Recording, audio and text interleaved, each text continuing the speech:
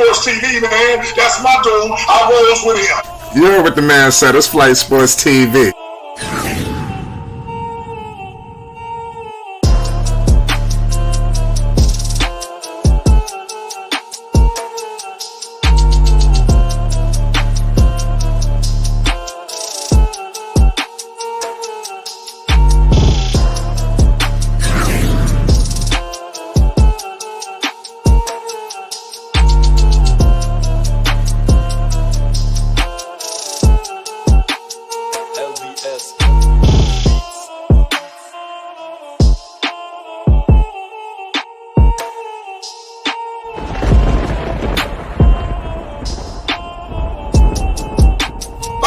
Flight Sports TV, that's where it's at.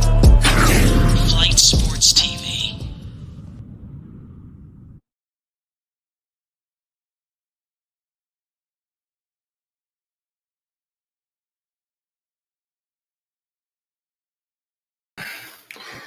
What's going on, people? It's Flight Sports TV. I appreciate y'all for checking with me. You already know what it is. We back with another one of them things. Listen, it's about to be one hell of a situation right now. We discussing Lamelo Ball NB1, the one of one. We got the game in minutes. You heard me? Listen, you got the Brooklyn Nets. This ain't going to be nothing to play with. The Brooklyn Nets trying to get dangerous this season. We're going to see what it all looks like now. The Charlotte Hornets are trying to do something. Clearly, they're coming off of an L, but they have to get things rectified. And I'm very confident that they will, in my humble opinion. You know, but it is what it is at the end of the day. Lamelo Ball may have not been having the most idealist of a situation, but at the end of the day, it is what it is. You know, it's a real major situation when you're discussing Lamelo Ball, because his start to the season has not been the most ideal, but at the end of the day, I do expect it to take off to the next level, you know, and tonight is the night for it to happen. You know, going up against Ben Simmons, I clearly expect a good situation to break down, but we only a minutes away. We got Dorian Finney-Smith and the crew. We're going to find out. Make sure you hit the like button and you subscribe. It's Flight Sports TV. Salute to everybody in the chat. Shout out Anthony, Dex, Basil, Gemini. I got all access in the building. Dex, what's the deal? It's Flight Sports. Yes, sir. Shout out to Flight Sports TV, the machine, the voice of the voiceless, the people's champ, the hottest in the streets. Big ups to Flight Sports TV. Big ups to the panel. Big ups to the chat. And definitely big ups to everybody rolling up to Flight Sports TV to witness this here extravaganza. But before we continue, you know, right after the monologue, we ask for you to complete the 3-step stages and degrees upon entering Flight Sports TV. And that is very simple. 1, hit the like button. 2, subscribe if you have yet to become a subscriber. 3, hit the notification bell so you won't miss one iota of an exuberant experience. Yes, thank you. If you have completed those stages, we can carry on. Flight, this is going to be an awesome game because the Brooklyn Nets and the Charlotte Hornets is fighting for supremacy of the best court design in basketball history. I'm talking about NBA basketball history. There's no other courts with the aesthetics and beautiful imprints like the Charlotte Hornets and the Brooklyn Nets. Fortunately, the game is being played in the Hive at the Spectrum Center, and the Charlotte Hornets is ready to energize the Hive while putting on a decent display of basketball. The Charlotte Hornets are playing 500 basketball, and after tonight, they look to be above 500. This is what they're going to play for. They're going to turn this sanctuary into something noble and respectful. And Ben Simmons, albeit I did try to sneak in a player performance on Ben Simmons. I sure did. It was paying plus 650, but then I thought about it. I don't know because Ben Simmons looks like he's going to try to out assist Lamelo Ball. And I don't think he's going to be too prime on scoring when you got the Cam Johnsons of the world, the Malik Bridges, the Malachi, you know, I'm talking about Bridges. And sometimes I get tongue tied. And you got Karis LeVert. Is it Karis LeVert or Spencer Dinwiddie? I think Spencer Dinwiddie. So you're going to have your scoring.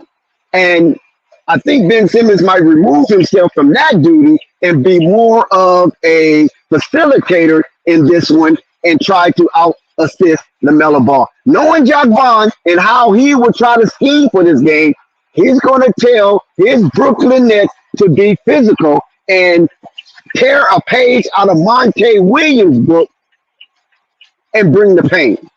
So the Charlotte Hornets is going to have to be very, very mindful that these teams are going to come into the Hyde Spectrum Center and try to push the Charlotte Hornets around. The only person I know that will not take this foolishness is Nick Richards. So I believe Nick Richards might get a ton of minutes unless Mark Williams have shown that he can absorb this kind of poundage and still be effective for the minutes that he is going to be able to play. Can we speak about Brandon Miller? Can we speak about Brandon Miller? Brandon Miller right now is looking to become the new rookie sensation of the NBA. Victor Wembanyama has the edge as we speak, but Brandon Miller is nipping on his heels. And if Brandon Miller can put together the same kind of game he put together in his first 2 NBA serviceable games, then Brandon Miller will be on pace to be Rookie of the Year. And I'm talking about a really respectable mention, not just because of Charlotte fandom, but because of his demonstration out there on the hard end. LaMelo Ball, yes, we know LaMelo Ball is looking a little awkward in the first 2 games. It's not nothing because of what LeVar said on freaking Vlad TV, like these imbeciles trying to indicate. I mean, how ridiculous can you be that a person is getting $260 million, his daddy say a little something here or there, and now all of a sudden he's shrinking. I keep trying to warn you guys about these maniacs. They try to portray LaMelo Ball like he's a weenie. Oh, they don't want him to have Scoot Henderson. Oh, it's just too much. He won't be able to take it. And oh my God, LaMelo Ball is not a weenie. LaMelo Ball game is looking awkward based on the fact that he has extra accessories on his lower extremities. And guess what? They weigh a little bit. And it calls him to pursue the game a little differently. Some people say, well, he shouldn't worry about that. Well, how can he not worry about that? This is the first time ever in his entire life of 22 years that he had additional basketball that weighed more than a half a pound. So he's already spindly as it is, and carrying extra weight is not really what LaMelo Ball is used to. So therefore, his forte towards the game is a little bit awkward. LaMelo Ball will fight. He will be a superstar player, the job player. He has to respect the executive staff and the ownership who advise him to take the investment of the organization due to that of what happened last season. He got injured, came back, got injured, came back, then got injured, and didn't come back. And it was all on his lower extremities. So they just want assurance. They just want insurance. And there's nothing wrong with that. If somebody's paying you $260 million, they can have a request to, to secure their investment a little more tightly. And I'm quite sure if you have a inkling of a brain, you wouldn't mind acquiescing to such requests. But nevertheless, we're going to see how Lamelo develop with this extra accessory in a 10-game increment. And then after that, if he feels fine without him, he will continue the season without him. I'm back with you, Dax. And if he could, yeah. Oh, is this the game started? Did the game start? No, go ahead, Dax. Oh, yeah. And if LaMelo Ball feels comfort to continue wearing them, then he can continue wearing them and then discard them anytime, basically after the 10-game increment. But we'll see how that go. PJ Washington, can he continue to have a decent game like he did the first game? PJ from the runway, and Gordon Hayward. Man, Gordon Hayward has been somewhat impressive these first 2 games. Let's see if he continues. Let's see if Terry can continue. And if all this spirals into a ball, then guess what? The Charlotte Hornets will show you and display great basketball tonight here at the Spectrum Center.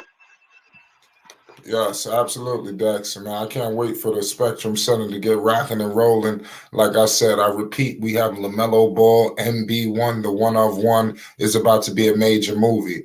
I'm expecting massive fireworks tonight in the Queen City. They need this win. This is going to be a gut check victory for Charlotte.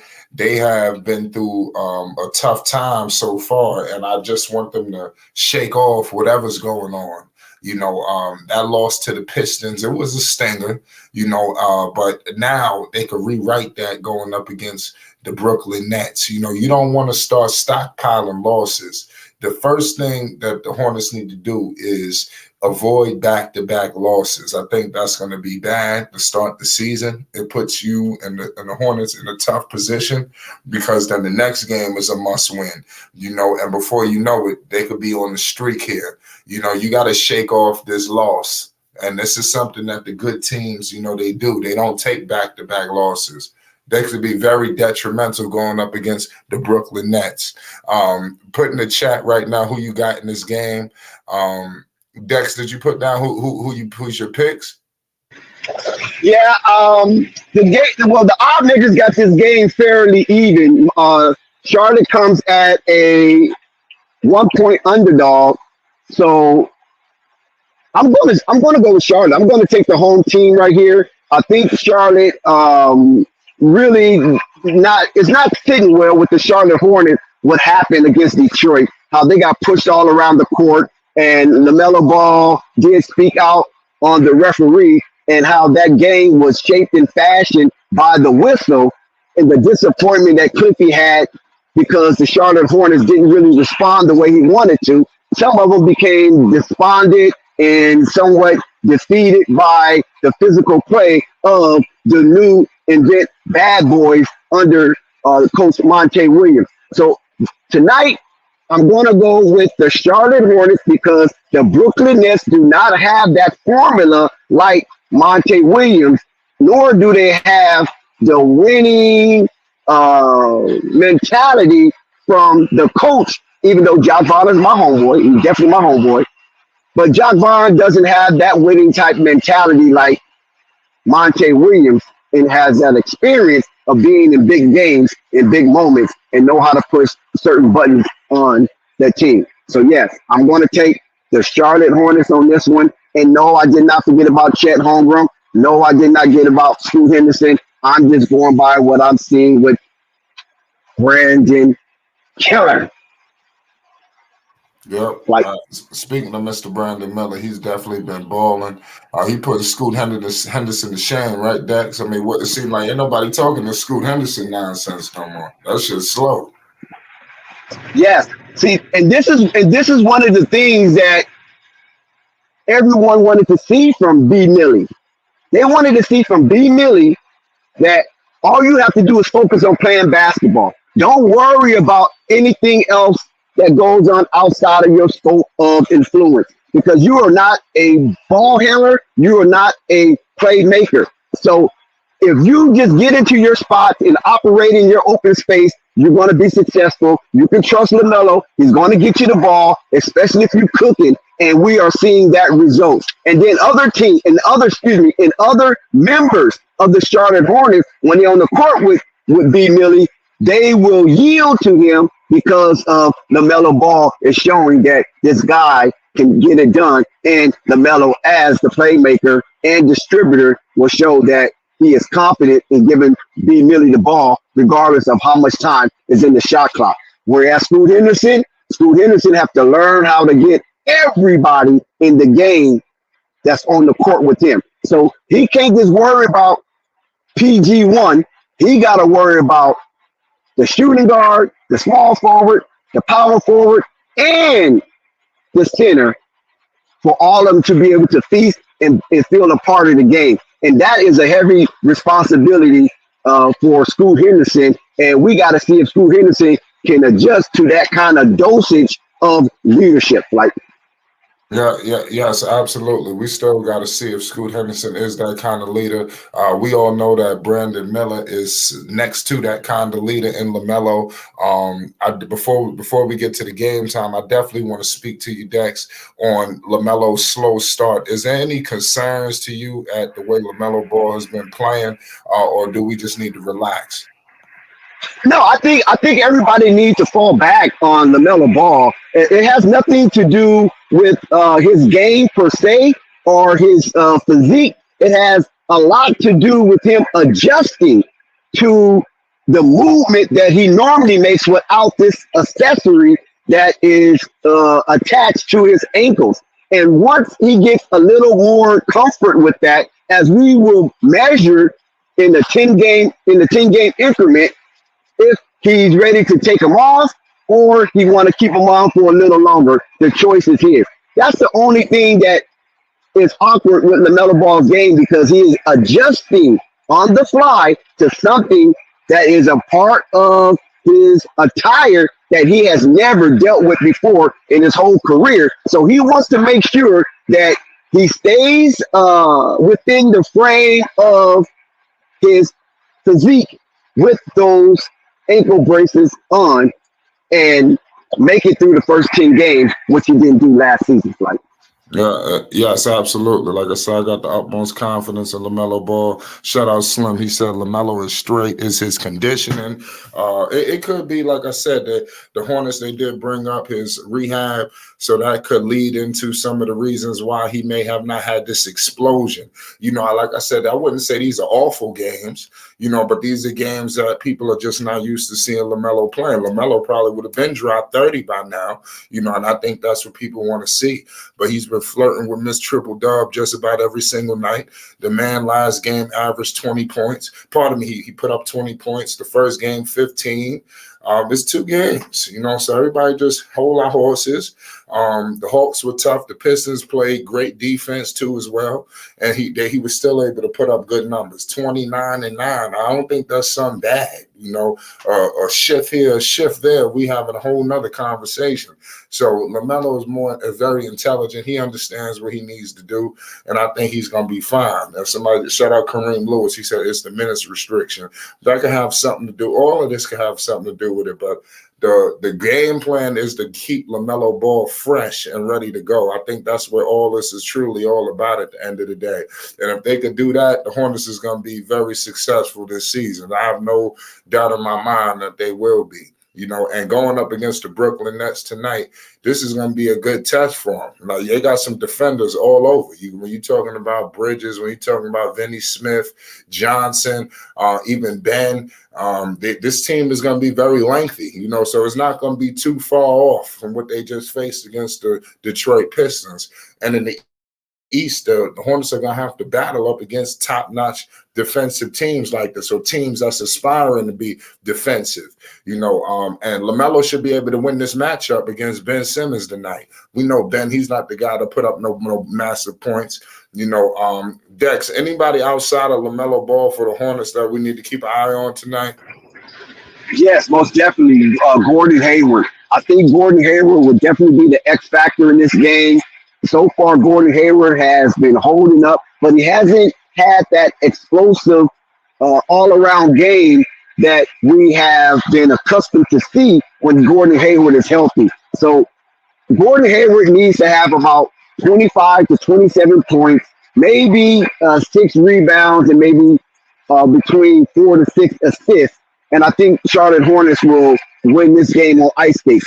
And also, we have to see with Mark Williams, how do he bounce back after not being trusted in certain moments of the game against the new bad boys, Detroit Pistons, where Nick Richards had to come in and show some physicality. Let's see how Mark Williams bounce back from this and clear his head and be more formidable in the restricted areas. Like, Yes, Mark Williams definitely got to get a bounce back game because Jalen Durham was giving him the business. I think Durham was giving just about everybody the business, but Mark Williams definitely got to be that impact center for this team, especially going up against the Brooklyn Nets. I think that's a position that they should be able to win tonight.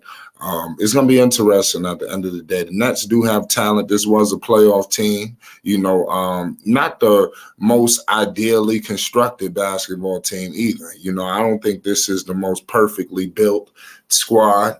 Obviously they had to make some changes. You had Kevin Durant and Kyrie. They pretty much was ready to get the heck up out of there last year. So they had to make shift and do what they could to put a competent roster for the city of Brooklyn. Now it's just interesting to see how they're going to be able to pretty much sustain whatever they was trying to build or even take it to the next level. But at the end of the day, today they're facing Lamelo Ball, MD1, the 1-of-1. We are minutes away from tip-off. PJ, Brandon Miller, and the crew. Everybody will be there tonight. It's going to be one epic game. We are getting one step closer to the return of Miles Bridges as well. We have to remember, the Hornets, at the end of the day, they just buying time. They just hanging in there. Once they get the beats back, the Hornets is taking it to another level. What'd you say, Dex? Good point. Yeah, that's a good point right there because there's 7 games remaining before Miles Bridges officially makes his return, and he starts his redeem tour with the Charlotte Hornets.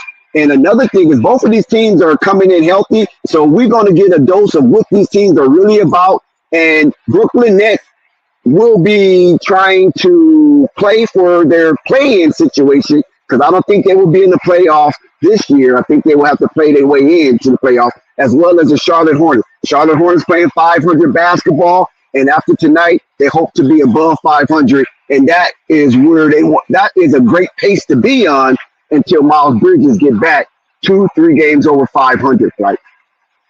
Absolutely. I hope that they are in that range too. Hopefully they're not too far out because, like I said, Miles Bridges is definitely going to take him over the top. You still got to give him time to get acquiesced, but I think Miles is going to be like a caged animal when he gets out.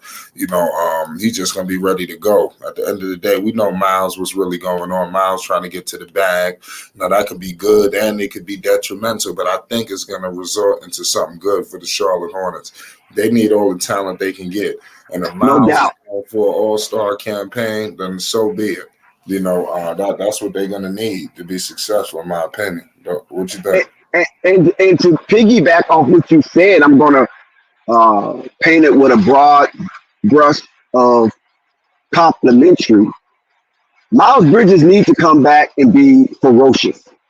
He don't need to try to fit in. No, don't come to fit in. Come to be ferocious. If you got to bump somebody out the box, bump them out the box. That's not your fault, Miles, because these guys had 10 games to solidify their position. And if they wasn't able to solidify their position while you was out, Miles, that's on them, not on you. Do not be ashamed. Come in, play ferocious, take your anger out on the opposition.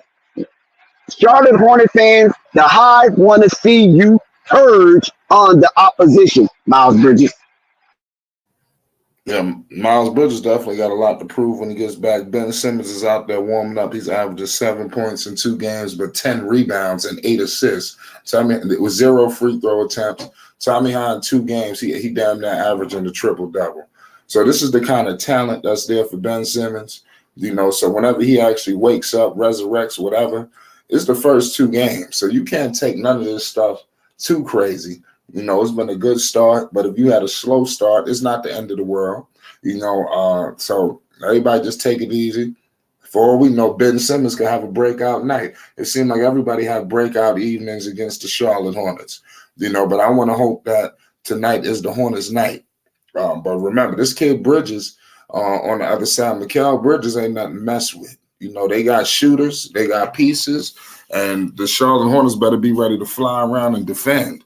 I want to see the nastiness coming from P.J. Washington. I want to see all the nastiness coming from Mark Williams. I want to see Lamelo with that swagger. Like I said, something told me that game against the Detroit Pistons woke up LaMelo Ball. Something is telling me that. I think LaMelo had to get percolating. Something went on. It was very physical. LaMelo was getting aggravated, So I think that's going to carry over into this game. Shout out Siege Fiend. He says Hornets taking it today. I sure want to hope so. It's time to get back in the winning circle. You don't want to stay in that situation of losing because it brings up the history of the Charlotte Hornets. The Hornets want to shake off that history, but I tell you what, if they lose again tonight, the back-to-back losses are starting to seem very familiar. They have to fight like hell and defend the Hive. At the end of the day, all good teams defend home. Now, they gave up a game to Detroit at home. They wanted it more. You got bullied on your home floor by the Pistons. Look, point blank. We could try to shake it up and be nice, but the Detroit Pistons came in there and took something. The Charlotte Hornets got to make sure that nobody come into that building and take another thing from them. No doubt. I think it would be impervious on the Charlotte Hornets to turn the Hive into a royal sanctuary. They do have purple in their color scheme, so purple represents royalty. So turn this into a royal sanctuary. Let's protect the house and make the opposition feel that this is a scary place. And if they're not careful, the Charlotte will turn into an ossuary. Like Lamelo Ball has shown a great improvement of taking the ball to the rack. I think he heard his critics and the naysayers saying that he was a little too soft, he wouldn't go to the rack, and he was avoiding contact. Last game, Melo went to the line 12 times, was 10 out of 12 on his free throws, and he continues to attack the restricted area flight. So I think he's trying to shut down his naysayers. So let's see what LaMelo do tonight. Let's see if he can continue to be aggressive and be rewarded for that aggression flight going to the rack. Oh, yeah, most definitely. I think that's something that Melo was upset about. He was definitely speaking to the referees, and I like what he said during the press conference. I don't know if people heard it, but he was letting it be known. He didn't say nothing to the point where he was going to get a fine, but he brought awareness to the fact that he ain't getting the goddamn calls that superstars are supposed to get. But at the end of the day, only time will tell. We moments away. I believe that LaMelo will be aggressive and get the calls, but it is what it is at the end of the day. Shout out Trent, Siege Fiend, Andrew. Everybody put your picks down in the chat right now. You already know what it is. When I got the Charlotte Hornets winning tonight, I ain't going to say big, but I see them pulling away late in the fourth quarter. I think the Nets is going to play them tough. It is what it is at the end of the day. Brooklyn ain't nothing to play with. They coached by Jacques Vaughn. Dex is very high on Jacques Vaughn. I think that he's a good coach. And you got Steve Clifford. Steve Clifford got to prove something too. Steve Clifford just got circles ran around him by Monty Williams. After Monty Williams put a hurting on you like that, it's time to get to the drawing board. So I hope that this guy, Steve Clifford, has a better game plan, to get his team prepared, up and ready to go. Because that's what it's going to take for Charlotte. They got to get prepared, man. When teams coming out flat, that's coaching. You got to get these dudes prepared, ready to go. That's your job as a coach. Dudes coming out flat, not defending, not closing out. The Hornets got to take that extra step. Run out and close out. This is what the good teams do. The Hornets got to limit mistakes. And all these free throws got to stop. They got to stop missing free throws. LaMelo Ball got to continue to be aggressive, and they're going to be all right. He's due for a game. We know this. No doubt. He's definitely due for a game flight. And with the Brooklyn Nets, you know what I'm saying? A lot of them want to hang around the arc and then send their bigs because they have some high flying bigs with Nick Claxton and Darren Sharper. So they have to be careful with those back doors. And all you have to do is build a Theodorian wall for Ben Simmons. If you build a Theodorian wall for Ben Simmons, there's no way he will be able to penetrate that Byzantine fortresses. And if you do that successfully, you practically got at least maybe 13 to 14% of their offensive playmaking ability non-avoid. So I would say, Cliffy, build the Theodorian wall, have it fortified like the Byzantine Empire, and you can walk away at home once again with a victory. And the Hive can just spread out and be happy once they leave this arena. But you got to build some kind of a fortress so Ben Simmons don't have his way running downhill with his size and speed, just dunking the ball, having easy access to the restricted area and to the rim. Yep, absolutely. We damn sure don't want that. Like I said, Ben Simmons, he's definitely altered his game. Like I said, he went from this flashy running point guard, to obviously a goddamn power forward, So the differences in Ben Simmons, he's definitely taken a regression similar to, I would say, what I would say, Russell Westbrook. Both of them have regressed, and it's been kind of strange, to be honest with you. Obviously, Westbrook is getting up there in age, but his regression started a little earlier. It's just some people wanted to view it and some people turned a blind eye. But his regression happened a while ago. And Ben Simmons, to be in his prime, the age that he's at, I don't know what the hell is going on. I want to hope that he could get his situation fixed because it just don't make no goddamn sense. But you got Ben, Spencer, Cam Thomas, Bridges, and Dorian Finney-Smith. Who the center? Dorian Finney-Smith? Oh, they playing small ball. I was wondering who the center was. Yeah, let's give a shout out to Uganda. Shout out to Uganda. How they got Vinny Smith? Vinny Smith is a fucking small forward. That's crazy. You got Lamelo, Terry Rozier, Gordon, PJ, and Mark starting. This don't make no sense. I want to see how this is going to work. Who jumped for Brooklyn? That was Ben Simmons who jumped. Okay, we tipped off, ladies and gentlemen. You got Lamelo Ball has it, and he gives it to PJ. PJ operating in the mid-range, spin move on Spence, and he could not convert. The Brooklyn Nets are coming down. Big Ben Simmons driving it all the way to the cup, and he converts it. Good job by Ben Simmons. Excellent. It's 2-zip right now. Charlotte. We got PJ Washington kicks it to Lamelo. Lamelo, and he misses it.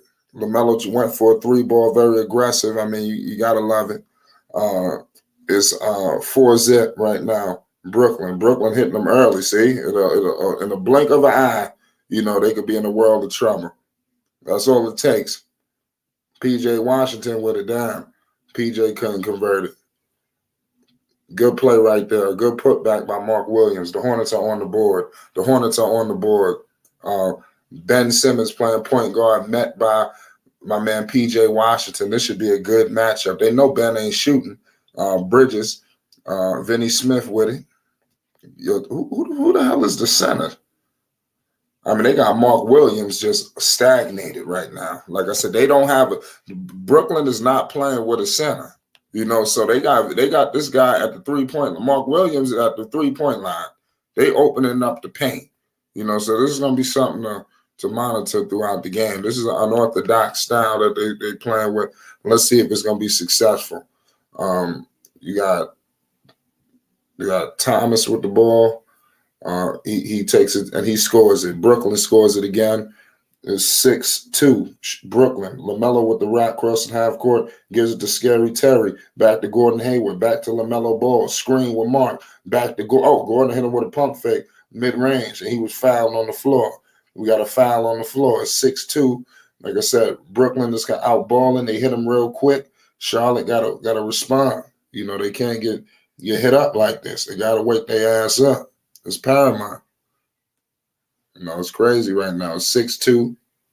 The Brooklyn Nets doing their thing. We got good pass to Gordon. Gordon Hayward, he missed the mid-range. We got Dorian Finney-Smith pushing it back. Ben Simmons all the way to the cup. To Vinny Smith. Vinny Smith scores a 3-ball. I don't know how Mark Williams is going to be affected. They didn't call the early timeout. They about to make Mark Williams unplayable. You know, that's what's going on right now. They're in a mismatch issue. 9-2. This ain't good. You know, this ain't good. They got hit up quick. Crazy. Dex, you got any early thoughts? We just talked about that earlier about how Mark Williams will fare in this one. And right now, it looks like Mark Williams is being played out of his minutes by the stratagem of Jock Bach. But Cliffy called a timeout, rightfully so. Let's see what kind of adjustment Cliffy makes and what kind of changes he inserts into this ball game. Yeah, most definitely. Trent says, hate Terry on defense. Yeah, it's going to be tough tonight because these some big dudes.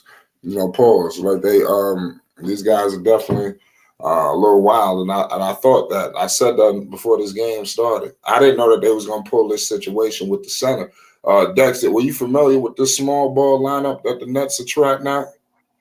No, I'm really not familiar with it because I haven't really had an eye on Brooklyn as of yet, you know.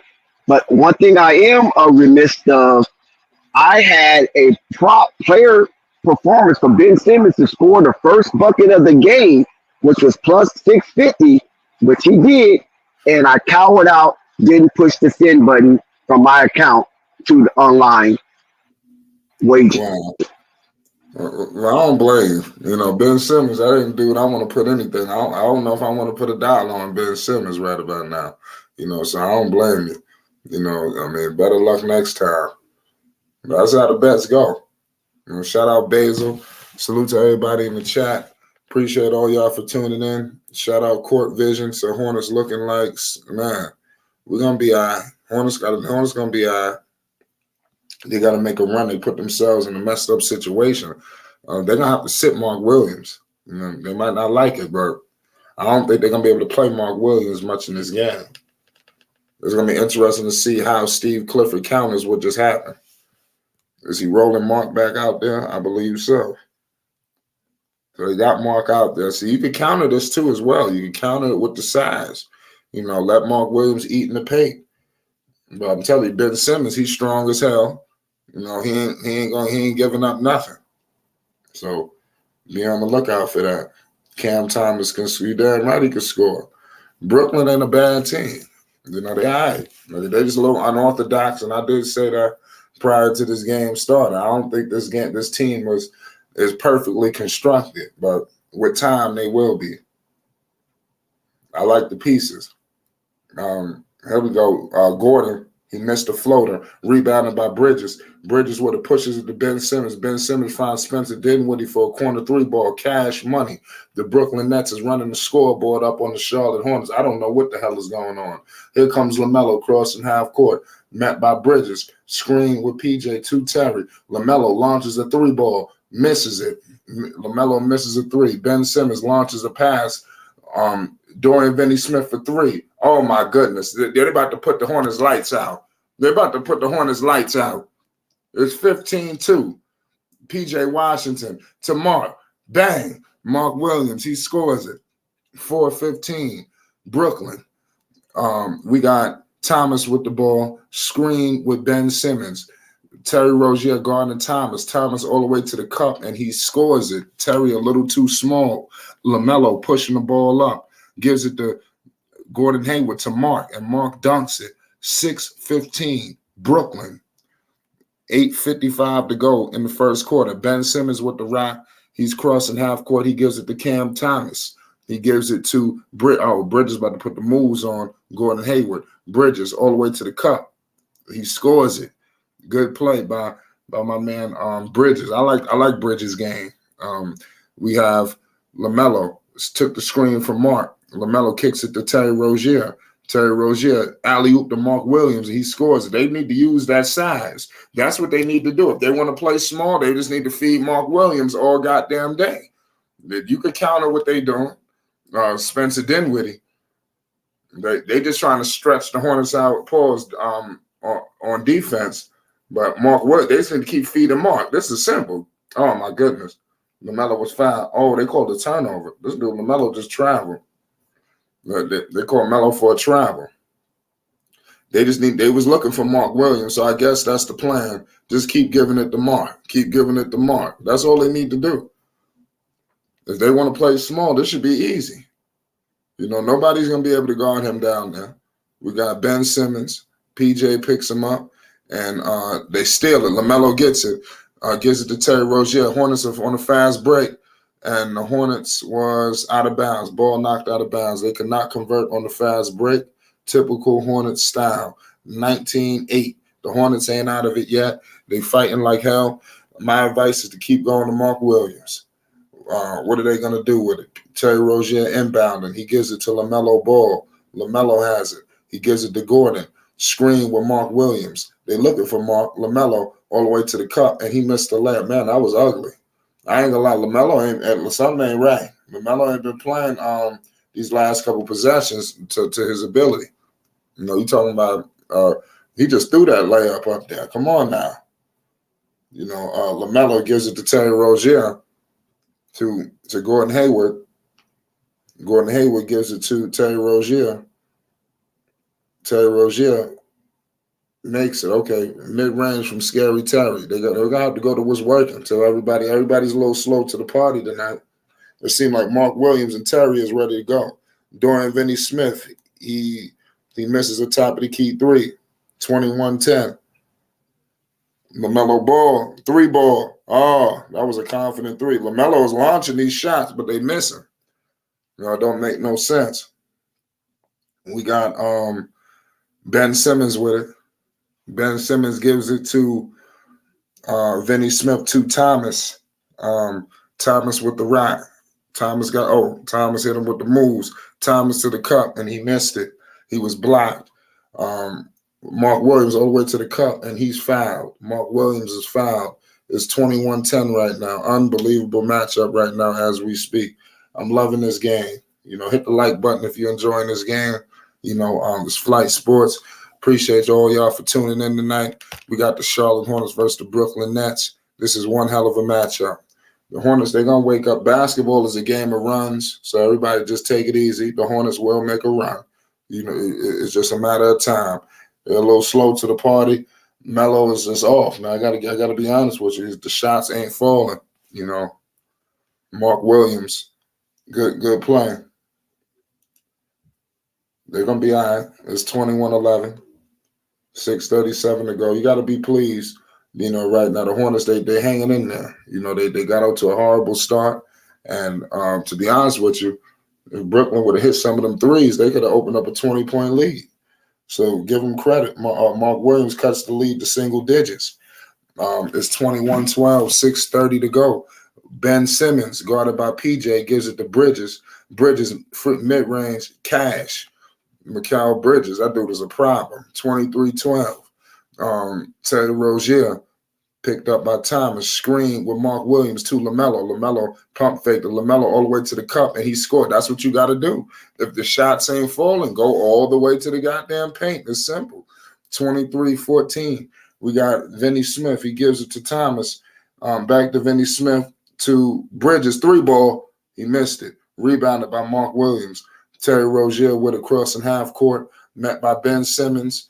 He's surveying the landscape. He's looking around. Terry Rozier operating in the 3-point range. Gives it to Lamelo. Lamelo for 3, and he missed it. Lamelo launching them threes, but they missing.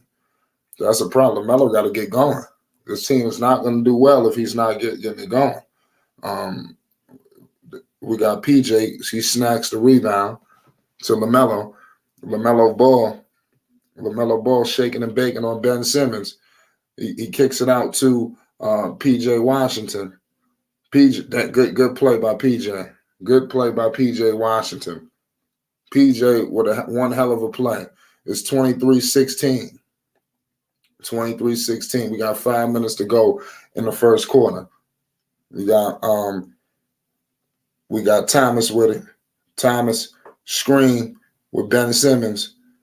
Thomas, cash. Good play by Cam Thomas. Great play. It's 25-16. 25-16. Great game. 4:45 to go in the first quarter. Terry Rozier kicks it to Gordon. Gordon posting up. Gordon, good play. He missed it. Rebounded by Vinny Smith. We got Bridges with the ball. Gives it to Ben Simmons. Ben Simmons all the way to the cup with a banger. And that could have been a foul, too. 27-16. Brooklyn. Brooklyn ain't playing with Charlotte. They're ready to step on their neck. I don't know what's going on, but they better wake up. We got some reinforcements at the scorer's desk for Charlotte. Gordon Hayward gives it to Terry. Terry Rozier operating in the mid-range with a floater, and he was not successful. Bridges rebounded.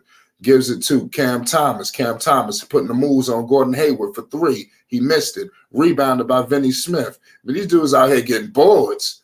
Let's go. Okay, P.J. Washington, big rebound. He gives it to LaMelo. LaMelo crossing half court. LaMelo crossing half court. Met by Lonnie Walker. LaMelo putting the moves on Lonnie, and we got a foul.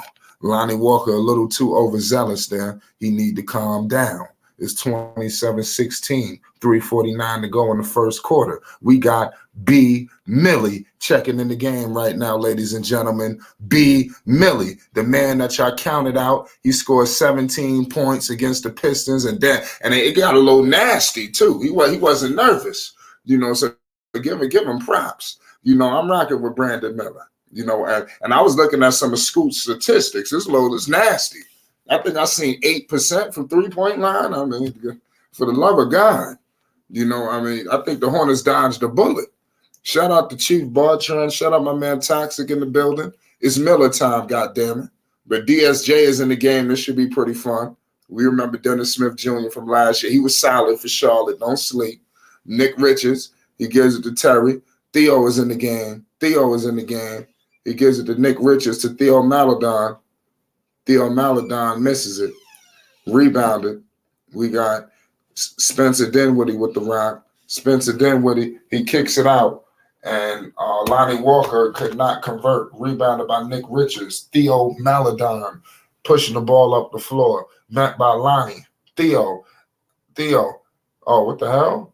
Theo was fouled.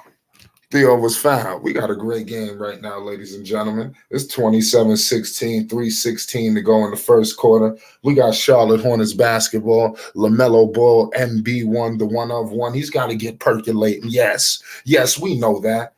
Just give him patience. I mean, I don't know how much more patient we got to be, but we know his capabilities. Brandon Miller, mid-range. He missed it, but I like the confidence. He wasn't hesitating. We got DSJ. Oh, we better watch out for DSJ. Oh, alley-oop. Big time alley-oop. That was a good play right there. He threw the alley to number 20. I'm not familiar with number 20 for Brooklyn, but it's going to be interesting to see. We got Theo in the game. Theo Maladon is in the game. You won't believe this. This is crazy. We got Scary Terry Rozier with the ball. Theo with the rock. JT Thor, he misses it. We got, that's not Cam Thomas. Spencer Dinwiddie with the rock, met by JT Thor. Spence with the ball, putting the moves on JT Thor, and it looked like he damn near lost it. This is crazy. This don't make a lick of sense. This is crazy. Salute to all y'all in the chat right now. We got Charlotte Hornets basketball. We headed to commercial break. Dex, what's your early analysis right now? We headed to the end of the first quarter. Any key takeaways from this game? Well, Dex will be right with us. Shout out Trent. We got Trent says good defense by Melo. I love the defense coming from Melo. Even when he's not scoring, he's still effective. And that's something that as a young player, I think you gotta respect that. You have to. It's crazy. Salute to all y'all in the chat. Marquez says, I'm a Buck and a Knicks fan. I have two teams. If you don't like it, who cares? Hey, man, I mean, who cares? Right? You just call it how you say it. You know, you got to just stick with those two teams. Next year, you can't be saying you rocking with the Heat, you know, and then people going to figure out what the hell is going on. But you stay consistent, you be good. You know, the Knicks, Bucks, I think everybody know that about you now. You know, we're in the midst of a commercial break. You know, it don't make no sense, you know. Salute to all y'all in the chat. You're a great man. You don't like what you see? It's like I mean, I don't like what I'm saying. I want LaMelo Ball to do his thing. You know, it's crazy. You know, it don't make no sense. I'm just very, it was very disgusting. You know, to be honest with you. What do you think? What do you think about from this early start? well, you know, Brooklyn has just got out on the Charlotte Hornets. They're still in the first quarter inside the 2-minute zone. They're down 13. I don't think nothing of it just yet. It's nothing. It's not alarming because anytime Brooklyn can break down and anytime Charlotte can go on a massive run themselves. So it is what it is right now. Only thing that really disturbed me is that Brooklyn has 29 points already. So they will definitely break the 30-point threshold for the first quarter, and Charlotte doesn't even look close to gaining 30 points in the first quarter. So that means Charlotte's going to have to average at least 32 to 33 points a quarter here on out to close out this game in grand fashion. Yes, absolutely, man. I hope that they can get the job done. We had it back from commercial break. We got Brandon Miller coming in the game. And like I said, he's back in at number 24, B. Millie. Y'all better pay the utmost homage to Brandon Miller. It's 29-16, 2:28 to go in the first quarter. We got my man Spencer Dinwiddie. He missed the rebounded by Brandon Miller. Brandon Miller kicks it to Scary Terry Rozier. Scary Terry Rozier with the rock right now. Shout out Basil Carpenter Jr. with your $10 super chat. We appreciate you. It's 29-16. We got my man Miller. He kicks it out to Scary Terry Rozier. Terry Rozier step back three ball. Missed it. The step back three ball couldn't convert. We appreciate you. Definitely need the support from the people. Support Flight Sports TV. We bring you games, news, updates, and more. Definitely. We ain't funded by nobody. We definitely backed by the people. We got Vinny Smith. That was Lonnie Walker. He couldn't convert it. We got the big man. They do have a big man, number 20. He's a little ferocious. You know, we got to give him major props. Very ferocious. I don't know who this guy number 50 is. I don't know who the hell he is. Number 20, my bad. But they need to get somebody in there with some nastiness because what's going on is, you know, they trying to play small. The small ball shit ain't going to work. You know, it's 1:46 to go. We got Brandon Miller with the rock. We got UNC in the building. UNC is in the house. Nick Richards with the rock. Nick Richards with the ball. He gives it to Terry Rozier. Terry Rozier, he is fouled. It's 31-16 right now. The Hornets, they slow, you know, to the party, but I think they're going to be okay. I think they're going to be just fine, in my humble opinion. You know, y'all let me know your thoughts on the Queen City Charlotte Hornets. Trent says Nick Richards soft as cotton. Damn. I mean, he gonna be. He's a young player, man. I know you're not expecting all-star numbers from Richards. I think he's doing what he's supposed to do. You know, he's a role player. You know, at the end of the day, we can't expect him to do big shit. You know, like some of these other guys. But give props to Brandon Miller. Brandon Miller is doing his thing. It's 31-18 right now. The Charlotte Hornets are trying to hang in the game. I definitely am very pleased at what I'm seeing from Charlotte. You know, I don't think we could ask for anything better. You know, it's a crazy game going so far. Unbelievable from Charlotte. They got the ball. When Lonnie Walker just hit a three ball, the Hornets not protecting the three-point line, and that's very detrimental, you know, for the winning percentage. Lamelo missed the floater. I love his aggressiveness. It's just he's just off. You know, I don't know what's up, what's going on. I want to hope that Lamelo could get percolating because I hope this ain't it, especially with Bridges being out. It would have been nice if Bridges was here to help. It's 36-18. The Hornets with the rock. The Hornets haven't scored in almost 5 minutes. Screen, Lamelo ball. Lamelo trying to stop the bleeding. Theo Maladon, good pass. Nick Richards scores it. Okay, they're on the board. Oh no, this is a 24-second right there. Charlotte can't do a damn thing. It's again, Nick scored. He saw Nick just damn near. It wasn't his fault. It was the Hornets' fault. I can't say it was nobody's fault. They had a nasty 24-second shot clock violation. It was pretty disgusting, to say the least. I don't know what's going on. It's 36-18. It makes absolutely no sense. Trent says 3-second call in the paint. That's what it was. Okay. I'm watching the game with no sound, so I missed that. We got Vinny Smith. Good. Oh my goodness. Was that number 20? Oh, okay. No, that's I forgot this dude's name. Damn. It's gonna come back to me. That was a big 3-ball from him. That's Royce O'Neal, my fault. Royce O'Neal with a big 3. We got Lamelo screen with Nick. Lamelo hesitated on that 3-ball. Brandon Miller for 3. Cash. Let's go. You need this? What you drafted him for? Oh, look like he telling Melo, give me the goddamn ball. This is what he here for. The Hornets struggling to score. They got to give it to him. That was a big 3 from Brandon Miller. They needed that. That was a difference-making 3. There you go. Wow. Look, Brandon Miller just spearheaded a run by the Charlotte Hornets. A big 3 led to a steal. You see, and the way he reacted after that 3-ball. That was really what it was all about. I loved his reaction. Oh, Bridges just hit a 3. Damn. Charlotte can't catch a break. Charlotte can't catch a damn break. Bridges just hit a damn 3. That's nasty. I can't believe that, man. This is a crazy game going so far in the Queen City. I love what I'm seeing. I don't think anybody can ask for anything more. But it is what it is at the end of the day. Shout out Ali Payne. He says, Mitch. Oh, yeah, Mitch is definitely going. I think they're going to blame Mitch Kupchak just about for everything that goes wrong with the Charlotte Hornets. Because at the end of the day, they did not Charlotte did not, what's the name of him? His new ownership, they didn't bring this guy in. So eventually he's going to leave. So be on the lookout.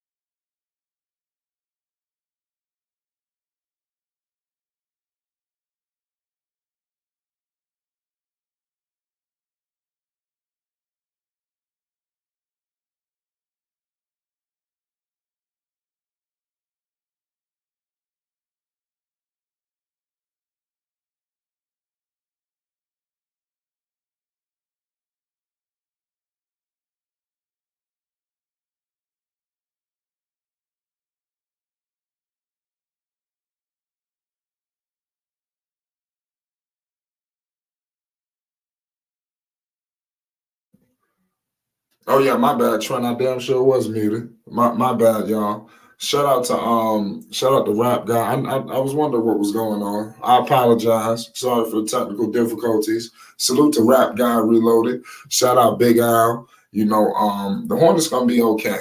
That's what people gotta understand. Charlotte is gonna be just fine. They're gonna be good. Everybody's writing the Charlotte Hornets off for whatever the reason it is, but it's nothing to write them off about.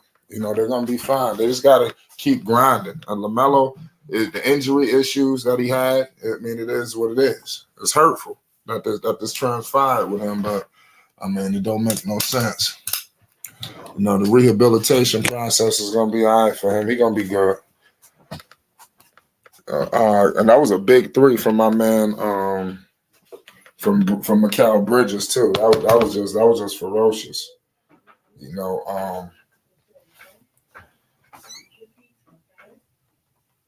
Yeah, shout out Mergon in the building. So they need to get that. Well, it's gonna take time. At the end of the day, it's not gonna happen overnight. They didn't just start Lamelo overnight. So they gotta play this thing smart. The last thing you want to do is piss Lamelo off. But we coming back It's 42-23. A lot of people slept on Brandon Miller at the end of the day. Spencer Dinwiddie, he missed it. Lamelo Ball, he gets it. He's crossing half court. He kicks out to Theo. Big shot by Theo, but it looked like we had a stoppage in play. It don't make no sense. It says rap per NBA. All teams know how to play. Yeah, that's facts. They ain't lying about that.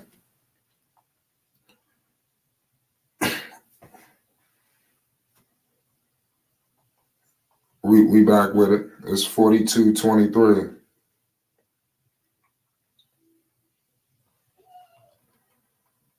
It's a crazy game going so far. The Hornets are on the ropes. I gotta keep it all the way 1,000 with you. It's 42-23. Lamelo Ball crossing half court. Screen with Nick Richards to PJ. We got we got a crazy situation. It's 42-23. It's wild. It's a crazy game, man.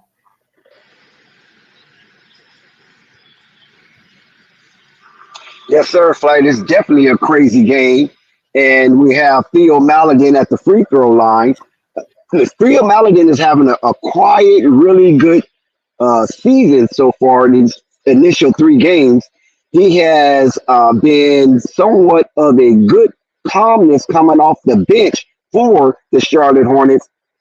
He is definitely not a liability. He's an asset to the degree where they can be comfortable taking Lamelo out the game, and Theo Maladin will not be turning the ball over. So I enjoy this young man from France, and now he's playing aside Lamelo. OKC didn't have any room for him, so the Charlotte Hornets picked him up, and I think that was a good deal. They picked him up on a 10-day contract, and now he has earned his way to be part of the first 15. So we at the 10-minute zone. There's a break in the action. It'll be time out. I think that's a TV timeout. So we'll go to the commercial. It's unfortunate that the Charlotte Hornets is down 42-25, but nonetheless, they still within striking distance in order to come back on this game. So I wouldn't write them out just yet. And when you look at the substitution from Coach Cliffy, some might say it's questionable, but then again, it's definitely is needed. So the players just got to come in and do their job and be very effective. And they have to really get out of this mindset that they have to score in order to feel their job is being done. Right now, B. Millie is the point total leader for the Charlotte Hornets. And when you look across the aisle, you got D. Sharp for the Brooklyn Nets. And we touched on D. Sharp earlier in the pregame show about how he will rim run, get out in space, and use his athleticism and his height in order to discombobulate the Charlotte Hornets' defensive stance. And the Charlotte Hornets have to counter that by being more fortified in that restricted area, because the Brooklyn Nets are really not the best shooting team that they will face this year, but they're definitely a well-oiled machine when it comes to athleticism and spreading the court. Lonnie Walker IV, former Laker, representing the state of Pennsylvania, has 3 points. And so the bench is doing fairly well for the Brooklyn Nets. And Charlotte Hornet bench is really not that effective outside of Brandon Miller. Now, Dennis Smith Jr., a former Charlotte Hornet of last season, who was pretty thorough on their roster. He did get some minutes, and let's see what Dennis Smith Jr. do through the course of this game as being a assistant coming from far off the bench for the Brooklyn Nets. 42-25 is the score. And we're inside the 10-minute zone, 10 minutes, 58 seconds to be exact. The Charlotte Hornets will be on defense. And let's see if they can make a stance. Once again, there they go, rim running. I warned you guys about that. This is what Brooklyn do. They're going to take advantage of the malnourished interior defense of the Charlotte Hornets, and it looks like LaMelo Ball will be served a tax lien on this one. If he doesn't like it, he's voicing his opinion. I do like that. That shows that he is emotionally invested in the game and trying to protect his players. But I don't think they're paying Cliffy any attention, and play will resume as said.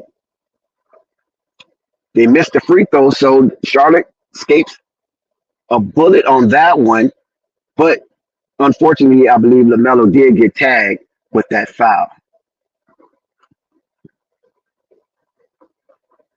So Dayron Sharp, or however you want to say his name, he makes one of the stimmy. LaMelo Ball misses a driving layup. Sharp again gets the defensive rebound, kicks it out to Dennis Smith. He missed a layup.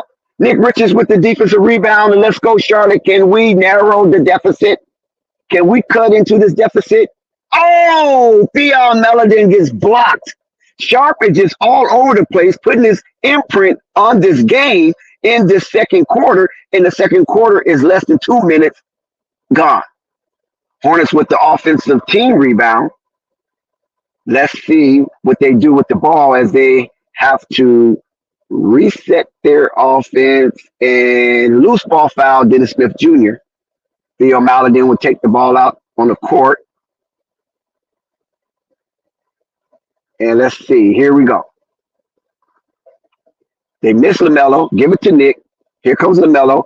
Oh, miss. Oh, Brandon Miller. Yes.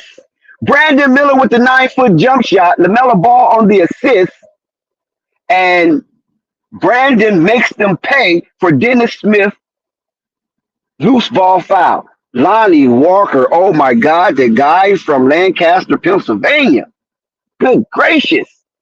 Man, that was a nice sidestep. And he puts that in like he was doing for the Lakers in last season playoff run. PJ from the runway. Yes. Yes. And Sharper turns the ball over. A foul on the play. The Charlotte Hornets can get a 6-0 run or 5-0 run at least after Sharper could not control himself and cause an offensive foul. So Charlotte is down by 16, but they're showing some energy. And this is what you want. LaMelo goes to the bench. Terry Rozier comes in. Theo Maladin misses the three-point shot. Dennis Smith Jr. with the rebound. And here comes Brooklyn to try to increase their lead.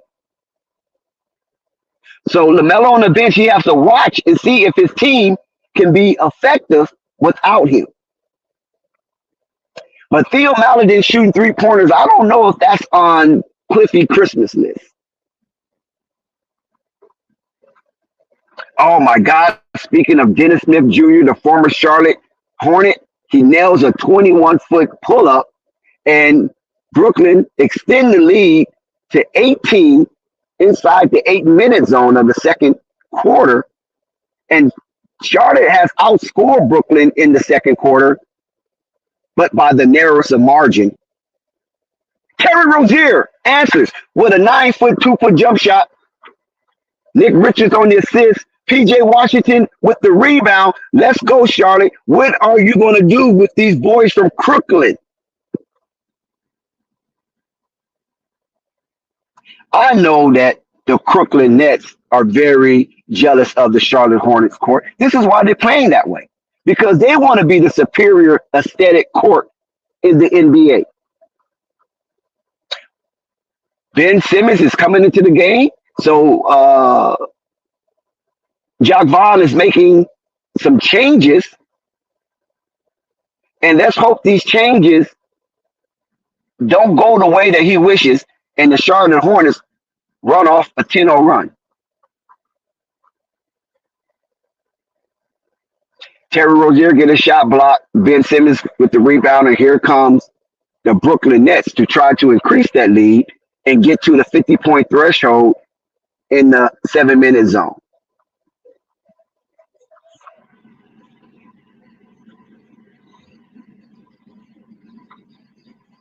Vince, listen, Ben Simmons is being active, and Royce O'Neal makes the 3-point shot, and Brandon Miller misses and gets his own rebound, and Brandon Miller tips it back up and he scores. Good activity for Brandon Miller in the restricted area. Listen, Brandon Miller is going to be that dude. When you see players of his ilk in his youthness, and he's so active in that restricted area, using his height and athletic ability towards his advantage, you know he's going to be that guy. It just takes time for him to thoroughly acclimate himself in a Charlotte Hornet uniform. Good aggressive play from Brandon Miller, keeping the Charlotte Hornets alive. They down 17 inside the 7-minute zone. 7 minutes, 28 seconds to be exact. I'm just waiting for the Charlotte Hornets to build this fortified Theodorian wall, and I don't see anybody laying a brick nor slabbing mortar in between it to fortify such wall. More changes is coming. Mark Williams into the game for PJ Washington, and Jock Bonds countered by bringing Cam Thomas in the game for Lonnie Walker the fourth. So let's see which one of these coaches' changes affect the game more than the other. I enjoy seeing both coaches being active with their roster. They're not being stale and allowing just the top 7 play. They're kind of digging in, and they're making a lot of changes for their prospective unit. Dorian Finney-Smith misses 1 of 2 stimmies, and now he regathers himself as the beautiful lady will give him the ball. This is the lady that Luka been trying to hit on. And here comes the changes. JT Thor comes in. Mark Williams comes back in. So there's a lot of in and out with Cliffy lineup. So I don't know if that's a good thing or Cliffy is just throwing anything against the wall and hope it sticks. Philly does make the second stimmy, so he don't get a letter in the mail saying insufficient funds. So here comes Terry Rozier. The Hornets come out, give it to Brandon Miller. He's surveying the court. Brandon Miller's holding on to the ball. Good sign. He's not quick to give it up. Terry to Brandon. Looking deep. Here comes Brandon with the dribble drive. Yes! Brandon Miller with the dribble drive. The combination of Brandon Miller and Terry Rozier pays off. And then Mikal Bridges throws it out of bounds. Then Brandon Miller missed a 19-foot jump shot. Mikal Bridges get the defensive rebound. And here we go once again. Brooklyn with the ball, trying to increase the lead. Shout out to Flight Sports TV, the machine. Y'all hit that like button out there. Mikal with another turnover. Terry Rozier misses, so the Charlotte Hornets cannot capitalize off these free giving opportunities. That's something that has to be addressed. 52-36 inside the 6-minute zone in the second quarter. Charlotte have outscored the Brooklyn Nets in the second quarter 13-10, but the score doesn't reflect such a feat.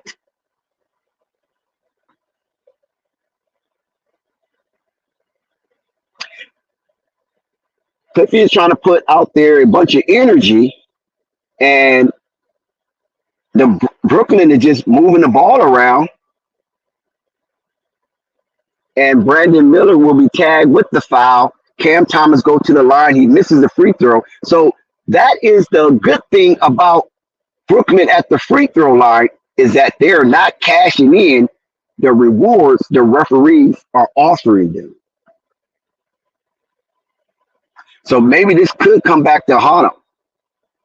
Right now, Brooklyn stands at a 92% win percentile for this game based on their lead of 16, 52-36. Cam does make the second one, so he will not receive that letter in the mail, insufficient funds. Philly blocks Gordon Hayward. Mikal Bridges with the defensive rebound. Oh, Miller with the block. Miller with the block.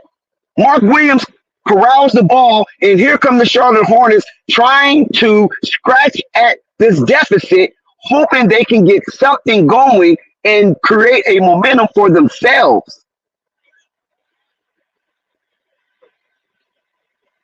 Nice defense. Did you see Brandon Miller soar in the air and pin that against the backboard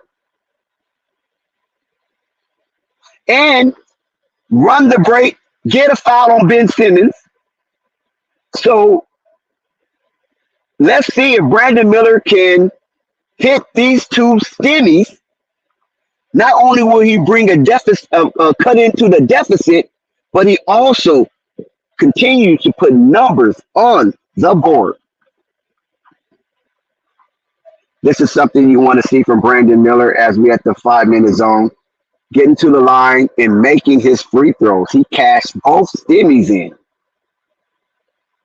He's taking advantage of what the referee is awarding him. 53 to 38, 15-point lead. Thanks to Brandon Miller, this game is back into perspective. Brandon Miller, speaking of all the good things he have done, not so good on that defensive set where he is tagged with a tax lien, and Cliffy looks a little despondent, and Cam Thomas will return to the free throw line as he cashed money, his first stimmy check. Shout out to everybody watching Flight Sports TV. Please hit that like button, that subscribe button, and that notification bell so you won't miss one iota of an exuberant experience. And if you're feeling a little gifty, hey, your generosity would definitely be appreciated through the Super Chat, Cash App, or PayPal. Cam hit both of those free throws. Terry Rozier get his shot blocked. I appreciate his aggression, but taking it in on those trees, it's a low percentage. Mikal Bridges, once again, all-star, non-medalist in the FIBA tourney play, gets the defensive rebound, and here comes Ben. When you just look at Ben, you're just seeing a specimen. Turnover for Brooklyn. Give it to Rose. Oh, nice try, Brandon.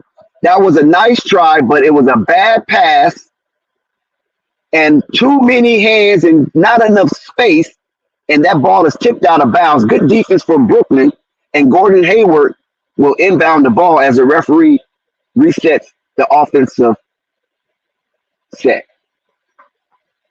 Brandon, okay, Terry. Oh, my God. Terry with the 25-foot jump shot. Gordon Hayward with the assist. This is something that Cliffy wants to see, how you can score. Oh, with the defense. Oh, my God. I'm sorry. JT Thor, it looks like a clean block, but he got too much oil on that light-skinned Ben Simmons. You know it's a foul because you can see the oil on Ben Simmons' shoulders. Coming from JT Thor, that is. Ben does miss his free throw, so Brooklyn, once again, is crippling themselves from the line as they're not taking a full advantage of these opportunities the referee is giving them. He makes the second. The lead is still 15, 56-41. Charlotte is making motion. 4 minutes, 32 seconds left to go in the second quarter. And here come Terry and company. Lamelo is still on the bench, have not gotten to the game. Oh, nice layup package. Nice layup package from Gordon Hayward as he received the assist from Terry Rozier. So Charlotte is moving the ball, and they're etching closer to the Brooklyn Nets. And it's now a 13-point deficit. Oh, my God, that defense is atrocious. Royce O'Neal just skipped to Malou for a 2-foot layup. Where is the resistance? Terry is limping. It looks like Terry is, he ain't limping down. He got that ball. Terry's full of shit. He ain't nothing limping. You see what Terry's doing with that ball? So that limp. Oh, Brandon. Oh my God, 29 foot as the shot clock was going to expire while Terry Rozier was beating the air out the ball. JT Thor, Brandon Miller connection, and then defensive rebound for Terry, Brandon Miller again. No, but they get a second chance to make a first impression with Mark Williams active on the offensive rebound. And let's see if they can make the Brooklyn Nets punish. Yes, JT Thor from 18 foot. That's what I'm talking about. JT Thor from 18-foot jump shot. Terry Rozier with the steal. Brooklyn turning the ball over, missing free throws. Oh, yes, Mark Williams. Chuck Vaughn is sick of what he's looking at, and he can't believe he's witnessing his lead dissipate in about 2 minutes. It's an 8-point ball game. Oh, my God. The Charlotte Hornets reeled off 12 points in a matter of 2 minutes. And it is a different ball game now. So the whole dimension of what Brooklyn was doing is falling by the wayside because Charlotte Hornets been on a practically a 12-0 run, 50 to 58. They're down by 8 inside the 2-minute zone of the second period. And Charlotte Hornets have outscored Brooklyn in this period by 11 points.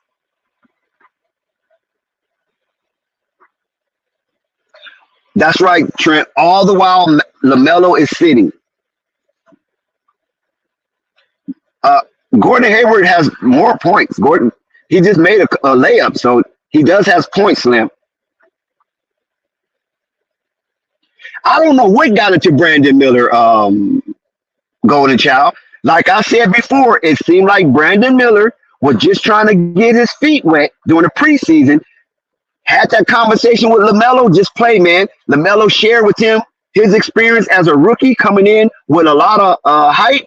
And he said, just play. You'll play your way in because these guys are not that good. Yes, Golden Child.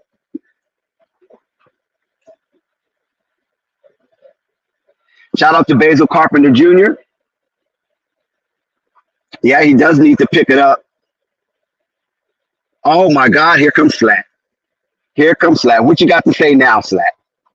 You listening to me? What you got to say now, Slat? This was always his game, Douglas, but you wanted to listen to Pope instead of studying his game. I knew Slat had something to say like that. But numbers don't lie, Slat, so let's not get too carried away here. Big Al, so much for having a weak father, laugh out loud. You guys are really poking at Pope.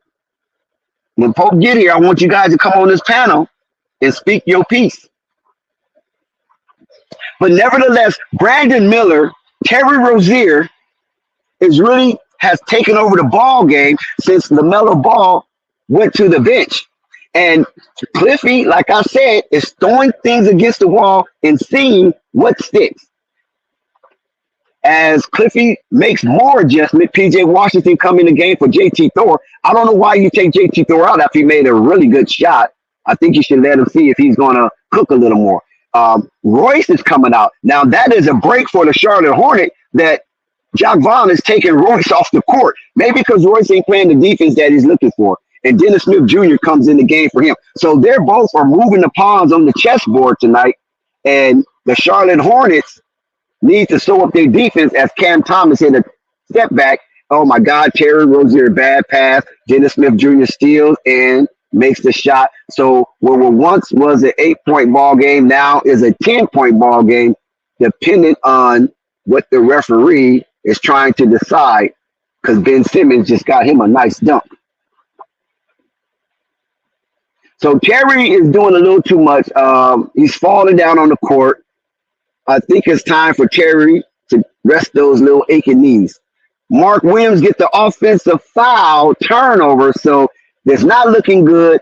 The lead is back to 12, and Brooklyn has the ball to try to increase it to 14 or 15, depending on where they launch the peel. Good that Cam misses. Mark Williams with the rebound, and here comes Charlotte trying to get the game back into respectability.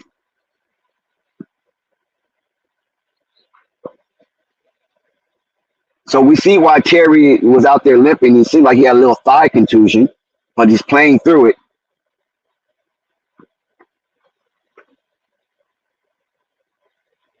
Terry Rozier with the 8-foot jump shot. Dennis Smith, he misses the three-point shot. Mark Williams again with the rebound as his rebound total is steadily increasing. 6 on the night.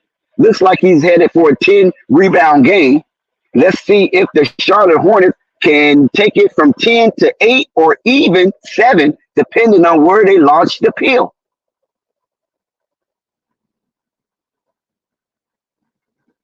Nice step back for Terry Rozier. Man, after that freaky turnover, Terry Rozier has scored 4 consecutive points. Oh! They let Dennis Smith Jr. sneak in and get an offensive rebound, so the Brooklyn Nets will get a second look at this at the 48 seconds juncture, while the fast clock is definitely has been engaged. When you're down, you do not want to see that fast clock. I can tell you that. Charlotte Hornets down by 7 within arm reach of the lead. I don't think they will get that 7 points to tie the game before intermission. But let's see. Brandon Miller with the foul. Okay, Brandon, you got to ease up a little bit. The fouls totals are piling up. So they send Brooklyn to the line with a 7-point lead. And let's see if Brooklyn can increase that lead, which they does, as Cam Thomas makes his first stimmy, and he makes his second stimmy. And what he's going to do with the third, as Brandon Miller fouled him beyond the arc in the act of shooting. So that's a rookie mistake. He will learn from that. Brandon Miller will sit down, and here comes Theo Maledon as Cliffy makes changes at the 48-second mark.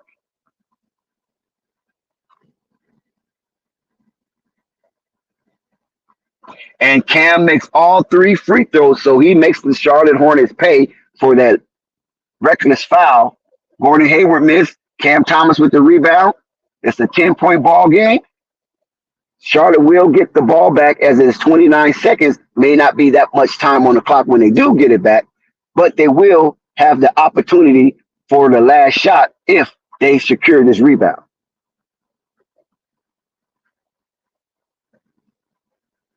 So Gordon Hayward pulled up at the elbow, and it was highly contested, and he was not able to make it.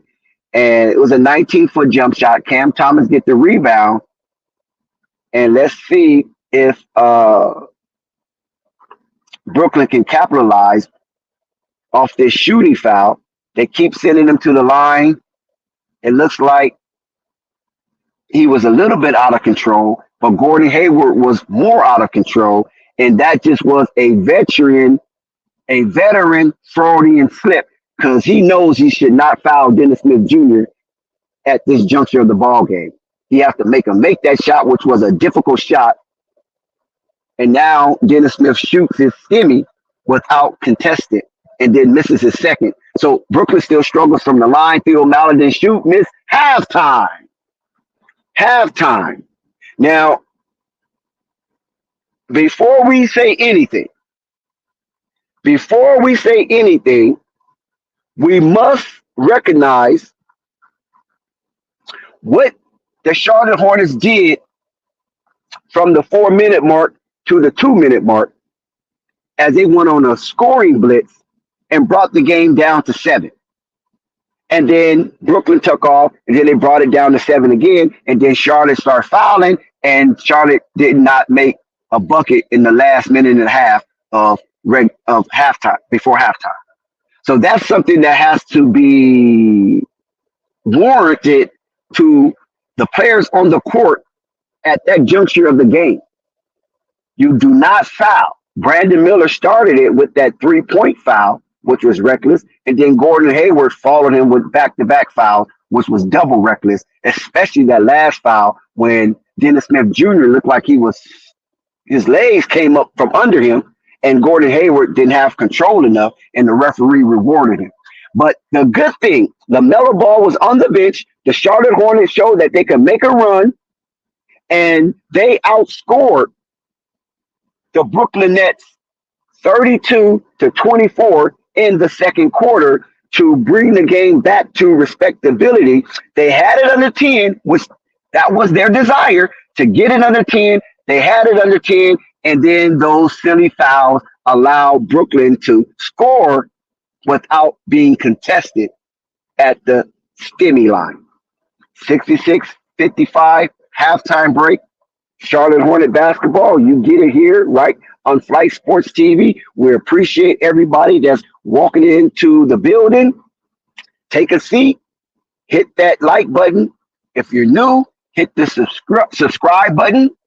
And if you want more of what you are witnessing or listening to, hit the notification bell so you won't miss one iota of an exuberant experience.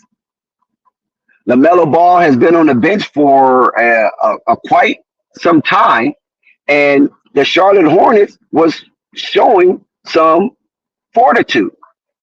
And then it was just at the last 2 minutes junction of the basketball game where Charlotte kind of lost their grip, and they went from a 7-point deficit to a 11-point deficit, and they lost 4 points in that span in which they did not score to even out that 2-minute battle.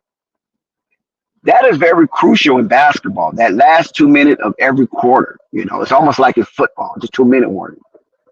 You have to be very careful and mindful of that junction of the basketball game, because these type of things could happen where Brooklyn was struggling, Charlotte took the momentum, the Hive was going nuts, and then Charlotte lost their way by fouling while they was in the bonus, Brooklyn that is, while Crooklyn was in the bonus, and they got numerous opportunities to score the basketball without being contested. And that's something I know Cliffy despises.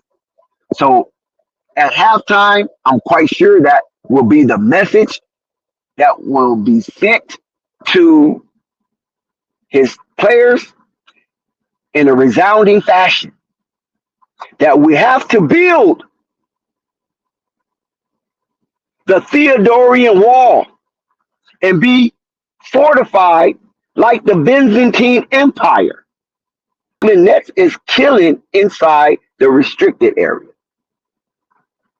Let's look at the shooting percentage. Charlotte is shooting a decent percent, 43%, and pretty average from the 3-point line at 33. Brooklyn, oh my God, 55 freaking percent for Brooklyn and 44% from beyond the arc. So that right there has to stop. And the only reason why this game is not a blowout in grand fashion is because Brooklyn has struggled from the line. They're barely peaking over 50% at 62%, and that's not going to get you too far in this league shooting that low percentage from the free throw line, while the Charlotte Hornets are shooting 100% from the free throw line, and they only been to the free throw line half of what Brooklyn has been. Brooklyn 16, Charlotte 8. When you go over and look at the turnovers to see what's going on, Charlotte, 5 turnovers, not bad, because that's what you want to keep it up under double digits for the game. So right now they're on pace for 10 turnovers. That shouldn't kill you. And the Brooklyn Nets have 8 turnovers. So Brooklyn has already been turned over 8 times. So the Charlotte Hornets defense on that aspect have shown great presence. But inside that restricted area, we know Charlotte is not real beefy. So Brooklyn is taking advantage. And that was something that we highlighted in the pregame show. How will Cliffy fortify that restricted area? Could he build a Theodorian wall? Could he be fortified like the Byzantine Empire? And the version of the Byzantine Empire that we're witnessing is the version in which the Ottoman Empire came to take over the Byzantine Empire. And that we ain't trying to see. So Cliffy is going to have to make his adjustments at halftime and hope it resonates through the ears of the team, and they come back on fire as it was in the second quarter, and not like they was as anemic in the first quarter.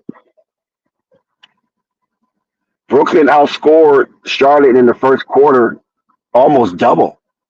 Brooklyn had a 42-point first quarter, Charlotte a 23-point first quarter, which is a shame. Then they turned it around. They made some changes, turned it around, and then Charlotte outscored Brooklyn in the second quarter, 32-24, to make this game respectable and well within arm's reach. 66-55, down by 11 at the halftime mark.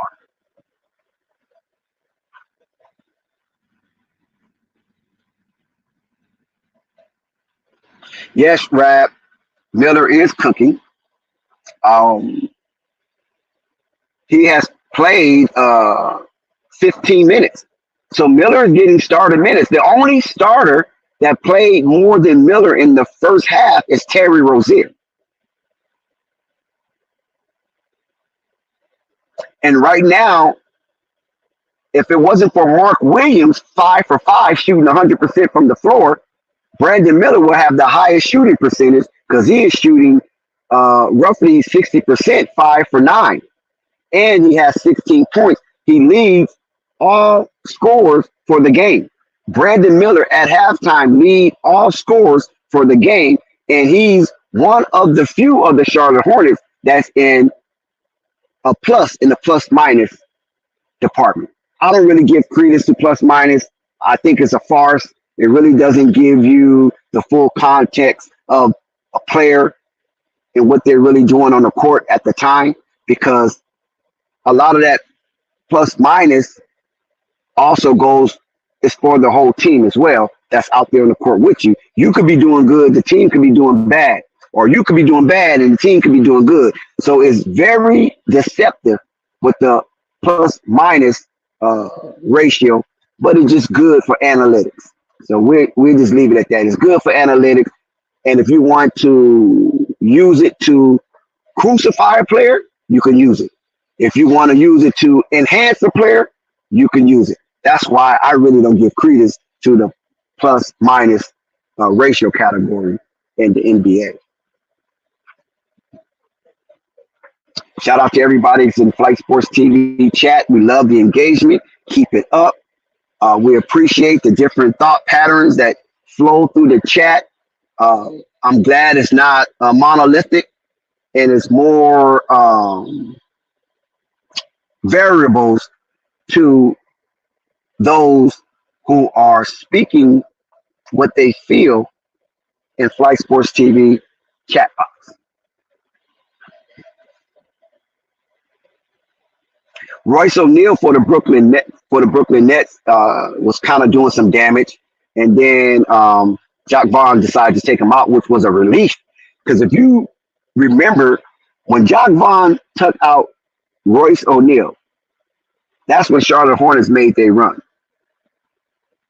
So we need to clap our hands for Jacques Vaughn for removing Royce O'Neal from the game, as he was somewhat cooking the Charlotte Hornets from the power forward position. The lead scorer for the Brooklyn Nets is Cam Thomas. He got most of that from the line. He's 4 for 8 from the field, and he's 6 for 7 from the line. PJ Washington, he logged in 15 minutes for the half, 2 for 3, 1 for 1 for the three-point line, have yet to make an appearance at the free throw. And this is something that is disturbing to watch. PJ Washington seeing his team down by those numbers and did not force himself to get relief by being rewarded for his aggression, slashing or driving, penetrating towards the restricted area and getting around the rim and getting fouled, going to the free throw line and trying to cash in from the free throw line. Because he's a power forward, so he should be more in the trenches than in outer limits. Gordon Hayward is not faring too well. He logged in 15 minutes, 1 for 6. He only got 2 points on the board.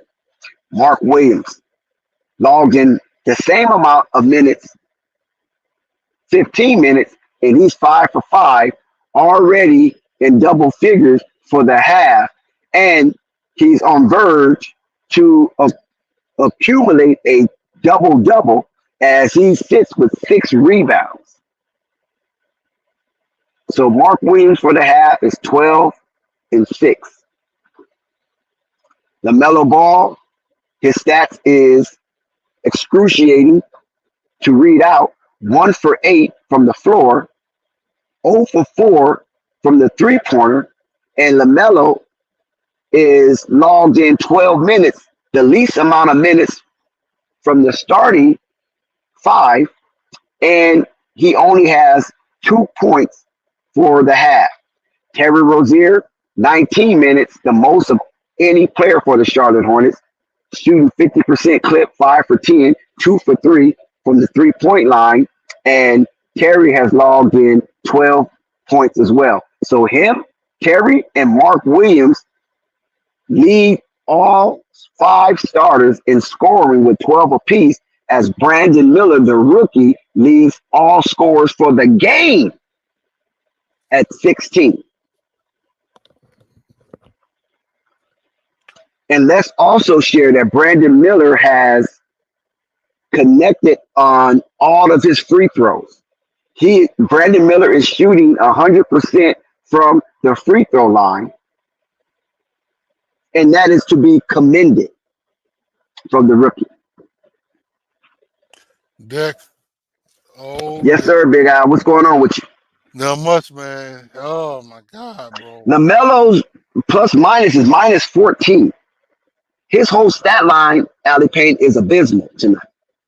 Yeah. But we know LaMelo can change that around come the second half. We done seen this before. So this is something that I don't really focus on, because we done seen LaMelo have a very poor first half and then come back and have a superb second half will balance out his overall numbers. Go ahead, Big Al. Yeah, that's true. About LaMelo, I know this is a Melo channel. I'm not trying to go ham Actually, on it's board. not a LaMelo channel. That's not correct, Big Al. So let me correct you. This is Alonzo Ball channel, not a LaMelo Ball channel. Alonzo Ball channel, but we do highlight all the Ball brothers. So go ahead. All right, okay. Well, I need Lonzo or somebody getting into Melo's ear. I don't understand what's going on with him, man. Is he nervous? It's like he digressing instead of progressing. I need him to really do his thing, man.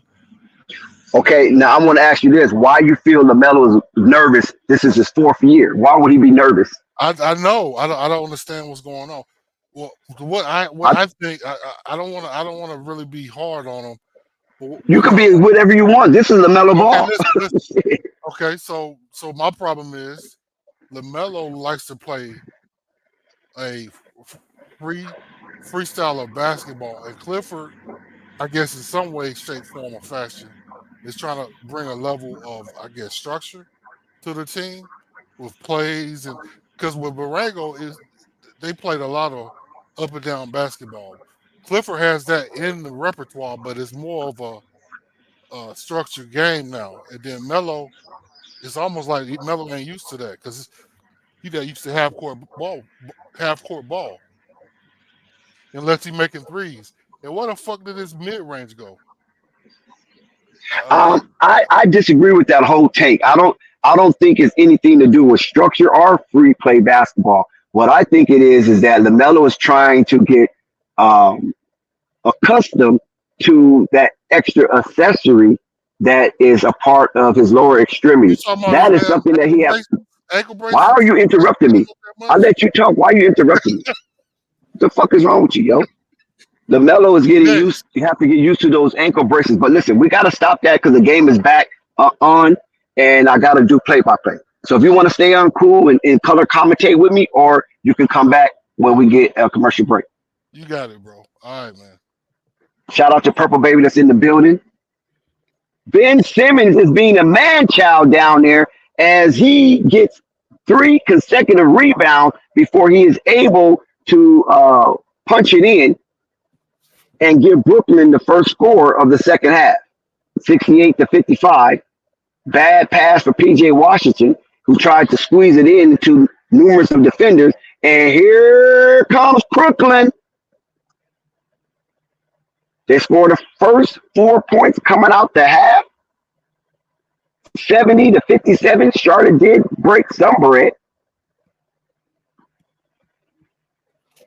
Terry Rozier with the ball. PJ's calling for it. PJ spins. No foul. PJ get the rebound. Yes, that's what I'm talking about, PJ. Show some wit. And Lonnie Walker misses his floating jump shot. Mark Williams with the rebound. And here comes the Charlotte Hornets.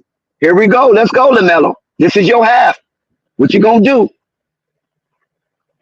Ben Simmons on Lamelo. Lamelo cross him. Lamelo drives. Go through two defenders. Lays it up. And over Ben Simmons.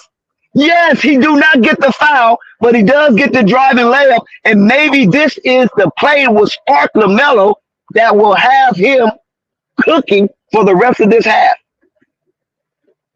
Shooting foul on the Melo ball. Lonnie Walker goes to the line, and he misses his first free throw. I really don't like that foul. LaMelo kind of yielded himself. He kind of gave up, and the referee still tagged him with the foul. So Lonnie Walker goes to the line. He makes one of two. 59-71, 12-point ball game as the Charlotte Hornets looks to cut into that deficit. Purple Baby, if you want to chime in, you can. Shout out to Murgod. I see you popped up. All right. I'm just looking right now.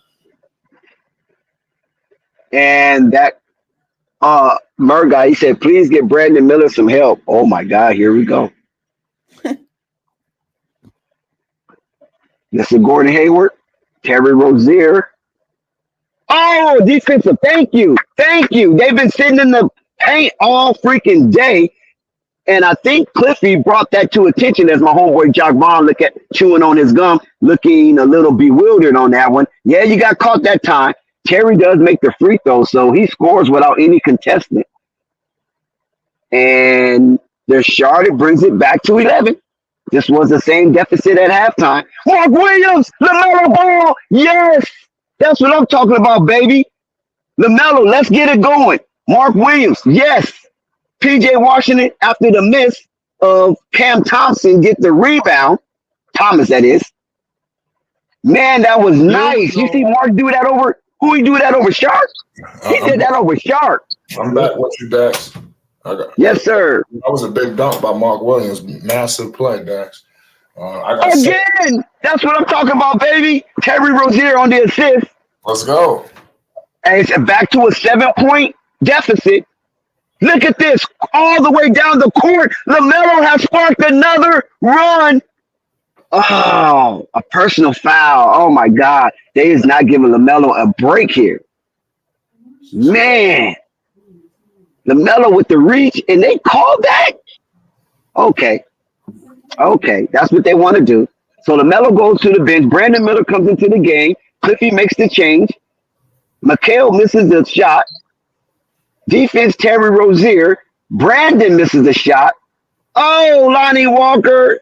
Oh, Lonnie Walker is definitely active out here, Flight. Unbelievable. So now the lead has went back up to, is it 7 or 8? What are they calling right here? What are they calling? Lonnie Walker out here making plays, man. That's a nice dunk for Philly.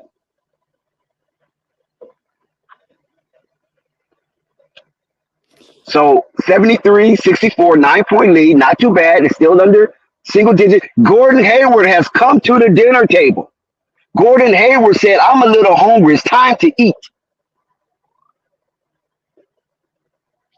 73-66. Look at Philly. Oh, my God. Ben Simmons with the assist. We need height. You got to bring LaMelo back into the game. You need some height out there, man. I know LaMelo is fucking fouling everybody, but he's got to be able to play under these stringent situations. Terry Rozier makes a nice finger roll layup. So they keeping the game within arm's reach. It's an 8-point ball game inside the 7-minute zone of the third quarter, and Charlotte is winning the quarter so far until Dorian Finley-Smith make a 26-foot jump shot. Lonnie Walker on the assist. Why nobody's listening to me? They need height. They need height. Brandon Miller got lost in the sauce on that one. He was in between two because Terry didn't come back out to man. Brandon can guard two people at one time, that's for sure. Mark Williams with the dunk. Brandon Miller with the playmaking. Mark Williams is showing that he is a man-child. And Gordon Hayward with a personal foul, timeout, Charlotte Hornets. The lead is 9. Flight is back. Flight, what have you seen so far?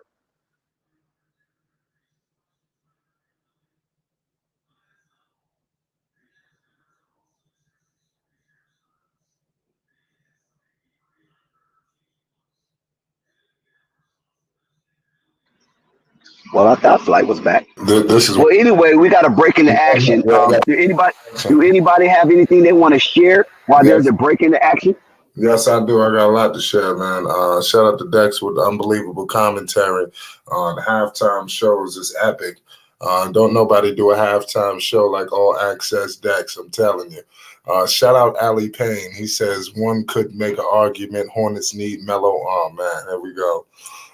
That's crazy. Salute the Purple. Shout out Big Island here. I see y'all. We're in the midst of a commercial break. How you feeling, Purple? You all right? I mean, yeah.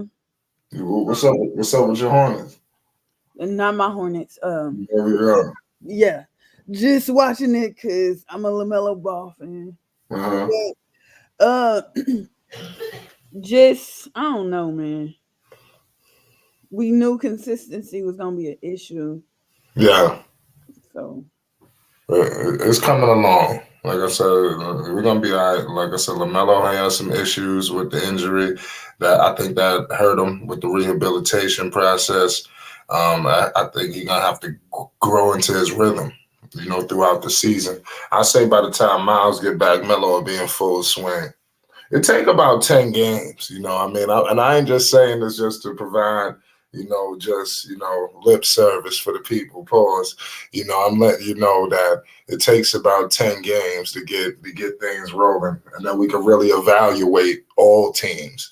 I think right now everybody, all 30 teams is kind of up in the air, but after the 10-game increment, you're gonna be able to see what's really going on to figure out who's going where, who's trending, you're gonna find out. So, I expect by that 10-game mark, Melo to be in full swing. And shout out to Miller. Miller has been balling. I'm thoroughly impressed. It says, please give Brandon Miller some help. Well, that's good that Miller doing what he's doing. Hopefully, Miller could turn into the go-to scorer for this team. That's what he said. That's what he was drafted for. You got something there? Yeah, definitely. That's what he was drafted for. But I'm kind of puzzled at some of the Lamelo Ball slander. It's like Charlotte Hornets fans only want one person to do good and don't care about nobody else, and they just back that one person. If you want to have a real good team, you're gonna have to have multiple good players, not one at a time. Right. Go ahead, Al. Hold up. How you assessing that Charlotte Hornets don't want Lamelo to succeed? That's the problem. We want him to succeed, but we're confused by what's going on. Yeah, we back with it. I got my man Ben Simmons with it. He gives it to Royce O'Neal. Royce O'Neal in and out to 3, rebounded by B. Millie. B. Millie crossing half court. Terry Rozier with the rock. Gordon with it. Back to Terry to PJ. Back to Gordon. Top of the key.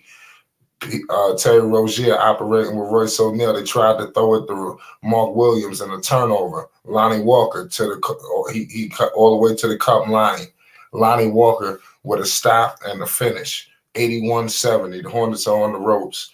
We got Miller. He gives it to P.J. Washington. P.J. Washington kicks it to Gordon. Gordon kicks it to B. Millie. B. Millie in the mid-range. B. Millie with a fade. Cash. Stop playing with Miller. Miller not playing with these people. It's 81-72. Miller operating in the mid-range on some Paul George stuff. 6 minutes to go in the third. Thomas to the cup. And Thomas is good. Cam Thomas, he can't be stopped in the paint. What the heck is going on? We got Terry, gives it to Gordon for 3. Gordon Hayward, cash money from 3-ball range. Let's go. Gordon Hayward. We got Lonnie Walker with the rock. Miller guarding him. Ben Simmons has it. PJ checking Ben. We got Bridges all the way to the cup on Gordon, and it's good. Damn, Gordon couldn't do nothing with that. Terry Rozier, they trading baskets. This is not good. We got Terry with it. Terry shaking and baking on everybody. Gordon, he kicks it to B. Millie. B. Millie to the cup. Oh, Miller blocked, but he gets his board. He gives it to Terry Rozier for 3. Terry Rozier in and out. Couldn't convert. Damn. Give credit to Miller. Miller is out there working hard. You know, Lonnie Walker with the rack. Miller, damn, who's stopping Lonnie? Lonnie just going there like that. You got Lonnie gliding in there. Pause. It's 87-75. We got Gordon Hayward with the ball. He's kicking it to Mark Williams. He gives it to Terry Rozier. Terry Rozier gives it to Brandon Miller. Brandon Miller shaking and baking. Oh, with the power. Brandon Miller with the fade. He wasn't successful. A miss. Lonnie Walker with the rebound, crossing half court, steps into a 3-ball. No good. Rebounded by Ben Simmons. Ben Simmons coming to the paint with pressure. Ben Simmons, good. Vintage Ben Simmons, 89-75. Vintage Ben Simmons, purple. And Ben Simmons is back. Okay. Hey, we ain't ready to say that just yet? Not with them being 0-2. Yeah, they got to get it together. You know, that, like I said earlier, I said in the stream that this team ain't constructed beautifully. We're in the midst of a commercial break, ladies and gentlemen. It's 70-59. It's nasty right now. How the Hornets going to win this game? Make open shots. Anybody got any answers? Make open shots, Flight. That's not good. They gonna win the game. Terry missed that open 3, man. That's ridiculous. Yeah. We gotta get these guys making these shots, man. Yeah, that's the plan. I think they just need to be more fortified on defense. I mean, I'm watching them just move around like that one play where Brandon Miller was in between decisions on who he wanted to take, and he chose the wrong one, of course, because I think it was Lonnie Walker hits that 3-pointer. But Terry Rozier, he's down in the paint. What are you doing down there amongst the trees? Terry, get back out to the perimeter and hold your zone so Brandon Miller won't be in between decisions of who he needs to take. And that was Terry, man, that eventually hit the 3-point shot. See, these type of things are very discouraging when you got these young players out here like Mark Williams and Brandon Miller out here scurrying around trying to make something happen and prevent Brooklyn from taking off, and you got these veterans just sitting down in the paint, relaxing, and letting these guys just shoot all over the place. So something has to give. Like you say, it's bad enough Lamelo Ball is not having one of his better outings, and these 2 youngsters, Mark Williams and Brandon Miller, is really carrying the Charlotte Hornets. Terry Rozier has made some great significance to the Charlotte Hornets this game, but his defense is just deplorable, and that hurts because all Terry want to do is score. Right. And he's not looking to play defense. Well, you got Mark Williams and Brandon Miller out here, even Gordon Hayward, trying to play defense. PJ Washington, a wash. You know what I'm saying? Right now, Lamelo Ball is a wash. So Terry going to have to step it up because there's going to be games where Terry Rozier is not really, scoring that well, and the other team's going to have to cover for him. So, Terry, it's time for you to cover because P.J. Washington and Lamelo Ball, I guess they already full. Man, Dex, you ain't holding no punches tonight. Man. Dex ain't taking no prisoners. We're going to be all right. Everything going to be straight.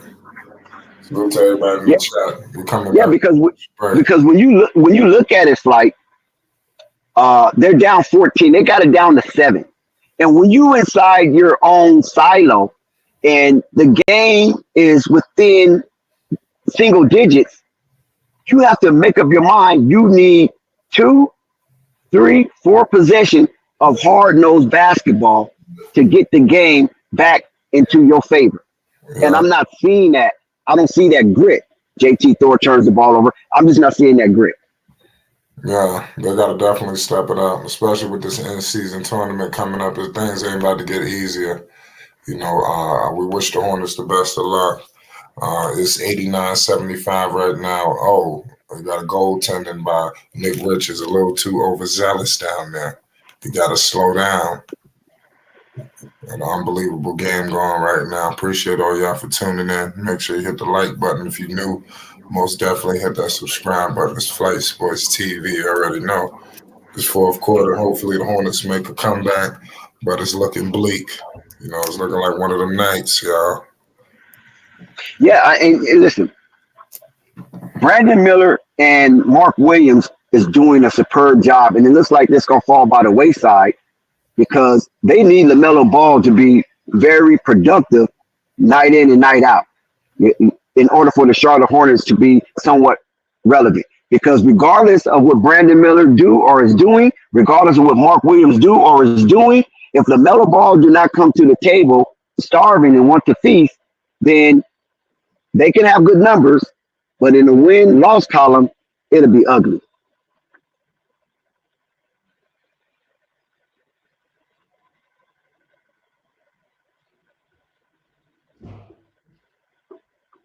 Brandon again, he at 20 points.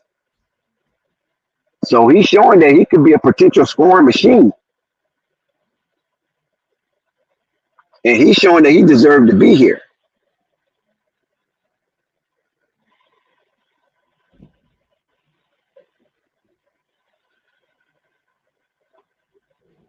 But they cannot stop the freaking Crooklyn Nets. They almost at the 100-point threshold at the 2-minute zone in the third quarter, where Royce O'Neal misses his shot, get another rebound. Sharp misses his shot, and Terry Rozier blocks, so he does play some defense, and a 3-foot shot is made, but they need more, and they need more of it often. Theo Maladin out here just chunking up threes. What Theo Maladin doing chunking up threes like that? Who told him he was a 3-point shooter?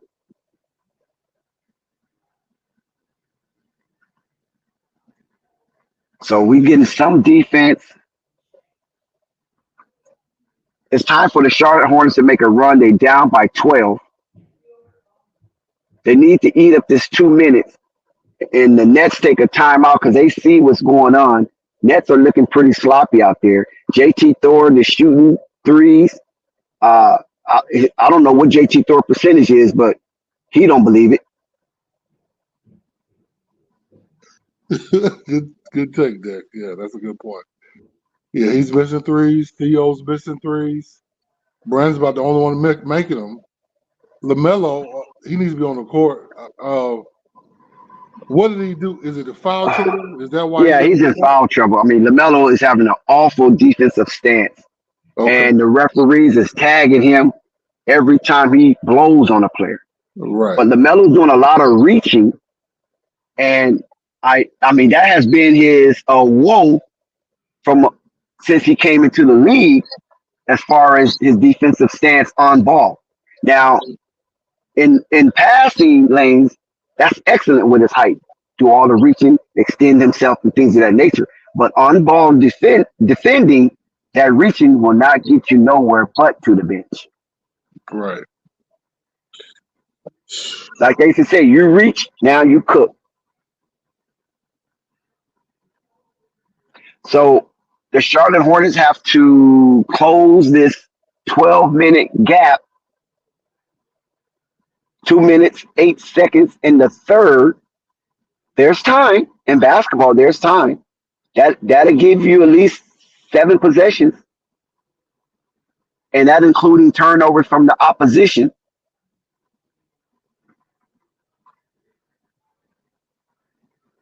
So we got to see if Charlotte really wants it. Oh, another offensive rebound and another putback. That is very disturbing. Another offensive rebound and another putback. And then Terry comes down. He misses a shot. 95-81, 14-point deficit. Brandon Miller gets the offensive rebound. JT Thornton, no. I mean, did I expect anything other than that from JT? Dennis Smith get the offensive rebound. So that's another second opportunity wasted for the Charlotte Hornets. It looks like the Charlotte Hornets is depleted of scoring outside of Miller and Williams. We already know Terry gonna do his thing, so we don't even count him because he's a shot chucker. 7 for 14. He is shooting 50% from the field. Good. They get a turnover. Dennis Smith turns the ball over. So let's see if the Charlotte Hornets can make a run within this 1 minute left and narrow this gap of 14 and go into the fourth quarter within single digits.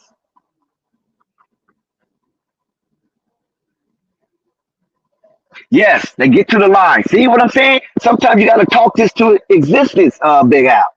So they go to the line. They get an opportunity to shoot at the basket without being contested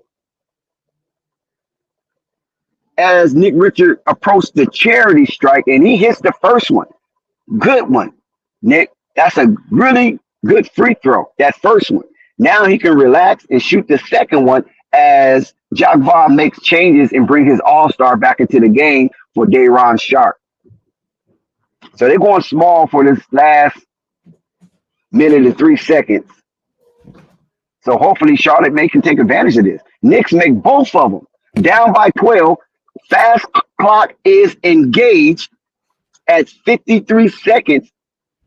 And can the Charlotte put up that Thedorian wall for these 50 seconds and get an opportunity for 2 possessions? And if they score these 2 possessions, oh my God, Cam just acting a fool out here. Theo Maladin misses another shot. Where are the scorers for the Charlotte Hornets? Royce O'Neal gets the rebound, and they're down 14 once again, 30 seconds. So Charlotte will have the opportunity for the last shot if they're able to secure the rebound.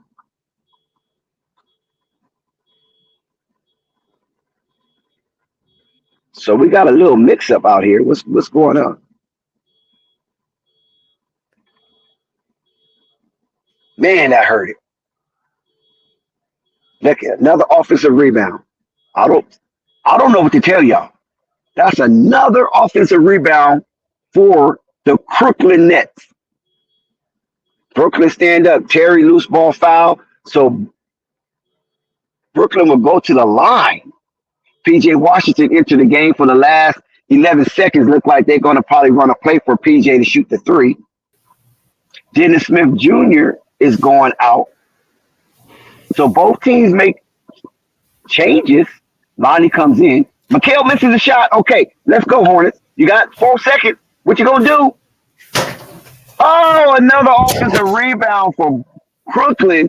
And Mikal Bridges makes the shot. Third quarter ends on a 7-0 run for the Brooklyn Nets. 99-83. They bumped the lead back up to 16. I believe that matches. That matches or 1 point from their biggest lead of the night. But nevertheless, the Hornets did the opposite of what most Hornet fans were suggesting in that last 53 seconds. They did not score not 1 point and allowed the Brooklyn Nets to score 6. Unbelievable, that. I mean, it doesn't make any sense. Salute to everybody in the chat. Hopefully, it could be a turnaround, but by the looks of things, it's looking very, very unfortunate for Charlotte. They put themselves in the hole. Let's see if they can get the hell out of this hole. We're going to be monitoring the situation closely. I got nothing but confidence in Charlotte. But like I said, I don't know. They need to go plus 16 for the rest of this game flight, just to get it to overtime, just to get an extra 5 minutes of extended play to win it. They have to go plus 16 for 12 freaking minutes. And the way they looking, I do not see it. So, hey, this wouldn't be the first time I was wrong. So let's see what happens. Plus 16 for the rest of the night for the Charlotte Hornets. And that means they're going to have to play some defense, or the Brooklyn Nets is going to have to be super sloppy, because it looks pretty bleak. Even though it's 12 minutes remaining of basketball, it looks pretty bleak.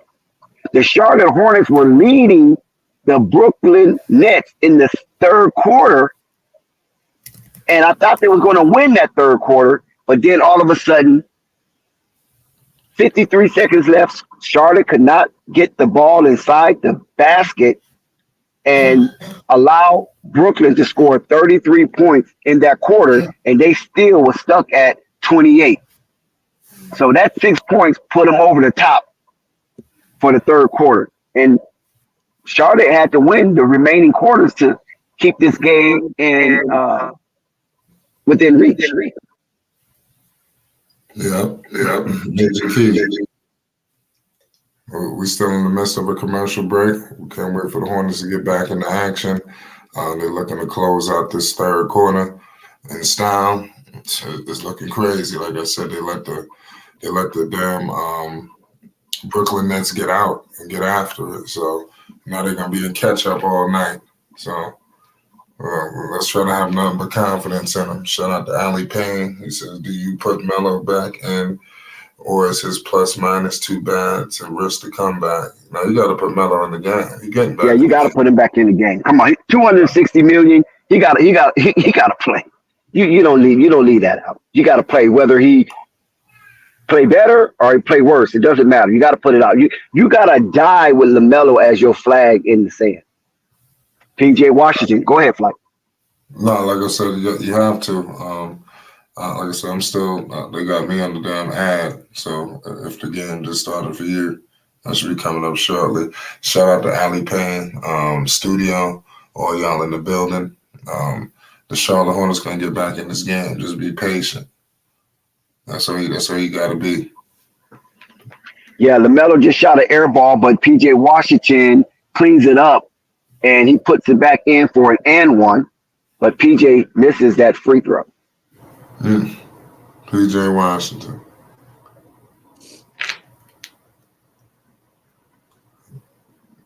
They put me on a 60-second eye. Cam Thomas. Oh my God.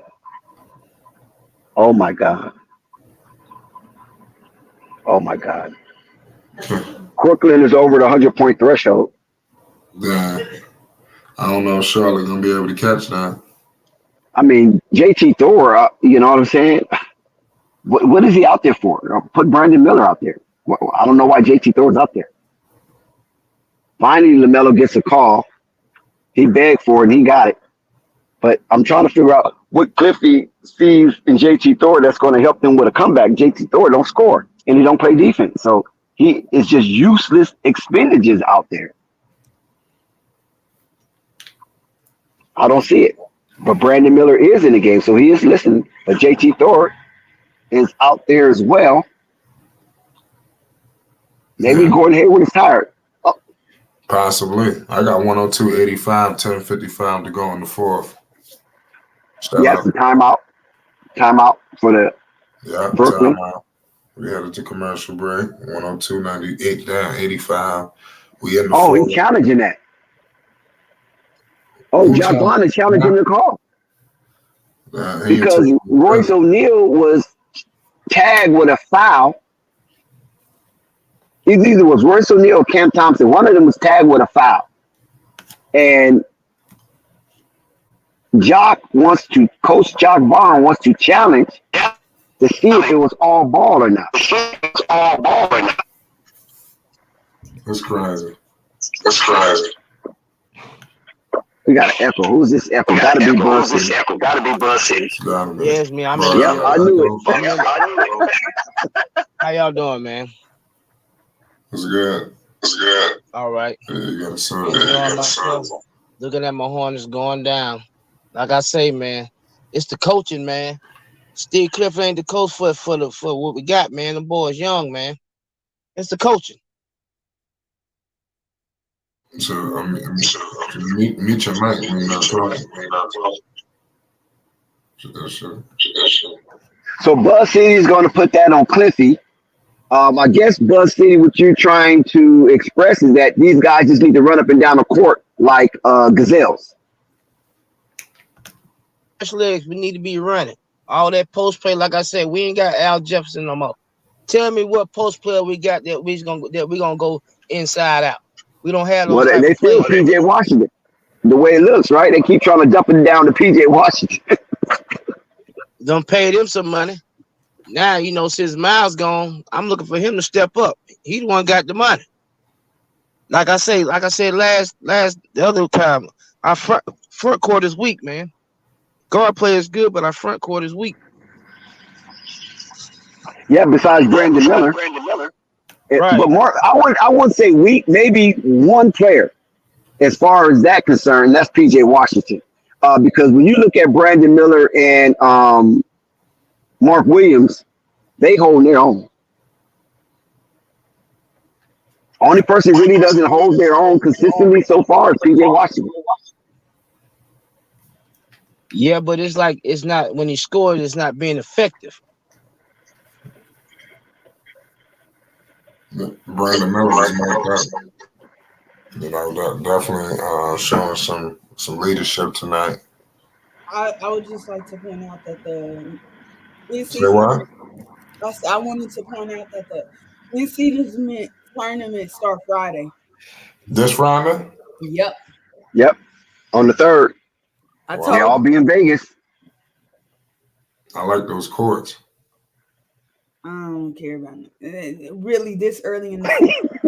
I ain't gonna lie. I don't like all this in-season tournament shit.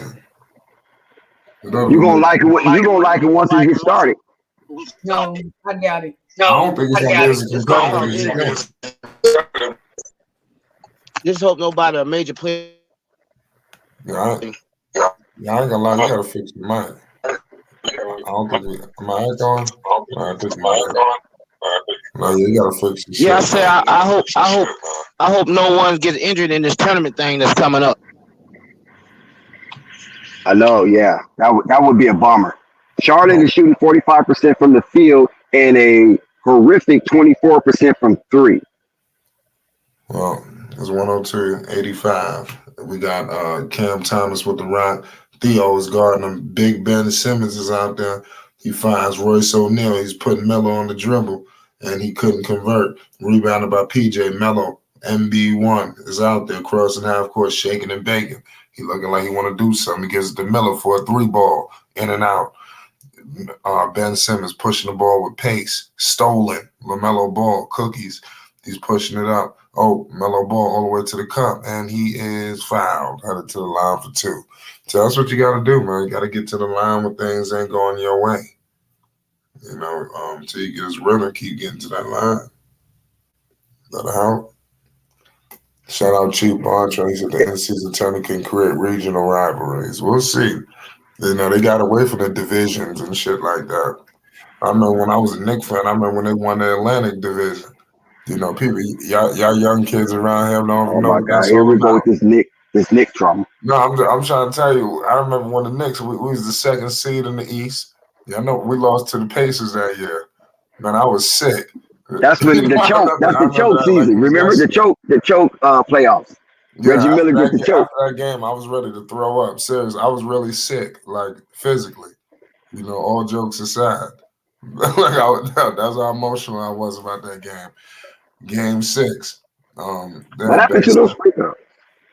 Ben Simmons posting up on Melo. We gives it to Thomas. Gives it to who's that? Royce? No, that's not Royce. That's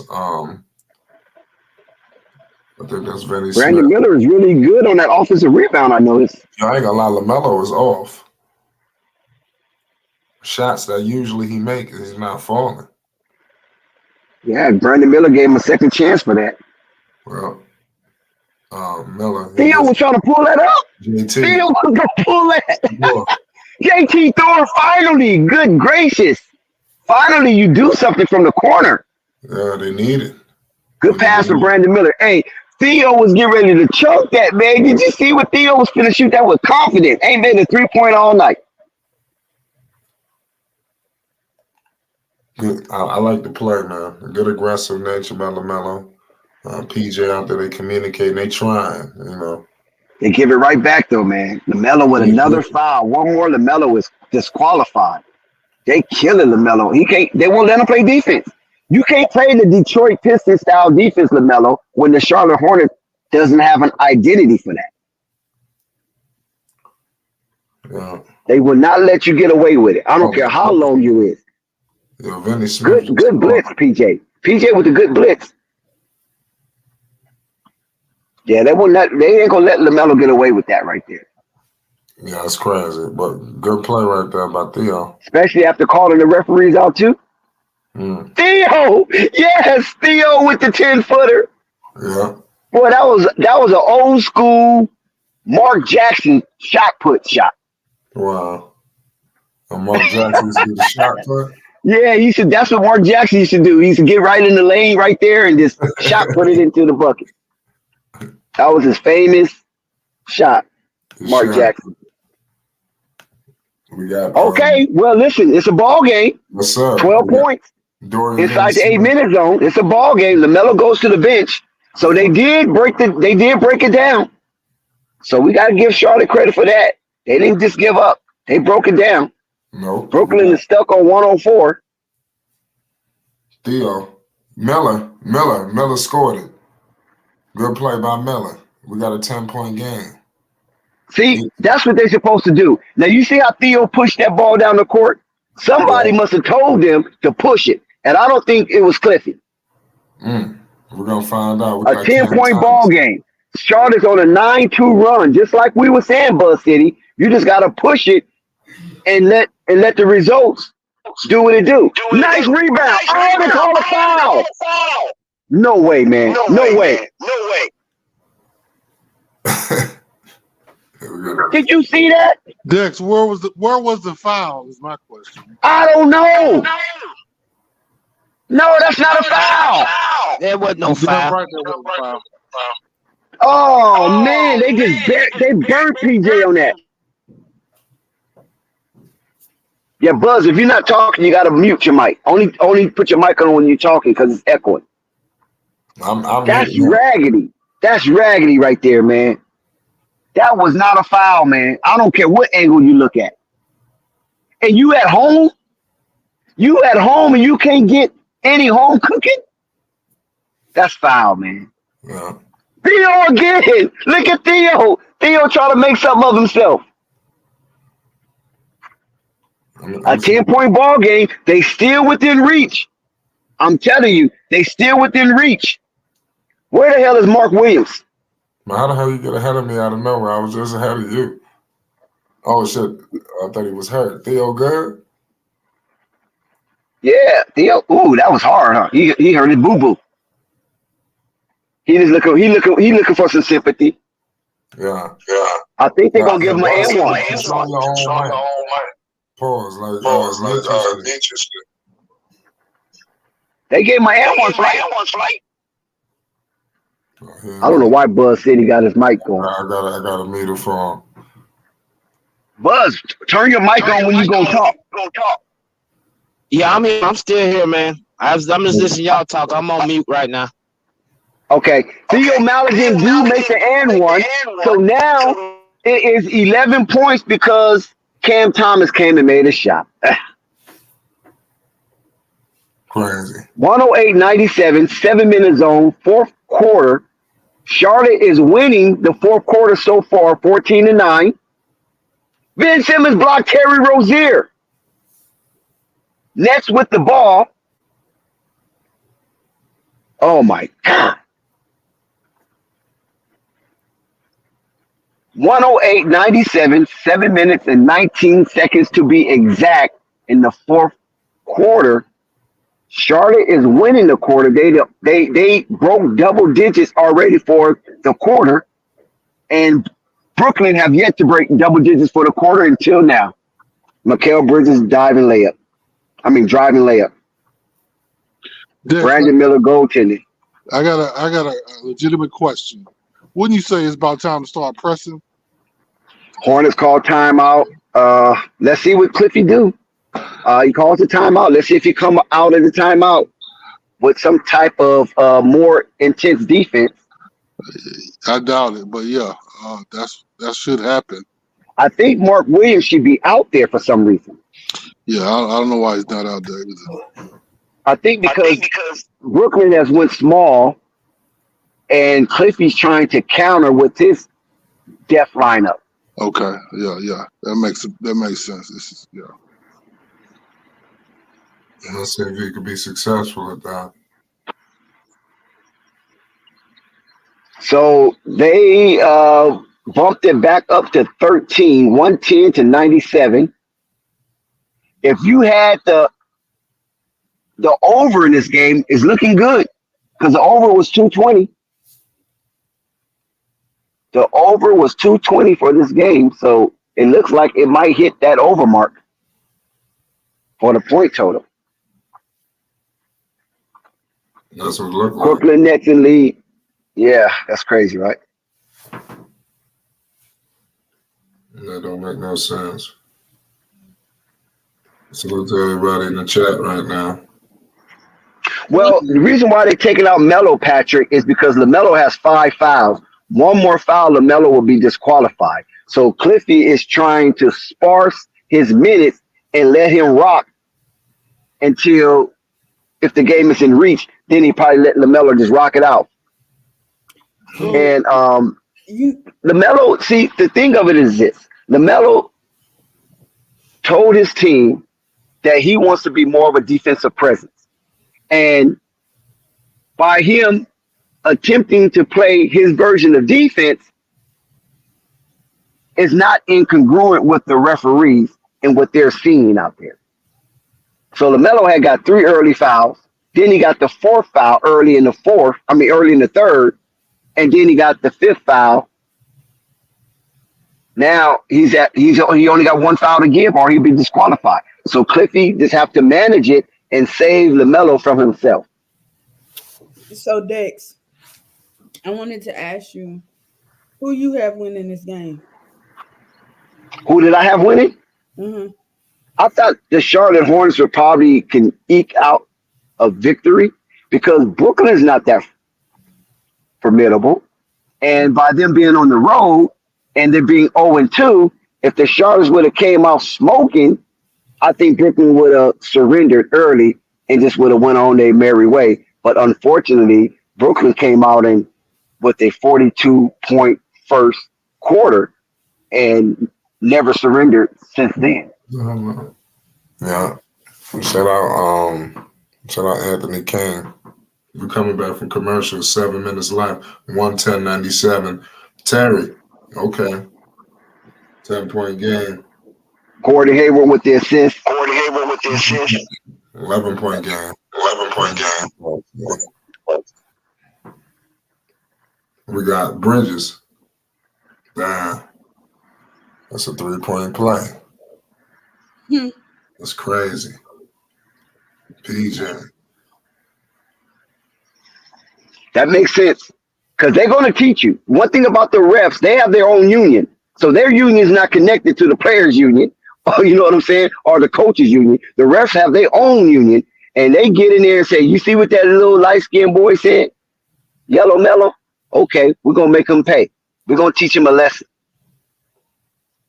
And that is probably what's going on. I wouldn't put it past him. But after they do it, that's cool. Go ahead and punish him early. And then give him his respect as the season unfolds. What the Pistons doing, man? I ain't even looking at no scores.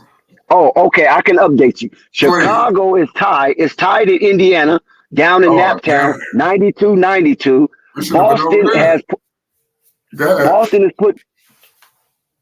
Boston is putting a whooping on Washington, 112-89 in the 4th.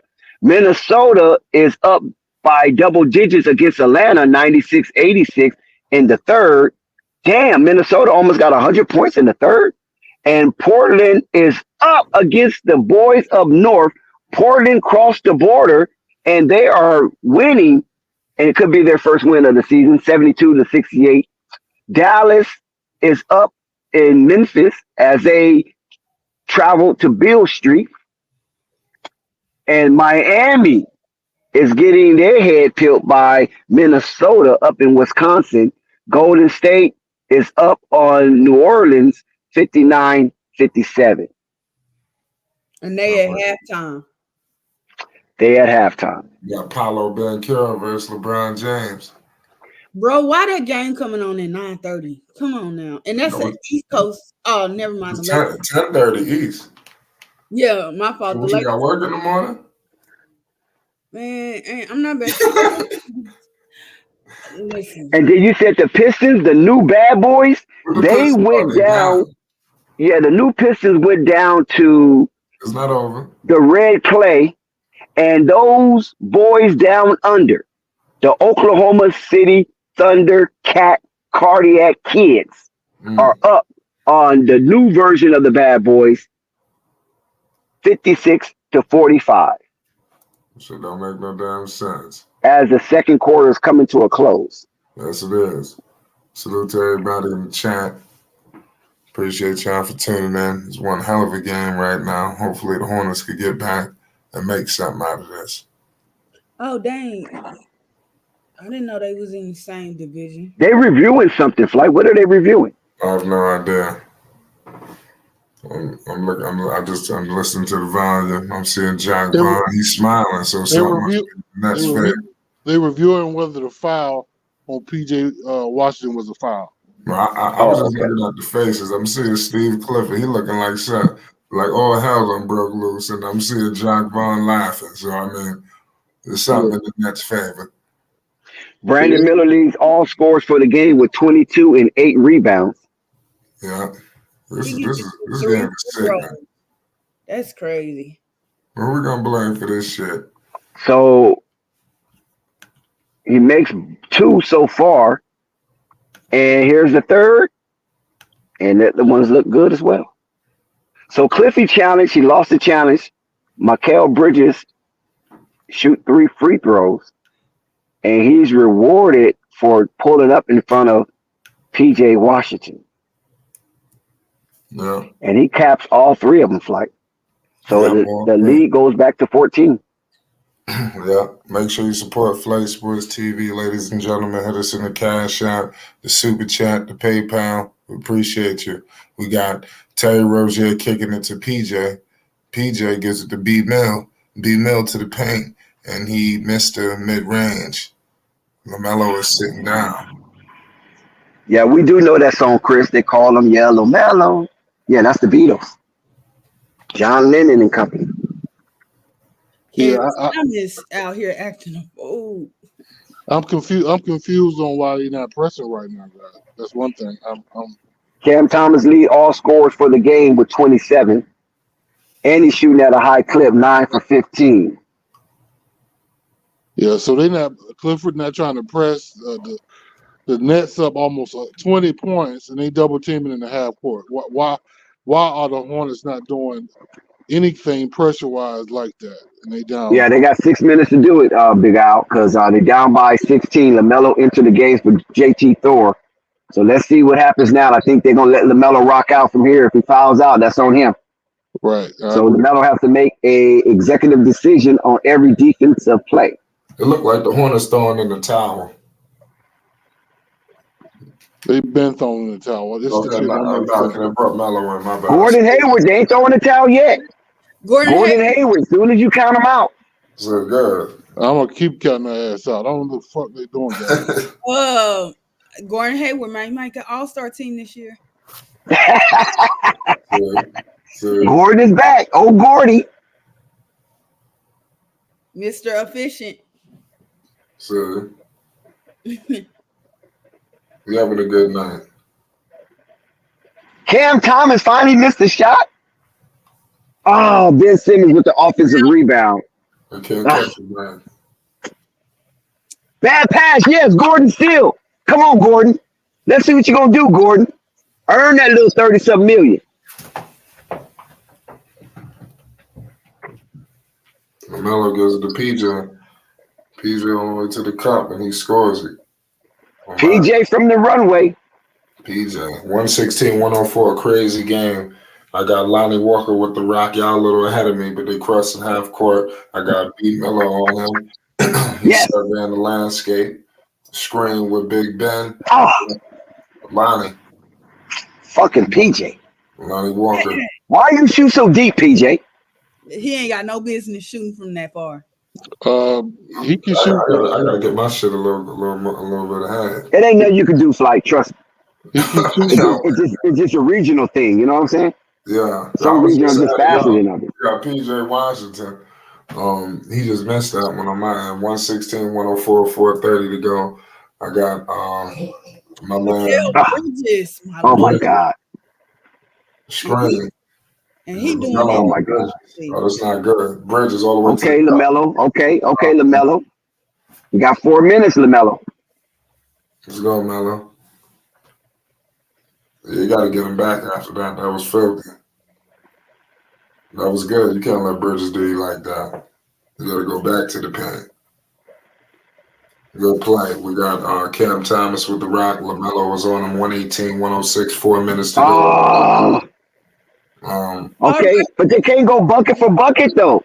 No, they can't. You can't go bucket for bucket. You gotta get stops. Right. They can't stop this dude Bridges. Bridges taking this game over now. Ooh, Lamelo got away with a foul. You see that? Does anybody They let him get away with a foul. Does anybody know what Bridges got as far as points? He got 20. Y'all just see when Lamelo got away with a foul. That was obvious. He hit the man in the neck. I seen that, Dex. Al, he got 22. Well, who the hell is watching the Portland Trailblazers?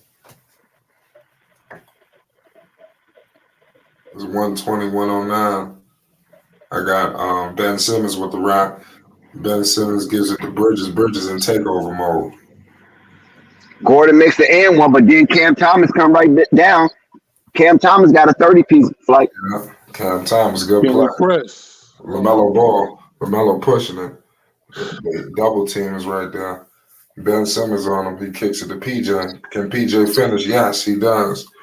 122. That was not a 3 minutes and change. Is it enough time? We're going to find out. The Hornets put themselves in a hole. The Nets is in full control. Now, that should have been an and one for PJ. Honestly, that should have been an and one. Yeah. Because Sharp did foul him. And they gave him the foul here. Should have sick, man. I don't know what the hell is going on. Cam Thomas is kicking they booty, man. What does Cam Thomas got points wise? Anybody know? He gonna have 32 after these free throws. Really? Yeah. Now 30. Yeah. He got 30 points in the first 3 games. Wow. Yeah, he's been good. But see, he's the MVP of the summer league of 2 years ago, was it? He's a microwave type of guy. Oh, Brandon, you missed that easy pass to Melo. Oh my God, Lamelo he just can't help himself. There's definitely been some of the best games. I'm a little ahead of you. Melo just fouled out, by the way. Oh. I seen it. Al. Yeah, he can't help himself. He had to reach for the ball. He had to reach for the ball. I don't get it. Yeah, that was an idiotic foul right there. You damn right. That was definitely an idiotic foul for Lamelo. He should know better than that. We look at Lamelo as a more of a high Q basketball player, and going for that loose ball rebound in that awkward position, you have to surrender and just get back on defense. So he fouls out, he's disqualified, and Terry Rozier makes the driving layup. And like I said, if you guys had an over on this game, you should be happy. Because, man, they exploded that over. This is sad. This is crazy. Dex, I got a question. Do you think Clifford doesn't believe in this team's ability to press? Say that again? Do you think that Clifford does not believe in this team's ability to press on defense? It doesn't even matter if you Full-court believe in press. that ability. You got to at least try it, right? Right. I agree. Because the other team might get rattled. Right. They never. Okay, you're doing it 2 minutes left. They press it. They're doing a half court press. Yeah, Then half it's court, full yeah. press. This is crazy. See, I know Gordon Hayward don't want to run, and I know Terry Rozier don't want to run. Terry would run with the ball, but Terry ain't finna run without the ball. All you got to do is watch him. I mean, we got a myriad of issues right now on this fucking team. They got talent, but the shit is not being managed well, and guys aren't playing right. I don't get it, man. This is crazy. Well, why would you take Mark Williams out? That's my point.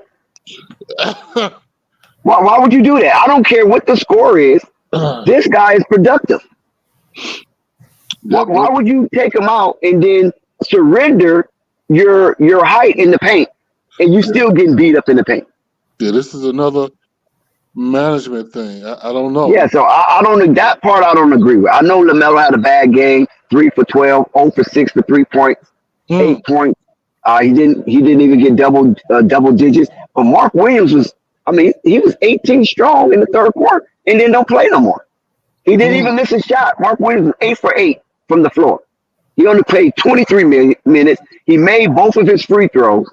So anything that he shot towards the basket, it went in for Mark Williams. Why the hell you don't play him and you put that damn JT Thor out there? JT Thor played 19 minutes, only 4 minutes less than Mark Williams, and JT Thor has 7 points. And it doesn't compute. That doesn't compute. I would dare to say Mark Williams can play better perimeter defense than JT Thor. Oh, that's Mark Williams don't even have to play perimeter defense. If they want to bring him out from that box, he could just go as far as the defensive rules allow him. You ain't got to go all the way to your man, because all you got to do is reach out. As long as you're within that 5 feet circle, you good. So if they want to pull him out, okay, cool. You got to make sure you make that shot. But guess what? When we get the ball on offense, who's there to guard me? That's why the man had 18 freaking points and didn't miss a shot. There was nobody to guard him.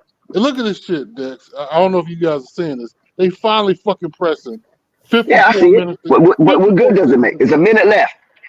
47 seconds left. What good does it make? But one thing I can tell you, I told you to take.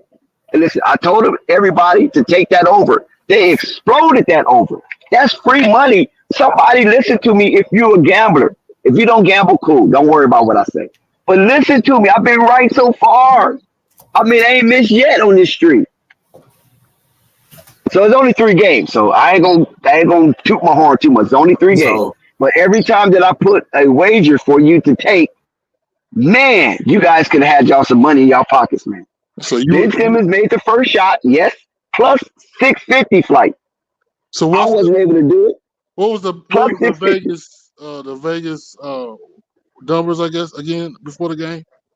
Say that again. What was the Vegas numbers before the game? Oh, for this game it was -1 Brooklyn, excuse me. Brooklyn was -1 coming into this game. Okay. Y'all know what's crazy? I had Brooklyn beating them. It basically was an even game. -1, that's basically an even game. Okay, yeah. Well, and Brooklyn beat them very well, convincingly. And the over, look at the over, 253 points, and it was only at 220. That's third. They exploded that over for 30-some points, and it's still time left. Easy money tonight. I'm upset that Charlotte didn't win, but man, I did capitalize on that. But I almost capitalized on Ben Simmons scoring the first bucket. I was gonna put $100. Ben Simmons scored the first bucket. It was plus 650, and I was like, shit, I'll try it. And then I didn't do it. I didn't do it, man. So that's money just went to waste. And Ben Simmons scored the first bucket for the Brooklyn Nets. I hate when that happens. My mind told me to do it, and I was gonna put 100, and that'd have been $660 just like that in a matter of seconds. That's surgical. That's a surgical money, right? 600 in a second. Oh, that's crazy. But it's okay. The game went over, so that's secured. It ain't 650, but it's something. There's some other games out there. What the hell going on Yeah. with the Bulls? I ain't gonna lie, man. You think the The Bulls? Bulls is winning. Okay, The Bulls is up by 6. I'm about to monitor that game. 108 to 102. A minute and 17 seconds left to go in the fourth. Portland is still winning. They up by 5 from beating the Dinosaurs from the north. Minnesota look like they're creaming the Minnesota Timberwolves. Dallas is up by 6 against Memphis. Miami down by 10 against Milwaukee. And Golden State is pounding out the New Orleans Pelicans by 11. Detroit is down by 12 to those cardiac kids, the Thundercats, on that red clay. Yeah, give props to the Bulls, man. It's like a gut check win. Man, what happened with the Hornets tonight, big guy? Shout out teamwork. You said pause, Dax. I know, yeah. I caught myself teamwork. Shout out to you, bro. I appreciate that video you and Flight did. Y'all need to do a little more of that. Well, Flight, I don't know what happened. I mean, well, I know what happened, but I don't. I mean, I am torn. My boy Brandon Miller did his thing tonight. Hold on. All hell broke loose out here in Indiana. Look like a big brawl was about to happen. I don't know what's going on. With Zach LaVine and the altercation and all kind of stuff. Who you in there with? Nemberhard. Zach LaVine and Nemberhard got into it.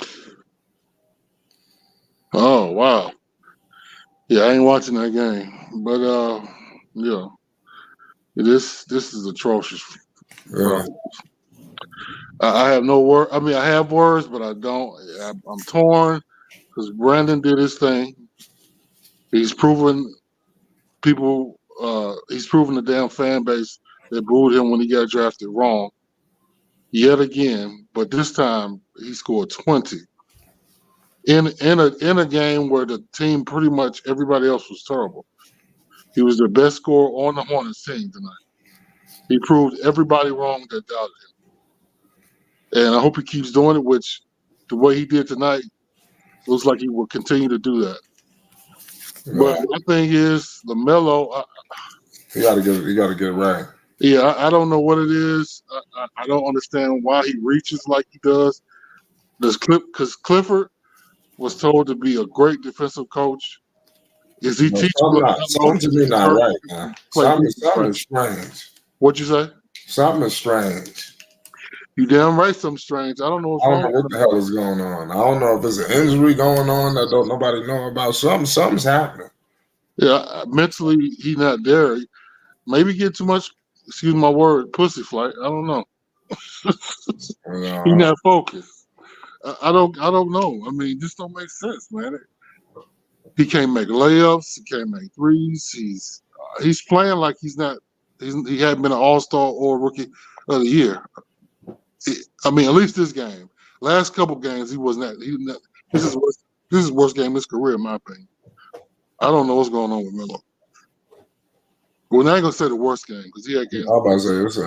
Like I said, the Hornets, man, they got to get it together. Now, number one, they just don't have the talent, man. We're just gonna have to call it how we see it. Right now, they don't have. I think they need Bridges. I think that can help close the gap. It ain't gonna fix everything. Now, when you say they don't have the talent, you talking about the backups, right? Man, that everything. I just think that they don't have the talent like some of these top teams in the Eastern Conference. They just don't. Even Atlanta. Like Atlanta just beat Milwaukee, the other day. And that was game 1. First game, home crowd, energy. You got to bring that energy every night. That was a backbreaking loss to the goddamn Pistons. And it's like they didn't come out with that fight tonight against the Nets. The Nets just punched them in the face in the beginning of the game and shit. They didn't look back. Yeah, but I feel like the team that they lost to, they were more disciplined. Yeah. The Hornets not disciplined for some reason. They started off in the season disciplined against the Hawks. I guess because they really wanted that first win for the season. But it's the Hawks, though. I told y'all the Hawks ain't that good. They just blew out those Bucks. I don't The care. Hawks is a playoff team, Purple. Come on now. The Hawks ain't gonna be a top 6 seed, bro. Oh my They're God. gonna be a bottom feeder team, bro. The Hawks is not that good. Purple. But Purple, will the Hawks make the playoff again? I don't know. I know they're not gonna be in the top 6. That's all I care about. Okay. But anyway, I just think it's a combination of that hardware. I mean, that's what I'm getting. It's the hardware. You got to get used to that. But Melo has always been a reacher. That has nothing to do with this season. That have always plagued his defense, that he just reaches. And it only works when you're in the passing lanes and things of that nature. He can extend himself, be Stretch Armstrong. But when you're on ball defending, that reaching is not going to get you nowhere but the bench or cooked. Right. That's not how He's too tall to reach. Yeah, that's not how you play defense. Well, if you was playing a center, yeah, you could do it on the center if you want to put the ball on the ground. But you can't reach on these guards. You can't reach on these small forwards. You can't do that. They're going to cook you. No, you got to move your feet. Your damn feet has got to move. It was a saying when I played basketball. They don't use this term anymore. You reach, I teach. But they don't use that term no more. Now they just say you reach, you cook. No, we used to talk about. We used to say that shit back in the days. Is that right? Y'all should say that, like. Yeah, New York. People. Yeah, certain people. You know. Okay. Come on, come on. I'm from the, like I said. I'll shake any of y'all up right now. Everybody in New York got some form of handle. You gotta have handles. And I'll post any of y'all up right now. Let me just say it that way. Hey, but hey, that's what I'm saying, Joseph. I agree with you, Joseph. His rhythm is off. He has to calibrate everything with his game with those braces on his ankles. That's just what I'm told. Now, if I'm being lied to, then I don't know what to say. But he got a 10-game increment to see how he feels with those braces, and if he feels good, they will remove him. The owners wanted assurance that he will be on the court for them. But the thing after getting that 260 about them braces is, I think the game against Atlanta, he didn't wear the braces. He got taped up. I think that was that game. He didn't have braces on that game. I think you're right, Purple. So, but Eric Schaefer made a good point. Bridges and Cody Martin, we need them back. They will make a big difference. But outside of Bridges scoring, what does he provide? Well, first of all, he provides a body on the court that gets fucking JT Thor off the court. And that way we don't really need him to be backed up. We need PJ to back up Bridges or Bridges to back up PJ, either one. I would prefer where Bridges Miller's to back gonna up fit my in PJ. it? Where's Miller? Where he is now. What do you mean? I mean, you still got. You got Gordon minutes. That's Gordon minutes. Yeah. You can cut into Gordon minutes. Yeah. I mean, probably you keep forgetting Bridges and PJ play power forward. Bridges can play small forward. But a lot of times he starts out at power forward, then he goes to small forward sometimes. You won't have to do that on this team with Miller. So that'll give Marco Williams, because now we already knew that interior was the issue, but that's gonna fix the rebounding problem. It'll help. But another thing it'll help with Cody Martin coming in for the perimeter. Theo, what's this guy? Theo Maladon. He's the funny thing about it. He's better than fucking Frank Ntilikina and that dude Sumner, but he's still trash. So that tells you how bad these backups are. Because if Cody Martin was out there, he would take. What's good, y'all, man? Hey, what's going on? Is that shout out to Murgod, the voice of reasoning. Come on, Murgod, say what you're gonna say. But yeah, I mean, it's can I finish this statement? Yeah, go ahead. Go ahead, Big Al. Theo Maladon, it needs to be taken off the court in place for Cody Martin. He's Cody Martin injured was with no a different. knee. I know that, Purple, but I'm just saying, if he once he gets back, he'll make a big difference. Mm. Because Flight made a good point earlier. He said we don't have no talent. I interpret that because I think the top 5 or the first 5 or first 6 are fine, but we don't have any fucking backups. Let's be honest. Other I than mean, Brandon Miller. Mm. but also too, man. From what I'm looking at, it's a mentality. It's like y'all don't share the basketball. Y'all Mm, do a lot of one-on-one basketball. I said Y'all this. don't run plays to get players open and get good looks. right. Like the Nets were getting good looks all night. All night. You know, they were getting open threes all night. Everything from Charlotte was like very contested Mhm. because they're not moving the basketball. They're not running. They're not cutting. You can look at the effort. Like after the first quarter, I mean, it seemed like the only person that was trying to play hard was Brandon. Mhm. And that's a damn shame. A rookie out there Yeah, playing harder than rookie. everybody else. Right. You know, he out there defending, he out there playing both ends. Both ends. You know, he get a block, come back, run to the, go straight to the lane, get fouled to shoot 2. Like, Mm. that's embarrassing. Like the lack of effort on the team, especially in the first, because what killed him was the first quarter. Like the lack of effort defensively in that first quarter was atrocious. Mhm. You know, like the terrible shot selection, and that does not go for just Terry Gordon. It goes to Lamelo too, who's a bad shot Yes. selection out there. Thank you, Murdoch. Yes. So it's like the whole team was just terrible. You Mhm. know, and then you equate that with very below average backups. Like listen, man, if I had a clipboard, I would smack the heck out of Theo of Tao, whatever his name is, Maladon, for shooting 3. Bro, you haven't hit a 3 all year. Go to the lane.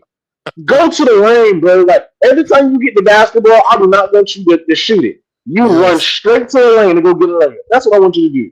Shoot a floater in the lane. That's what you do. Or That's pass your it game. off. Play defense, pass it, or go to the lane. That's it. Right. You don't need to shoot no more. Like he has not hit a 3 all year, Mhm. and he's still out there shooting.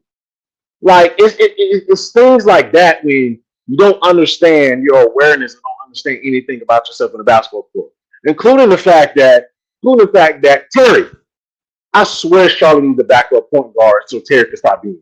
Because Terry, I put it in the chat, he dribbles too much. Like he gets the ball going on pick and roll, he dribble.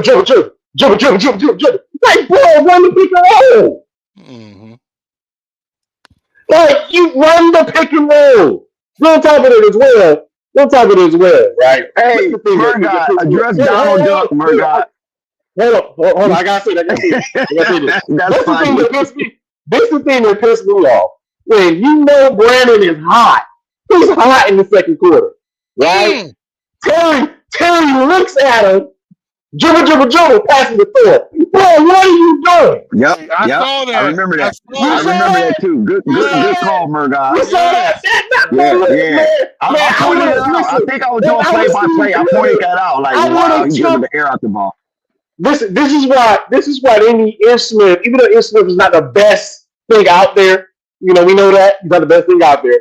They need him so bad because Ish Smith would have passed that ball to Brandon. Ish Smith understand. All right, I got to get this ball to Brandon. Terry out there dribble. Look at Brandon. Oh, Thor, what Thor gonna do? Thor hitting that all night. You're gonna hit that all night. That came out in the fourth quarter. Man. Go ahead, Dex. Bulls win. They hang on. It was a thriller, but they hang on. Yeah, Donald Duck said, well, who we picking in the lottery? They already the game before the season. The damn Hornets. Oh my God. He already thinking they're going to the lottery. Now I think they'll be much better. They'll be better. Remember, it's measured by 10-game increments. Right now they 1 and 2. So they can dig out of this. They got a very winnable game going to Houston. I mean, granted, we don't know because of how they playing, but it's a very winnable game. So it's a winnable game. It's just that, man. Like they gotta put out more effort. They gotta it's a lot of things with this team they got to do better, man. It looks like the Portland Trailblazers will get their first win of the season.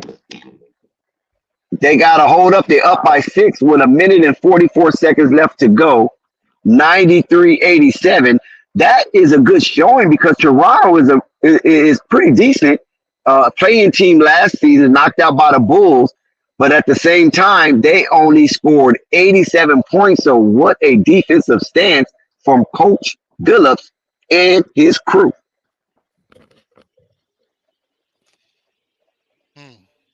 Yo, man. And that's another thing too is,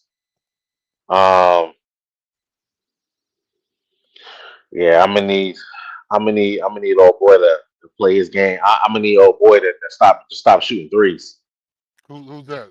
Stu Maladon? Henderson. He don't need to shoot. He don't need to shoot. He needs to embrace being our Russell Westbrook. Get down lane, shoot the mid range, pass, assist. Don't shoot. I disagree. You know why I disagree? Man, You know why I disagree with you, Murdoch? Because Portland is not going nowhere. Portland's not going nowhere. They're not in no winning mode right now. So let him do all of the things that he needs to do to get better on the court. Because they're not in winning mode. So this is where you unleash your young stars. My question about that team, man, is hold on, let me look at something. Well, I mean, he shot better, but I'm looking at I love his effort on the rebound. That was much better. Who are you talking about? DeAndre Ayton. He got 21 rebounds. Oh, yeah. Wow. Yeah, man. He finally got a backbone. I'm just glad Jeremy Grant didn't crash out on him. I'm glad Jeremy Grant want to stay and be a part of the rebuild and be a fixture for these young players. So that's cool. That's cool in itself. I mean, he getting paid. This is second. This That's is second what I'm saying. rodeo too. This is second rodeo. He did it in Detroit. Right. Sticking with it in Portland. Jeremy Grant ain't complaining. Well, hell, he got paid in Denver. Don't forget he got paid in Denver. That was his first money. Yeah. He did. He got that and wanted to go be the guy in Detroit. And of course, he wasn't. He's not the guy, but hey man, he's still a good player, man. I think it's just difficult because that contract is that contract, but it is what it is. So, Mark, well, we know the Denver Nuggets. Speaking about the Denver Nuggets, they're the best team in basketball right now. Oh yeah, man. It's still early, but they're the best team in basketball. Yeah. So I got a question for you, Murdoch. I'm throwing hot coals on the fire. So Steve Clifford, what do you think about his coaching? His substitute patterns and all that stuff that plays a part in the game. What do you think about that? Hello? He's talking to you, Murdoch. Oh, what'd you say? I was saying, what does My bad, where you at? What's up? Can you hear me? Yeah, I can hear you. What's up? What was your question? Hear me? What was your question? My bad. I was saying, what do you think about Clifford's coaching? His substitution patterns, his decisions. It's really basically so with tonight. So I seen a lot of people complaining about Mark Williams and everything. How he was playing good earlier. Yeah, he was, but offensively, but he was getting cooked defensively because they were just doing a 5 out and they would kill him. Okay. Like Finley was going stupid because Mark was shooting. He was shooting threes, and Mark couldn't get out of that fast enough because they pulled the Rudy Gobert syndrome on him, where it's like you're going to either defend this paint, defend this 3-point line, and they was just getting to the paint because Mark went down there. He couldn't stay down there because Finley kept dragging him out to the 3-point line. So it wasn't until basically when they picked the other dude in, that's when Charlotte started to get back because it was more of a better matchup for him. But as soon as they took old boy out and started running that 5 out on him, it was killing him, man. And it wasn't nothing Steve Clifford can do because, although Steve Clifford can put in Thor, he can put in PJ, he just ain't got the depth right now to be able to do it. He was trying everything. Tonight. It just nothing was happening. Nobody's playing defense, and nobody, absolutely nobody could guard Cam Smith. Cam Smith is going to be one of those guys where, Cam Thomas. Yeah, Cam Thomas. Excuse me, my bad. Cam Thomas. It would have worked better if we would have had Cody Martin because Cody Martin 6'7", long wingspan, move his feet really well. Definitely the best on ball defender on his team. It would have been better to put him on Cam Thomas because he could be able to bother his shot a lot more than a Terry or a Foul, whatever his name is, or Lamelo. So it was just they couldn't stop Cam Thomas. They were just getting in the lane too easy, and they were just giving up open threes. But that 5 out on was killing them all night, man. It wasn't nothing much. Steve Clifford. Where the hell is Scott? I do like the fact that Steve Clifford did leave Brandon out there. So I did like that to give him more experience and to give him to play in crucial minutes going forward. So I do like that. But of course, we all know that. We all see the future. The jig is up for Gordon Hayward. It's just a matter of time before they move on. What the hell is going on with Brandon Ingram? He didn't play tonight. Is he injured already? Probably. Nah, he was probably banged up. Probably a wrist. I forgot what the problem was, but they said he's gonna sit out. I seen that before the game started. And Zion Williamson ran out of gas. They said he pooped his pants. That's funny. Dex. But I do got an announcement. That's funny, Dex. I do got an announcement. The Milwaukee Bucks is killing the Heat right now. It's 83-68 in the third. 4 minutes to go in the third quarter. Dame Lillard got 14 points. Giannis got 18. Yeah, I don't know what's going on with the Pelicans right now. They down 25. Man, everybody getting cooked tonight. 26 now. Zion pooped his pants, man. There's no way that Brandon Ingram. Man, the Celtics, the Trailblazers didn't win. The Trailblazers did win. Yeah, they got their first win. Congratulations, Chauncey Billups. They got their first win on the road. Impressive. Yep. The Atlanta Hawks beat the stew out of the Timberwolves. Shoot, the Celtics. Atlanta Hawks won again? Yeah. Atlanta Hawks won their first game also. That's their first win. No, second win. No, that's the second win. They beat Milwaukee. So Atlanta back-to-back victories. Yeah, and then the Celtics, it's the Celtics. They beat the stew out of the dang Wizards. It wasn't even close. I don't think Chauncey's getting fired, Newmark. I disagree with that. They already know that Chauncey's working with the bottom of the barrel right now. Just a bunch of young men just trying to learn how to play basketball. It's gonna give them a couple of years so they can learn how to play and then learn how to win. That's what he wanted. This is exactly what Chauncey wanted. This actually extended his coaching career because if Dame Lillard would have been there and this was happening like this, yes, he definitely would have got fired. They would have been stuck in that win now mode because of Dame. DeJounte had 41 points tonight. Now he's getting back into all-star form. I ain't gonna.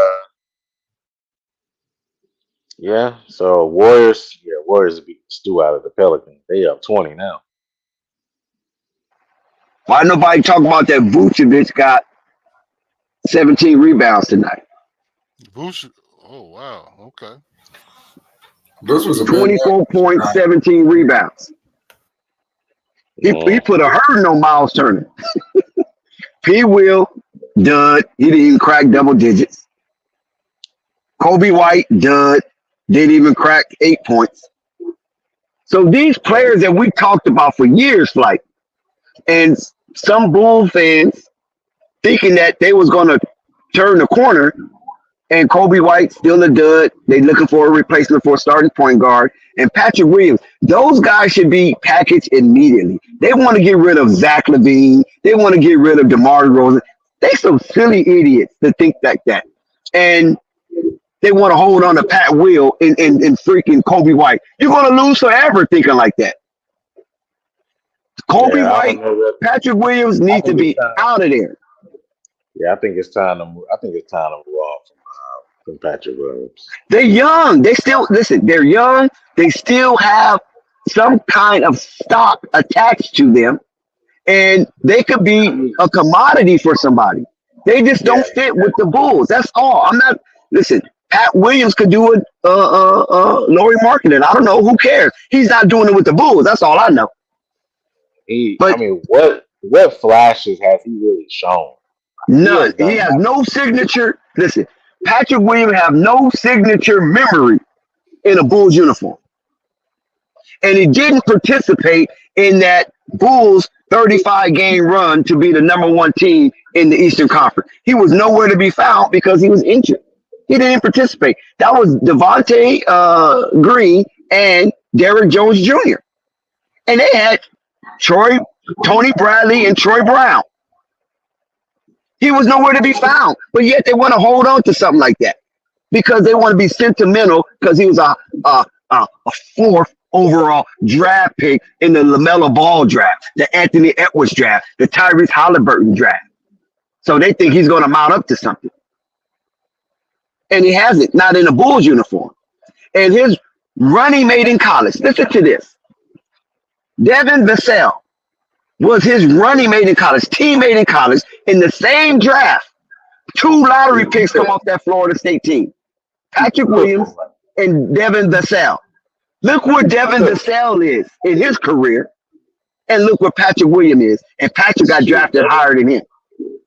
Davis just said he just recently got paid too, right before the season Thank started. you. Thank you. And the Bulls want to hold on to Patrick Williams, and they got to beg him every freaking season to play.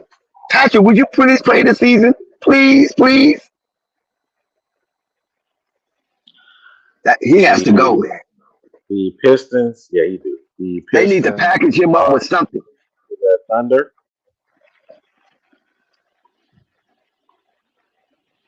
Boy, Shea They couldn't good. draft Lamelo, rap God, unless they traded up.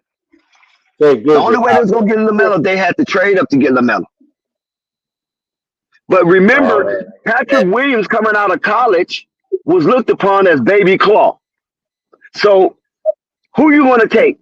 Baby Claw or LaMelo, right? So they say, okay, we don't get LaMelo, we get Baby Claw. And that's exactly what they did. LaMelo didn't fall to him, so they got Baby Claw. But in reality, they got the wrong player. They should have got Devin Vassell. They got the wrong player from Florida State.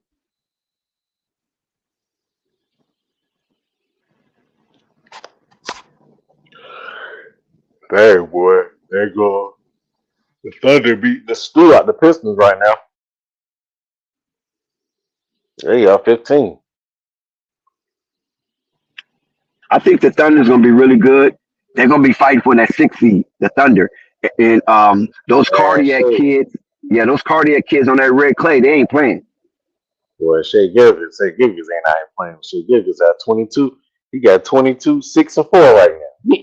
And Chet got 14 points on 4 blocks. And it's not but the third quarter. Yeah, shout out to Purple Baby. She's back. I'm quite sure she went and did some research. Let's have it, Purple. What you got for us? But Dex, we got Can y'all hear me? Yeah, we can hear you. Go ahead. Good, Purple. I got a question for Dex right now. Okay, hold on. My thing is low.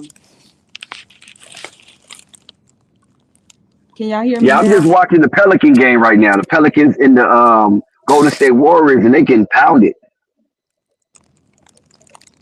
They down 28 points. I mean, 22 points. Excuse me, 22 points. Go ahead, Can Purple. you hear me now? Yeah, we can hear you. I can hear you. Oh, okay. Is it a problem if, because everybody needs help, we get that. But is it a problem if, for the Hornets, if LaMelo's, the gravity we think LaMelo has, if LaMelo really don't have it? What if he's really a B-level player?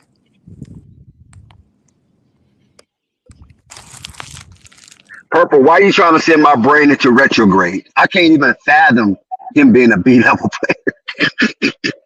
He's going to be all right. I just explained to you what, according to the situation, is that those that extra accessory that he has never played with. He's not used to playing with it. Now he's on the highest level and he has to adjust to it. When this 10-game increment is over with and he removes them to see how his ankle holds up, it's going to be a different version of LaMelo. So do you think overall that Bridges is a better player than LaMelo then? No, No. of course not. Bridges is not no playmaker. It's not no better. You see those passes LaMelo was throwing to Mark Williams earlier and Brandon Miller? Come on, man. Miles not going to do nothing like that. No, Bridges is not a better player. He don't make everybody better. That's what I'm trying to say. Bridges don't make everybody better, but Bridges is a good player, but he doesn't make everybody better. So Dex, I got a question for you. So it's really two players. Wait, before you go, Dex. it's only really two players on the Hornets that can make other players better, and that's LaMelo and Gordon Hayward. That's it. Everybody else is all for themselves to some degree. I disagree with that statement. Brandon Miller can make other players better too. Well, he hasn't proved that yet, so stop it, man. Yeah, he has. I mean, okay. He hasn't proved. It's only 3 games. Dex. It's only 3 games. Don't do that, man. You talk casual right now. Can I ask you a Big question? Guy, I will. Big Guy, I will give you this. I hadn't talked, man. I haven't been talking. Can I ask you a question? Yeah, I mean, talking like that, what I mean, so early in his career. Come on, Big Al, stop it. I mean, he did it in college. He's proven he can do what he did in college at the NBA. I mean, that college was. Come on, man. College is different. But everything doesn't translate to pro. No, I will say this. I agree. But Brandon's passing, that's an easy transition. I'm sorry. From college to pro, in my opinion. I might be wrong. Listen. I believe this is an easy transition. Listen. Go ahead, Murdoch.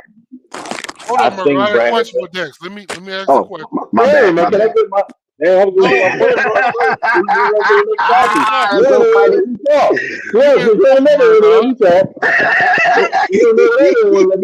You've been talking, Murdoch. Let me talk. I haven't been talking. Yeah, you haven't, man. Let me just say what I'm gonna say. I just answered the question, and I want y'all to answer it. You and Dex. So, Murdoch and Dex. LaMelo is not having issues in your opinion, okay? So what does he need to change about his game, or what does he need to prove on the court to be more effective? I think. Let me go first because I got my Panda Express getting ready to get warmed up. Listen, I think LaMelo just have to stop being so anxious on defense. He wants to win so bad, it sometimes work against him because he thinks he can make the plays that he did in Australia or Lithuania or in high school on this level that he's not going to be able to with the style of defense that he plays. You cannot reach at that height. LaMelo's like 6'8". You can't be reaching at that height at these 6'4", 6'3" guards with swiftness and nimble.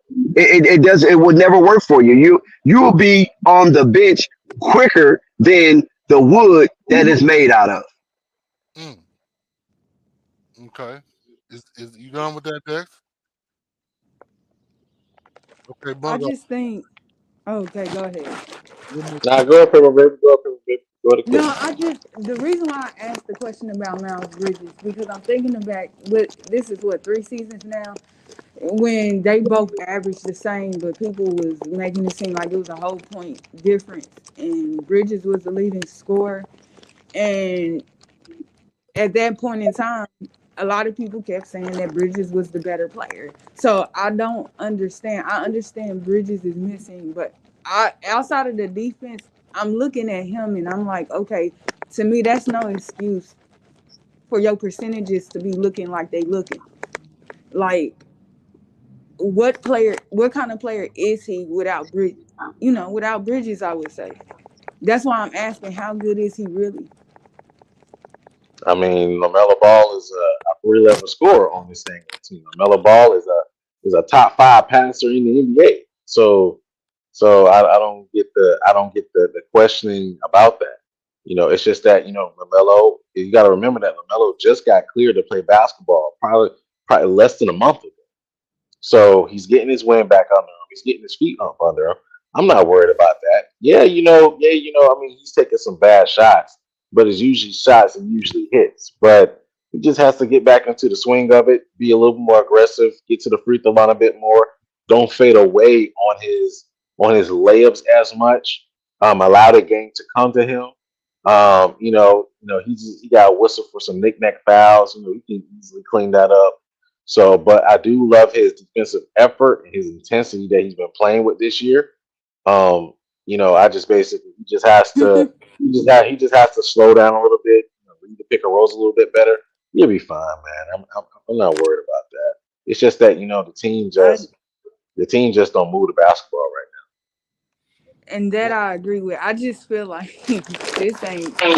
Listen, Lamelo need to have some runners out there because when he was out there with Mark Smith and Brandon Miller, they was pushing that ball. Even Theo Maladin was pushing the ball, for crying out loud. Terry and them just don't do it. Terry will do it every now and then, but that's not what Terry wants to do. Terry don't want to run up and down the court, and Gordon definitely don't want to run up and down the court. PJ, I don't think he mind. You follow what I'm saying? PJ just want the ball. And that's the easiest way for PJ to get the ball is to get out on the break. So Gordon Hayward and now Terry Rozier are really a hindrance for this team just constantly going up and down the court and trying to outlast the defense. Because if you want to just play a half-court game, the Charlotte Hornets is very inept when it comes to that. But don't they need to fix that though? You can't fix it with those guys. They're already sticklers in the mud. You follow me? So that's the thing. Hold up. Who's echoing? Hello? Yeah, go ahead, Al. You hear that echo? No, there's no echo. Oh, okay. Well, I feel like a Melo. There's an echo. I don't hear an echo. Yeah, I hear one. You hear it, Murdoch? Yeah, that's coming from somebody. I'm muted. Okay, I'm a mute. Go ahead, Al. All right. So yeah, it was Dex, but yeah. So Yeah, it's Dex without Obama phone. Go ahead, big ass. I don't know what the hell that was. Yeah, it was Dex. But yeah, so I feel like Melo.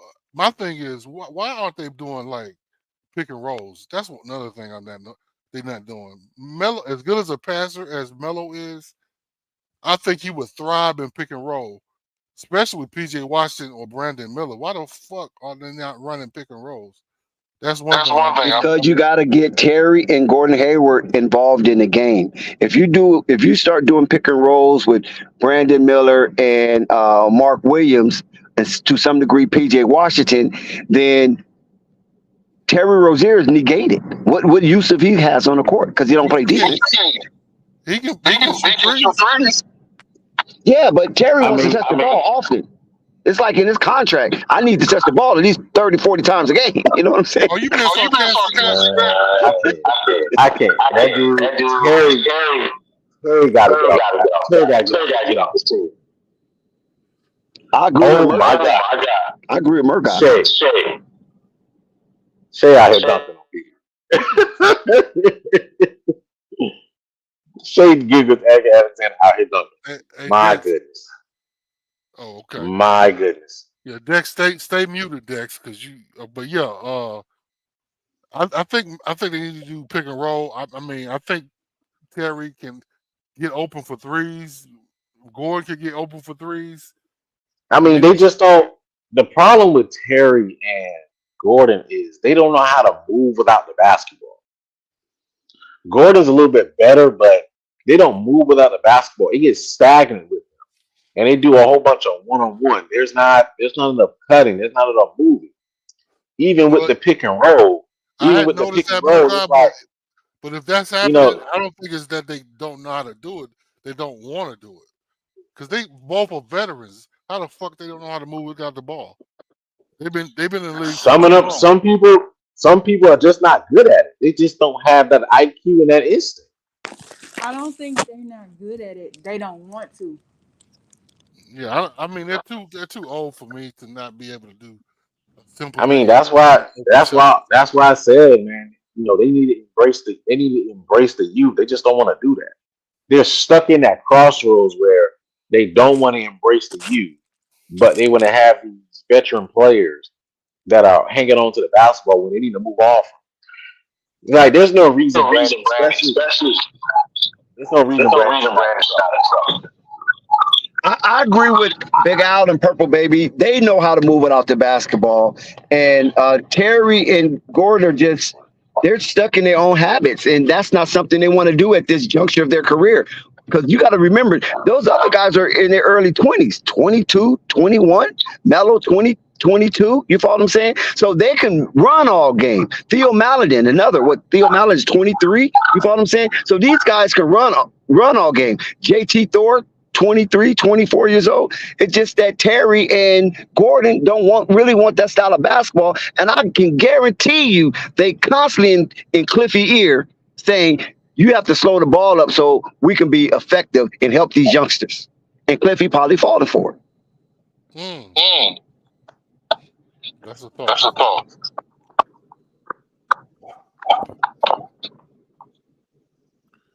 Yeah, mute up, Dex. Are you saying my phone is still echoing? Yes, sir. yes. That's really What was you saying, Purple? Were you saying something, Purple? Can y'all hear me? yeah. I'm here. Were you I saying just don't. something?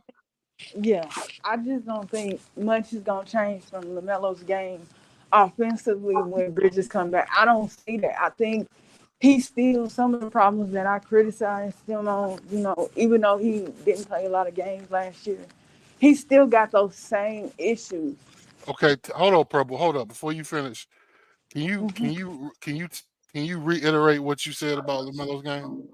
I I forgot. feel like he's in love with the three ball. It was something that I've been saying, but I'm gonna put it like give it a Rennis put it. A lot of these young guys, they want to be like Curry, and that's fine. So the first thing they assume that they do is that Curry does is shoot threes all game, which he does, but he also, gets into that mid range too. Same thing with Devin Mm, Booker.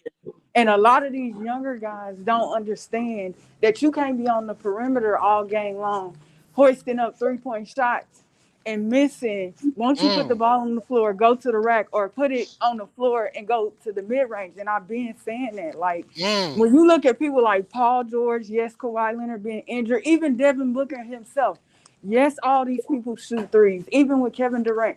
Yes, they shoot threes, but when you look at the bulk of their points, it does not come from 3 point. Steph Curry and Klay Thompson are anomalies. My fault, anomalies. In the game of basketball, when it comes to averaging points behind the 3 point line, everybody else, just took off and was like, oh, they successful at it. Let me go try. And that's okay that you try, but still, you need to play your game. And I think LaMelo thinks his game is of that of Steph Curry. And so mm, that's what he does. He feels like I'm going to shoot 7 threes, get 21 points, and then find out where I'm gonna get the rest of my points from. He has to stay, to me, consistently, going and driving to the rim and pulling up for mid-range shots, and then worry about his three. I think his threes will fall like Steph's fall if he does that. But until he understands, I can't get 21 points, off of 7 threes. I'm lucky if I can get 9. 9 points. And that's just making three threes, like somebody said in the chat. It's not hard to figure out his game. It's possible to stop him from being an effective playmaker. Once you stop him from doing that and you make him be this shooter, it's like he's not evolving within his fourth year. Yes, we understand he's injured, but it's like, okay, bro, they know when they get the ball out of your hands and the ball is no longer in your hands, all you do is stand on the perimeter. it's not consistently where you try to cut or you try to step within the 3-point line and make shots, and it's frustrating to watch. Purple baby, but that's the purple baby. That's not even a Lamelo problem. That's the whole team problem. Yeah, yeah. Murgard, That's she got him. the whole team. The whole team Murgard, don't do that. hey, but Murgard is Lamelo don't do it. Murgard. Terry don't do it. None of them, man. But None of Murgard, them. Melo is They the head of don't the throw the snake. ball. Melo is the head of the snake. He needs to set the tone for the team. He got 200. I'm not. Listen, he I'm got not saying that he's 260 not. million. He got 260 million reasons why he need to have a well-rounded game where he not sitting at the fucking 3-point line and shooting I'm and not. taking up threes. I'm not He got saying that he 260 shouldn't. million reasons. I got. Listen, Why is he? Al. Listen. Al, No. I'm not saying Listen, that. Murgard. Why is he not driving to the lane more? And why the fuck is he not taking that mid-range? Where the fuck did this jump shot go? Please tell me that. I don't understand. He took a mid-range jump shot all season. And it's 3 games in. He ain't shot one yet. What the fuck is he doing? He shot a couple of mid ranges. He just Hell missed. no, he didn't. His mid ranges are his floaters. They just haven't gone down. Bro, his mid-range cannot be his floater, bro. That's ridiculous. Yes, he shot. You know how he does that little running floater that's like a little bit before the free throw. That's like his mid range where he gets in between the game. They haven't fallen for him, including the fact that he's gone. No. I let you speak. Let me speak.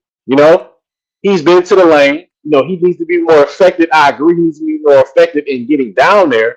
He has some chippies where he didn't get fouled. He has some chippies where he missed. It's just a luck of the draw right now for him. He's in a slump. But Murgard, that's an issue. You cannot just sit at the 3-point line and shoot, and then shoot floaters only. That don't make no sense.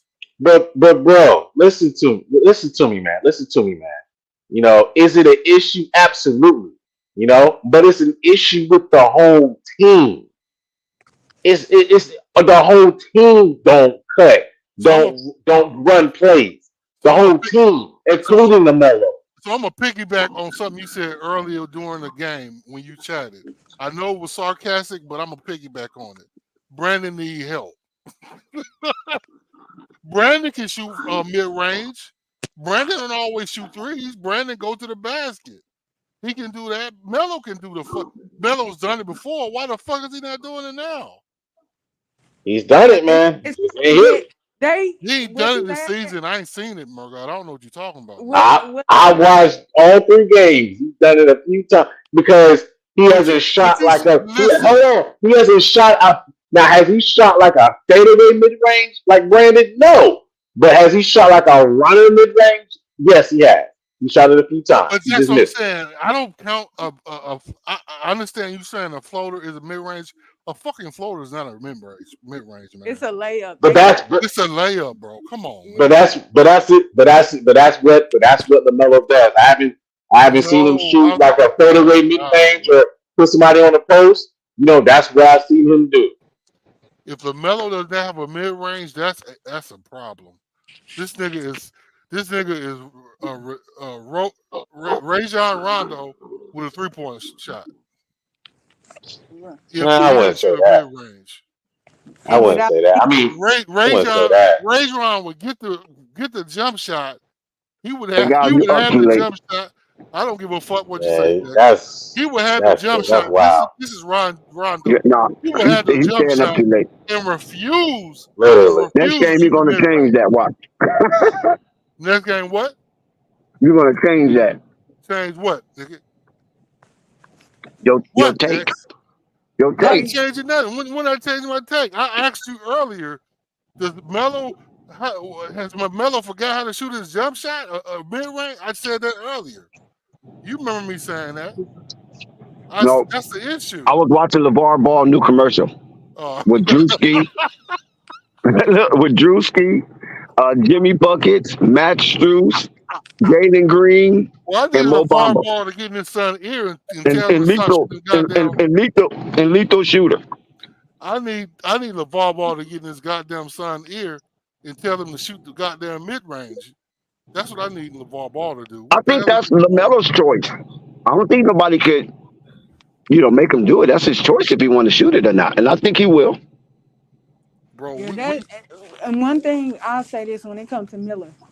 He had a couple of summer league games. I didn't see it as much in the preseason, but I don't know if y'all recall me saying this, but I was like, oh, it's gonna be a problem if him and Miller play the same way, which is come out and just hoist up threes all game long. I'm so happy with these first 3 games with Brandon Miller, and I hope he continues it. Like he's shooting his threes, but I see it's more of an effort, which I figured as much because I was listening to what his team was saying and stuff like that about his game and saying how he played at Alabama. The coach kind of changed up his game and had him evolving a little bit. But what we've seen him do these 3 games, he was doing in high school. So he like his mid range game. My God, It's pretty, ain't it? That mid range game pretty. It's funny you say that because Gilbert Arenas even said that the high school game is more closely related to the pro level in the stylistically of it than the college level, because college level is more analytical. They do threes and layups. They don't really have the mid range game like that. That's why Brandon Miller's game is able to thrive. You ever see a lot more of him because of one, the spacing, and number, which is basically you're starting to see he's starting to get a feel more. He's starting to understand the spacing a lot more. And once he do that's why you see him start to pick up on driving lanes a lot more, because he started to understand the spacing. He started to understand leverage, and knowing when to take his guy off the dribble. That's when he's going to start doing. He's going to start learning that kind of thing as the season go along, and getting to his shot and getting to that elbow jumper, which he's actually really good at. So I see. I love Brandon Miller's game. I was high on him coming out. He was my second favorite player coming out of this draft anyway. Yeah, you was on board from the beginning, Murgot. You caught a lot of heat. You caught a lot of heat from it, but me and Murgaw was on it. I ain't talking to you, man. I don't give a damn who you talking to. I'm talking to Murgot. Don't try to include yourself in the A and B conversation. See your way out. You got crow to eat. I wish I was right near you. I would throw a crow at you and put it in your face. Big Al, we supposed to be cool. We already amended our fences. Are you trying to create a chasm? Hey, chasm, ism, basm, whatever you want to call it. I want you to pay homage to the respect of this man after you shit on him with Pope. See, that's what I'm saying about you. You got selective hearing. You didn't hear me doing play-by-play. But you know what, Dex? I'm giving you a hard time because Pope is Slink. Have Nat came on the broadcast. Nah, don't talk about Slate. Nope, don't do that with Slate. Even though me and Slate don't see eye to eye, Slate likes Brandon Miller. No, I'm not talking about Slate. Slate. What's his name? Spike Lee. My fault, Spike. Spike Lee. Yeah, Spike Lee and Pope, who shitted all on Brandon before the season started. I had to listen to this shit for 3 hours that night. They shitted all on him. They have yet to come on the stream. Where are they, Dex? That's why I'm giving you a hard time. I don't know where Spike Lee is. And Pope has his own stream that he streams, so maybe go to his channel when he go live. Thunder said Pope came on. Yeah, he came on. Yeah, the other night he did come on. Yeah, he came on late. You went to sleep, Spike. You went to sleep, Al. Yeah, I bet I was asleep. He was making sure wasn't nobody. What did he have to say? Well, what did he say? But you can catch Pope on the stream. Catch him when he go live. I'm gonna try to. What's his stream name, man? Because I want to give him a piece of my mind. Pope B. Frank. Put it in. Okay, Pope B. Frank. I can't put nothing in there. The private. I can put in the private chat. Yeah, put it in there. But yeah, I mean, I really like that Brandon has figured it out. But I'm still torn because I want the team to win. I ain't worried about. I want Brandon to produce. That's what I wanted. But I wanted him to produce alongside his teammates. and they produce well and they win. I mean, I don't want him to be the only guy producing. That don't make sense. So yeah, I'm torn. I just want And I want my Brandon to pick thing it up. I is, mean, I I got want LaMelo to told, pick it up. What's that? I got Purple? told on this stream that Lamelo don't need. He needs to get to the basket. His threes is fine, which I do agree with. But he don't need no mid range game because everybody scores from the three. That's not true. Just because as teams or individual, when y'all look at the gap, go look at the gap that Clay and Okay, let Steph. me ask you this. I have to interrupt you because What? you got guys that have mid-range games but don't shoot threes. Then you got dudes that shoot threes that don't have a mid-range game. So you want them to have the whole thing and be Hell You yeah. better. a number one on-ball He a defender. max player, So dog. so y'all, What was there's a lot of max players don't shoot mid-range. I can who? name a bunch That's of them. not. That's Who? you better go look. You better go Who? look at their Number one, numbers Giannis. individually. Uh, Guys don't shoot like if you look at KD's I mean, it's a whole bunch of career. them out there. Trust me. If you look at Kevin Durant's uh career, like Kevin Durant is overall, one of a he kind. Don't shot. do that. No, I'm using him as an example Kevin though. Durant, DeMar DeRozan, one of a kind. Yeah, those No, are Kevin not DeMar. Durant. Kevin You Durant and talking DeMar about? DeRozan are technically throwback players. They're players that are tiny. They survive in the mid range. It's just that Kevin Durant is more advanced because he can step out to the 3-point line. Whereas basically you got some players that don't really shoot the mid range really like that. What's his name? Klay Thompson don't shoot the mid range. Steph I Curry don't don't think shoot the he. mid range. Him and I Steph. don't. You got hold on, I hold don't agree with that. on, hold on. You got other players like Damian Lillard don't shoot the mid range like that, That's that. cap. That's You cap. know, I thought that he too. don't You shoot. better go look He at his don't. He numbers. don't shoot. He don't shoot the mid range. I can pull up his numbers right now. Damian Go Lillard shoot look, the mid go range, look, bro. because I thought that too. I was like, oh, Dame gonna be right there with Steph and them. He's not. Like when I seen, I was like, oh, so I've been lied to. But that's because I don't catch when he was in Portland. I wasn't watching a lot of his games and stuff. But I was like, So oh, so do Damian like Lillard name comes up when you talk about mid-range killers? he's not. No, He he can don't. shoot He's the not a mid mid range. range guy. The He He's can not a shoot. mid range guy. He don't have to Look. though. He's He not can a Listen. put up If Middleton, from the right? he, three. yeah, Middleton's the mid range guy on the team. Damian Lillard's not known for being. You gotta look at it. He's not known for Middleton's a shooting the mid range. mid-range guy, but Middleton don't shoot the three. Hell, he don't. Dex, he shoot threes too, man. He shoot And threes too. everybody shoot threes. DeMar DeRozan shoot threes, but that ain't right. his skill. But Middleton can shoot threes well, man. I don't know why you saying he's not a good three shooter. How many threes attempts he got per game? 3? Who Who? Middleton? Yeah. I don't think of him as a 3-point guy. Man, It's y'all more know mid-range. Middleton shoots threes too. He shoot them, but I think he's more No, effective. I'm not saying he just shoot them. He makes them. Oh, okay. Yeah, He yeah. makes them as well. There's a couple guys that just chuck. James Harden is one of them. He just chucks. He's not Yeah. efficient from three. Right now, Melo is starting to be in that time that place because he's always fucking chucking. If we look at a guy that's young like him and Edwards, we know Edwards, like his three was not there at first.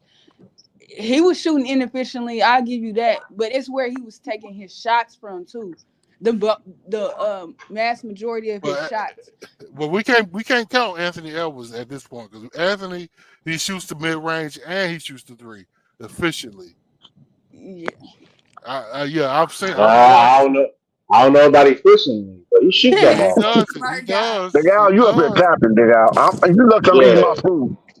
Like Anthony Edwards, he gonna shoot it, but he ain't efficient. But he gonna shoot it. Okay, bro. No, I'm gonna look at these last couple of games. He's shooting fine to me. Oh, you talking about this year? Yeah, I mean, last year and this year, he's the reason why they almost made it to the playoffs, or they made it to the playoffs. Yeah. So you forgot about Big Cat? Forgot about who? Big Cat. They B lit, well, C list to some, but B list to others. B list players, they don't. No, Edwards has been the was the driving force for the Timberwolves, man. I'm not saying Big Cat ain't good, but he Big Cat's an all-star. What do you mean you can't say he ain't good? He was hurt most of the year last year, bro. What are you talking about? I'm not saying he wasn't So hurt, but I'm so just saying let's so don't make it seem like he's invisible. But the point is, he was hurt most of the year last hold year, on. Dad. So purple baby. Yes, So I sir. went to the last full year that Yes, sir. Damian Lillard actually played a full season. I went to the 2020-21 season where he actually played a full season. Now, Right. when you look at majority of his shots, he Okay.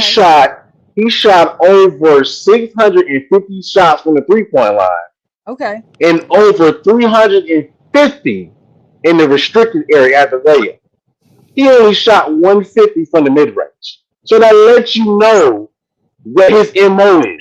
He's not shooting there. Majority of his shots either come as a layup or a 3-point shot. That's the point I'm making there. That's not to say that, listen, that's not to say that he can't shoot it. Not saying that he can't, but he's not known for that. Being That's in the the point I'm breaking down. That's all I was trying to explain to him. He's That's not not known for it. Anybody can he's not shoot it known for it. or He's shoot he from can part shoot time, it. but Yeah, he's known as but he's not logo known. game, not no mid range game. He's known for a logo game or getting to the club. That's it. That's all he's doing. And you see where all his shots come from. Over 650 shots from the 3-point line. That's crazy. No, it's not. I mean, technically it is, because that's a lot of shots. But I mean, he's good because he hits. So, Yeah. that's that's just his game, Yeah, man. Kawhi. But Yeah, Kawhi that's is it. a mid And range Steph for everywhere. and Steph Curry is the same way. He's either 3-point line or getting into open But layups by doing backflips and moving. I tell you that Steph and Dame and Clay are not in the same conversation. They're not in the same conversation, my God. So wait, hold on one second. So I'm not sure. like I I'm said not before, thank you, arguing. Rap God, for the numbers. Because like I said before, he doesn't take that many 3-point attempts. Because if you're known as a 3-point shooter, you're going to shoot between 6 to 8 3-points per game, if that's what you're known for. So I appreciate the information, Rap God. Yeah, he's a 38% shooter. Of course, that's good, but that's not what he's known for, and he's only shooting 4 to almost 5 3-pointers per game. And he's a starter. It's not like he's coming off the bench. He's a starter, so he's playing 30 minutes a game. He's not an outside in guy. No, we were just talking about Middleton not known to be a 3-point shooter. Big Al was trying to make it seem like this guy is just blitzing from the 3-point line. Like even with his teammate Giannis, for Giannis to do what he does, and he's not really good at I shooting. think Brooke Lopez shoot more threes than Middleton. Yeah. Like shout out Thanks to for the Giannis. numbers, Rap God. Appreciate that. Go ahead, Purple. Yeah, for people like Giannis to still dominate in the way he dominates, it's impressive to me because he's a poor free throw shooter, which I'm disappointed in. I just don't understand like why some of these guys ain't good at the line. Like why y'all can't shoot in the 70s? But that's another discussion for another day. But he's not even a good 3-point shooter. Now I need purple. Hey, What's up? I need y'all Steph to. Curry, the chef, 42 points I and need a 28-point I need victory y'all. over the Pelicans at the Smoothie I Center. see what you're doing, Dex. Stop interrupting me, man. No, we have to. We gotta, let people know what's going on because they got other people like teams here, so we can All right. highlight their team. But go Okay. ahead. I ain't gonna never not let you get off. But sometimes we do have to update for other people that's interested that might not be around to get that information. Okay. Thank So you, yeah, sir. Steph Curry, 42 points, 130, 102 in the Smoothie Center as they cream Paul, the New Orleans Pelicans. Go ahead. Okay. So I need you, Murgod, and I don't know. I don't know. If Purple was in on what y'all was saying, but I need y'all to Google, or not even Google, YouTube, Damian Lillard mid-range jumpers. He has a mid-range game, bro. He does it. He don't have to shoot it much. But So he pitch. but listen, He said Sky won't show up listen. I know the fuck I'm Yeah, talking about. hold on, big guy. You're not listening to what me and Dex said. Oh We my god. said, we said, can Damian Lillard shoot the mid range? Absolutely. But is he known for that? He is definitely not. That's all we're saying. You're not not even in the saying that he can't conversation for do it. shooting the mid range. You're not even in the conversation for shooting mid range.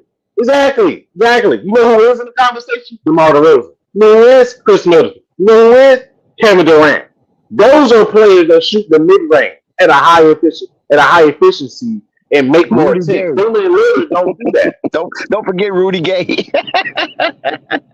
Goodness, man. Listen, guys. My problem is You're trying to sound And this, smart. Listen, guys. so even Trey Young don't even shoot the mid Even range. you ain't civilized, and we know it. so Exactly, man. Trey Young listen, guys. don't even shoot the mid range, man. Listen, guys. This whole discussion started. This whole discussion started when I talked about Lamelo shooting a damn three. I mean, mid Mid range. Yeah, mid range. So that's my problem. I want him to shoot the mid range, and y'all brought I up mean, Dallas and you could. Davis. No. I did it. No, don't blame nobody but me. I'm the one. I'm the one that spread it. I'm the one that spread it out through the NBA. Nobody else, Al. So blame me because I was saying, what all do you want him to do? You want him to shoot the mid range? You want him to shoot the three? You want him to drive to the cup? You want him to shoot good free throws? You want him to do this? You want him to do that? I mean, what kind of prayer cyborg that you trying to create? Yes, shut your instigating ass up, and let me say, I need Melo to shoot the mid range. Period. And by the way, LaMelo's actually taking 5 mid-range shots. He's only hit 2 of them. When? But please go ahead.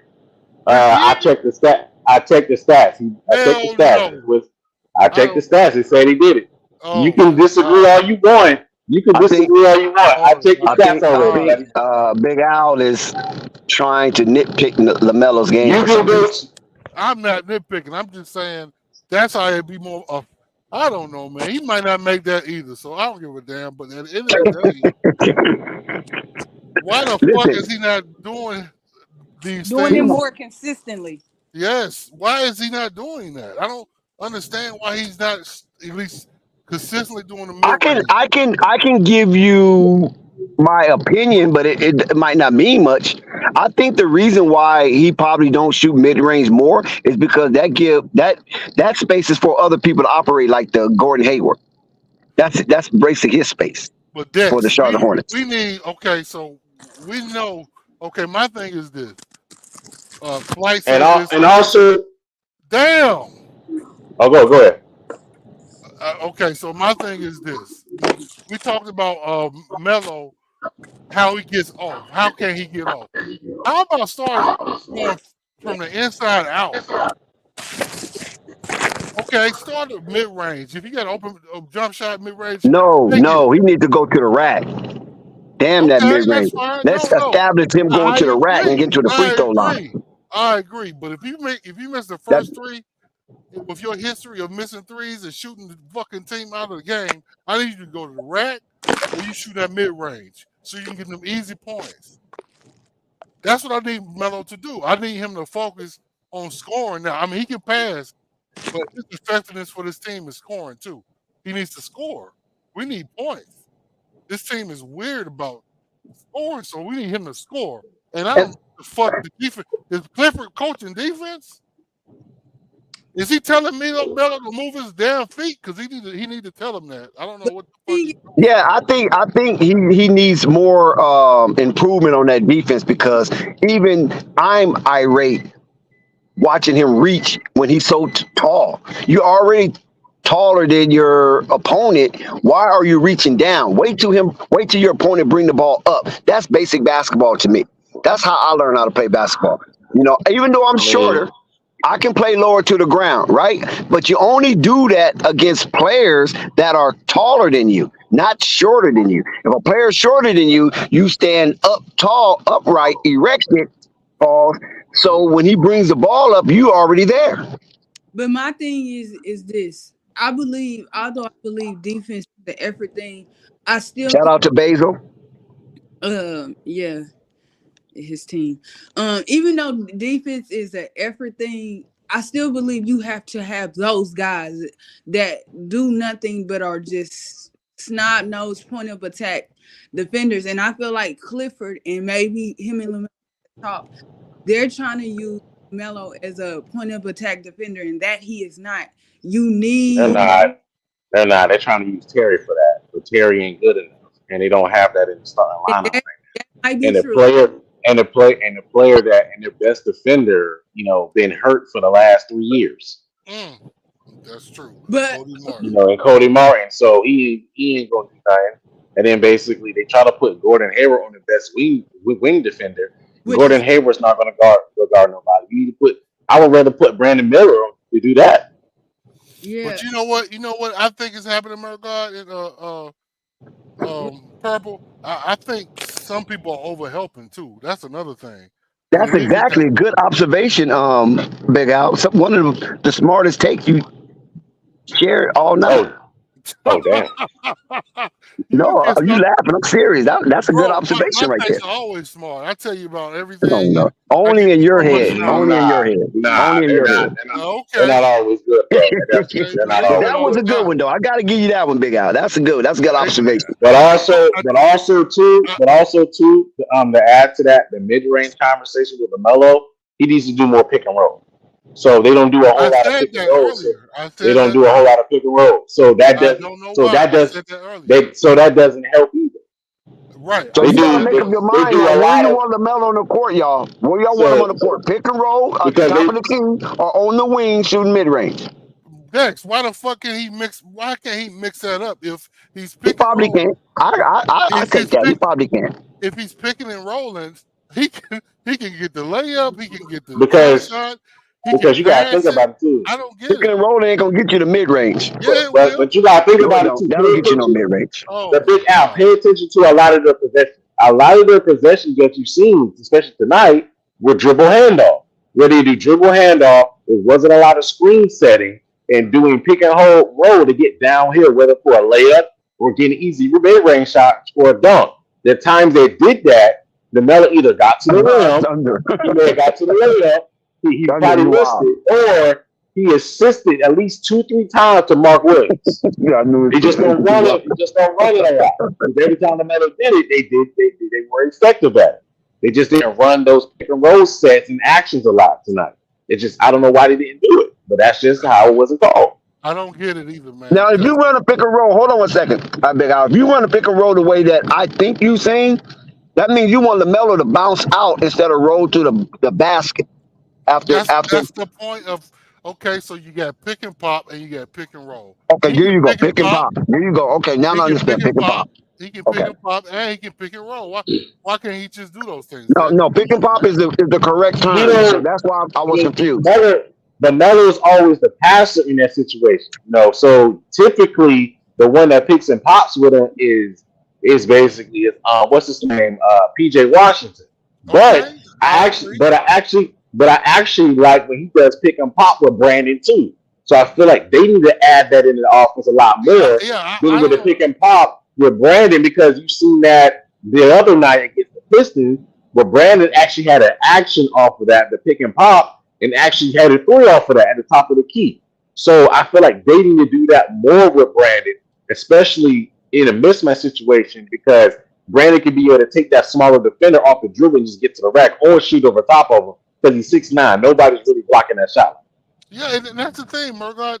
Melo is too good as a passer for your ass not to be picking and popping or picking and rolling. That don't make no sense. Can I He's ask a great But passer. but if but the thing is too is that they put him a lot of times. Like I put it this way right here too. It goes on both parties. So Mark Williams needs to roll a bit better, but also too as well. I would like for Lamelo to be a little bit more aggressive in getting downhill a lot more. He has hit some shots, but he's missed some easy chippies that he usually hits too. like Okay. I say this, a way better player than him in a sort of kind of way is just I Who? hate when He Tatum said who? Tatum. I hate when Tatum resorts to shooting threes for no reason. Put your head down or up in the mid range and shoot. I don't know why Tatum would be way more consistent if he lives by that motto, but he is so bad sometimes when he just pops up and shoots threes all the time. LaMelo reminds me of that. Like, yeah, you're a way better passer than Tatum, but like, why do y'all resort to doing that? Like teams ain't really giving Tatum that mid range like that for real. They giving him the three most of the time, but it's frustrating to watch. Like I it's mean, y'all he's shooting about 40% from three this year. Yeah, So shit, let purple. him who I don't know shoot. what you Jason watching. Tatum, The man. Celtics are no. balling out, If y'all watch and Jason, Tatum is the reason why. listen, a Man, lot. Jason Tatum shooting like 40% from I three don't this year, care. man. You Oh my watch the God, game. purple. I don't care about what his percentage is. You'll see a Oh lot of the time, no, Jason Tatum and Brown, for that matter, purple. will both what Why is Orlando Magic undefeated? Nobody's talking about it. Oh people are. wow, are they? Because it's the Orlando Magic. Wasn't the Utah Jazz undefeated for a good portion of the year? Then they came back down to earth. Yeah, they must have had a lot of easy games. Who they play? Dex. Well, I know they play the Lakers tonight. I mean tomorrow. Oh, They play Lakers tomorrow. They play Clippers tonight, I think. No, No, Lakers, right? They play Lakers. Then they play the Clippers. yeah. who have they played before though? Oh, Oh, I haven't really checked their schedule, but shit, they undefeated. You know Well, what I'm that's what saying? I'm saying. Orlando Magic. That's Maybe aggressive. everybody was better than them last season, right? They was like Oh, one time of the out. bottom teams besides Detroit. They not undefeated, Dex. who? The Magic. They not Yeah. undefeated. They got Yes. one loss. They are undefeated. They beat the You Oh, looking my at the bad, Pistons. my wrong. You bad, looking my at the bad, wrong Hold on. team. You looking my at the bad. wrong The team. two. But they So undefeated they because are they under. played the Blazers and the Rockets. You That's got what they. 1, 2, 3, 4. They only play 2 games. You only There. got 4 teams that's undefeated, and Orlando's one of them. But they played the Blazers and the Rockets. That's why they undefeated. Well, they still played somebody. Well, they ain't played nobody that's good though. Wait till they run Well, into the the Pistons. Rockets are supposed to be better. No, they No, not. and Dex. By the way, Dex. The Atlanta Magic says they actually play tonight. Yeah, Yeah. they play They the Lakers. Lakers right now. Yeah, they probably started. Yeah. The Blazers Shout out not to that good. Marquez. He's Yeah, coming to be toxic. yeah. Bring your ass up here so I can roast you, Cause you, hey, Big, Marquez. I was looking for you, Marquez. Where you But it at? probably was past your bedtime. Where you at, Marquez? Hurry up before I go to bed, man. Hurry up. Let's go, man. Listen. The Lakers only have 1 victory this year. What a shame. Yeah, that's your team, Dex. What's going The on? Lakers are tied with Utah, San Antonio, and the Portland Trail Blazers, and the Why Minnesota Timberwolves. why the Minnesota's Lakers doing why the Lakers losing, Dex? That's your team, man. well. I mean, they did have a tough schedule. You know, Exactly. they played all the top teams in the West. They played Denver, they played Phoenix, and they played Sacramento. This nigga said I'm sick. Marquez, you sick? Yeah, he saw what Brandon Miller did. He saw what Brandon Miller did. Right. He so That upset his tummy. yeah, that makes it that boy Mm-hmm. uh, That boy Brandon Miller out there cooking. He got everybody sick. right, sure does. They're throwing up on themselves, man. Can't say nothing bad about him. Not there playing. Sure gay. Balling out. That's the one good Sure, thing he out about there. the team. Sure, man. He out there looking like the best player on the team. Look, man, I put a lot of money on the Lakers. See, the reason why I'm not fussing with nobody right now, especially with Big Al, big ass. The reason why I'm not fussing is because I put a lot of money on the Lakers the other day against the Sacramento Kings. I thought I was being nickel slick. They said, "Whoa, the Lakers are underdog against Sacramento? No way!" And Sacramento tore their ass to pieces in overtime. Oh, they won in overtime? Sacramento did. Yep. Yeah. Too Oh, much Malik Monk. Malik Monk had 11 points in overtime. really? Oh, wow. I was like, man, and I just saw all my money just go down the drain. Wow. Sorry for you. How much money you lose? $536. Oh, wow. That sucks. That's right. That sucks. Wow. Because I thought it'd be nickel slick. I waited and see if the line was gonna change. It didn't change, and I put the money on the Lakers, and they blew it. It was 99-99. I was like, okay, they got a chance. I went to sleep, woke up this morning, they lost in overtime. Thanks, Marquez. The Lakers game starting now. Yeah, Thanks, Marquez. they getting ready to rock and roll. I'm sorry you sick of Brandon Miller balling out, dog. Get Yeah, better. that messed up his tummy. Yeah, get better, dog. You ain't got no head Salutations. cold. You saw Yeah, you saw what Brandon Miller did at halftime. You automatically start taking cough drops. right. Salutations. Oh my God. Oh my God. But yeah, bro. He drunk a Yeah, bottle of Robitussin. right. Right. That money need NyQuil. It's the freezer up here. I can tell. But yeah, I mean, I'm gonna get off. I'm gonna watch this Lakers game. I'm about to go to bed. What The happened to the Dex. I need back? Jessica and Sky got their family whip. Jessica. Oh, Jessica. That's right. Pels is her team. Yeah. I swear Steph I heard. Curry, Steph Curry done went down there and sprinkled some voodoo on them people. Oh yeah. Man, where I got it from I Amazon. can't wait to Pope start his stream. Yes. I'm gonna No, troll Pope so hard, Hope man. do his stream in the daytime. Oh, I'm at work at daytime. I can't mess with him at daytime. Okay. Oh man, he's lucky. I'm gonna leave him alone. I don't care. I'm on 4 o'clock tonight. I know he know what's up. Woo! Woo! Yeah, it's sky high right now. Steve Clifford, he said it for what it was. What happened? Steve Clifford on the game, he said the first quarter. He said the first quarter, our shot selection hurt our transition defense. We took some quick 3 attempts without putting any pressure on the defense. They got it and we're gone. Yep, that's what happened. First quarter will kill that team. And that goes for the Melo, Terry, Gordon, taking them bad threes, man. He had the heat on earlier today. I got my heat on at home. Girl, you know what? I'm so pissed off because my upstairs. Purple, stop negotiating them plays on the stream. Right? Can you mute Purple? Purple. I know, right? Purple making plays. Right. What is she doing? But yeah, I'm about to watch these Lakers, man. See what they talking about. Good luck, Dex. Hope y'all don't get your ass beat. I don't care about this game because I already lost my money last game. Who y'all play? Orlando, right? Yep. Y'all might lose, man. Might be a I think that Orlando is coming in as a favorite. yeah, they might win. I think Orlando favored by 2. I doubt they win though, because they gonna get humbled. Because this is the first good team they playing. And the Lakers are debatable as being good, but I know they don't appreciate playing like they playing right now. So they gonna probably Well, the win. Lakers, like I said, they're playing the top teams in the Western Conference. Exactly. So they getting the brute of the gauntlet before the play-in. I mean the in-season tournament. So they getting these tough teams out the way early. Right. So yeah. Look, this is all the Lakers play: Denver, Sacramento, Phoenix, and Golden State. Right? No, yeah, that's a they good. didn't play that many. Hold on, they didn't play that many. Yeah, that's a good. No, team. I'm thinking of preseason. No, That's Phoenix and I like that hoodie. Sacramento, I think.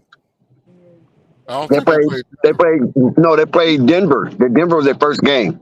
Oh. Denver, Phoenix, and the Kings. I didn't know it was. And right now they're playing the Magic, who is undefeated. So the Lakers getting the toughness of their schedule out the way first. Yeah, I might have to start doing some Vegas lines because Breaking news. I bet the Lakers lose. Breaking news. Magic Johnson. Yeah, right. That's what I said. What is going on with Purple, Dex? I don't know. Let me mute her mic. I don't want her to say anything that send the feds her way. Oh my God. Let me protect Purple from Purple. Yeah, hey, listen, Magic Johnson joins Jordan, Tiger Woods, and LeBron James as 4th athlete to become billionaire. Yep, saw that. But LeBron is the only athlete who became a billionaire while still active in uniform. Never been done before. Wow, that's a That's trip. crazy, right? You Right. become a billionaire while you still playing your sport. Mm-mm-mm. I'm about to get off decks. Hey, you have a good night, man. All right, salute. As soon as you leave, watch, here come Pope. I can see, I can feel it. All right, I'm about to get off. I'm about to get off too, my guy. All right, y'all uh, do your thing. I'm still here. all right, y'all All right, take it easy. I'm finna, handle your I'm business, finna, man. I'm finna run this Laker game. I mean, they might not give it to me. See, that's the thing. See, because by me having my location in LA, you don't get no damn no free Laker nut. Oh, yeah. You'll get, they don't give you nothing for the Lakers. Yeah, that's crazy. I know, right? How can you watch the game? You got to go to the game. I mean, ain't no channel offering the Laker game. No, not with you there. You get blacked out. Oh, that's crazy. Even the Laker channel, you blacked out. Damn. Okay. All right, man. I wish Only I if could. it's sold out, then you can get the game. So right now we got timeout. It's 6:57 in the first quarter. The Lakers lead the Orlando Magic's 10-8. Your And let's Magic. get some early scores. Paulo Banchero has yet to get on the board. France Wagner, Wendell Carter Jr., and Suggs, Jalen Suggs, who uncle is a friend of Flight Sports TV. He is a well-known celebrity bodyguard. One of his biggest clients was Floyd the Money Mayweather of the Money Team, Big Church himself. And Suggs with 3. So 3 out of the 5 starters for the Orlando Magic has put numbers on the board. Markel Fultz and Banchero have yet to score. And for the Lakers, you got Anthony Davis, D'Angelo Russell, and Austin Reeves, who is the lead scorer for both teams.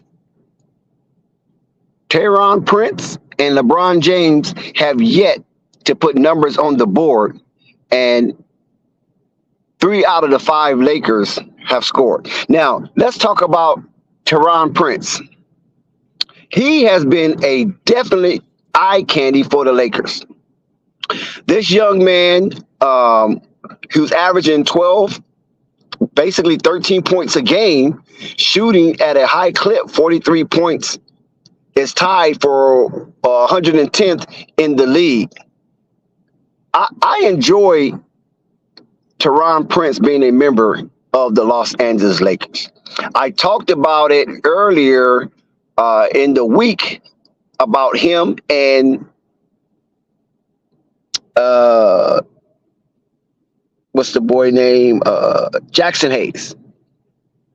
That they can be some real X factor for the Los Angeles Lakers. And both of these young men played their collegiate basketball in the state of Texas.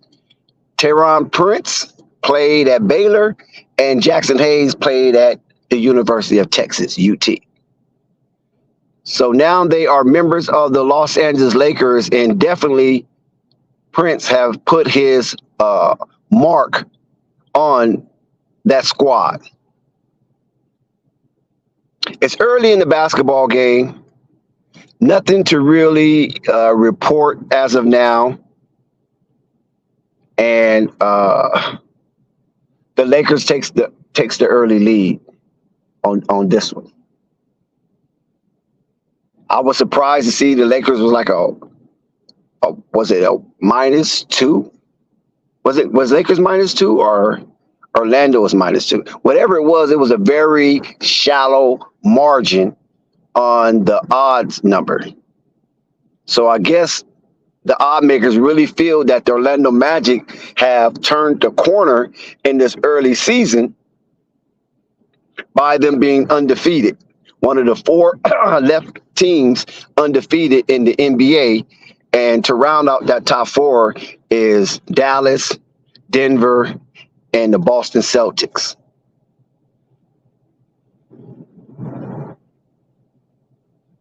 Shout out to Chuck. So Dex,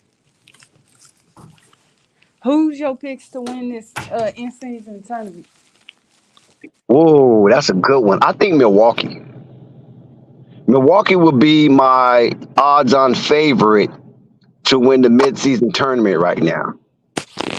And the reason why I'm choosing Milwaukee is because of the new addition of Damian Lillard. I think he wants to win something for Mean Green while he's in uniform to show that his impact is felt for the team. And that would be an immediate impact winning an in-season tournament for the Milwaukee Bucks. I know it doesn't mean much, but for him to say he have won something, I think Damian Lillard is on a quest for that. Yeah. This is interesting. I didn't realize how early in the season it was gonna be, man. Like that. We talking about what they 5 to 6. Most teams are 5 to 6 games in, maybe 7 at the most. That is early. Yeah, like I said, basketball is early, and a lot of us are anxious because everybody started out 0-0. So that means you had a high chance of winning a championship if everybody's tied 0-0, right? But then as the season start to unfold, then teams will start to separate themselves from the other teams. And right now, as the Lakers are 10-10 with 6 minutes and 8 seconds in the first quarter, the Lakers is one of the teams that is sitting at the bottom of the Western Conference. Yeah. Y'all Laker fans, man. Y'all something else. Oh, they actually giving me the game, Purple. These people done went crazy. They gave me the game. All right, that's what I'm talking about. And Orlando is up 14-10. Anthony Davis from the elbow. Yes, Anthony Davis from the midi. Here comes the Orlando Magic 14-12 as we are inside the crypto.com arena. And there's almost a bad pass from Orlando. It was nearly intercepted, but they do get the bounce. And there's a foul on the drive. And it looks like that's Wagner. And now Darvin Ham is going to put in some fresh legs, make his adjustment at the 4-minute mark. Franz Wagner goes to the line, number 8 overall pick in his draft class. So he's definitely a lottery. He makes that free throw 15-12. Los Angeles is down by 3 as LeBron takes a seat. And here comes Christian Woods. We get Christian Woods for the first time of the night. And we get Prince in the game. So the Lakers is, I don't see any, oh yeah, D'Lo is the only starter on the floor. No. And Austin Reeves, the 2 backcourt. Outside of that, it's the bench. And here come Austin Reeves with a drive, pull up, he kicks it back out. Oh, what a drive, and out of bounds as was that Prince was taking it hard to, no, that's Vincent in the game. Excuse me, that's not D'Lo. That's Vincent in the game. D'Lo is on the bench getting rest. So Austin Reeves is the only starter on the floor with Anthony Davis, and he pulls up, and yes, Anthony Davis drive and uses muscle to push that one in. And the Lakers are down by 2 once again. And here come Orlando. Lakers better be careful. Suggs? No. Anthony Davis comes. The rebound comes to him. Anthony pulling the ball down. Austin Reeves is tangled up, and it should be a foul on Wendell Carter Jr. He tangled Austin Reeves up in a wrestling hold. I guess he forgot this is not the WWE. This is the NBA. Wrong initials, young man. Or acronym. Well, here we go. Austin Reeves with the ball at the top of the cylinder. Gives it to Anthony Davis. He kicks it out. Anthony Davis is fouled. So that's back-to-back calls for the Orlando Magic. And it looks like Are they in the bonus? No, I don't think they're in the bonus just yet. So the Lakers will have the ball out at the sideline. Darvin Ham is whispering something to the refs, and Anthony Davis is complaining to some degree about something, but not sure, because I couldn't really see his lips moving, but he definitely was indicated that he was displeased about something. Inbound pass go to Anthony in the block. Wendell Carter Jr. is guarding. Anthony makes his move, fade away. Yes!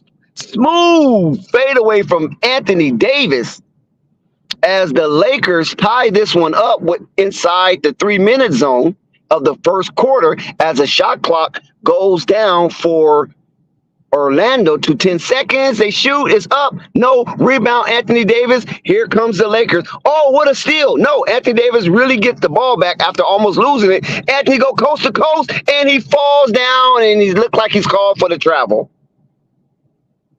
It looks like Anthony Davis turned the ball over, and I think the referee is going to give him the foul. Wendell Carter Jr. pushes him, uses his elbow, tried to be slick. The referee catches him. There's no gamemanship on me, young man. Jackson Hayes has entered the game. Number 11, Jackson Hayes, wearing OG Bob McAdoo number. He has entered the game, and let's see Jackson Hayes and Taurean Prince on the floor together at the same time. They kicks it out. Rui. No, Rui couldn't get, Christian Woods, excuse me. Christian Woods, he looks, he pull up, and he turns the ball over trying to get it inside to Jackson Hayes.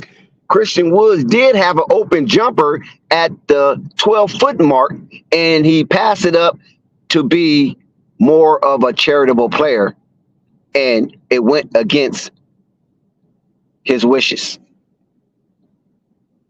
Here we go. Kicks it back out. Cole Anthony with the drive. He kicks it out to Wagner. No, air ball. D'Lo gets the rebound as Darvin Ham brought back his starting point guard, and he almost turned the ball over, and he made a better decision. Jackson Hayes with the pick and roll. Jackson Hayes, no. D'Lo misses. D'Lo gets the ball back. He kicks it out to Christian.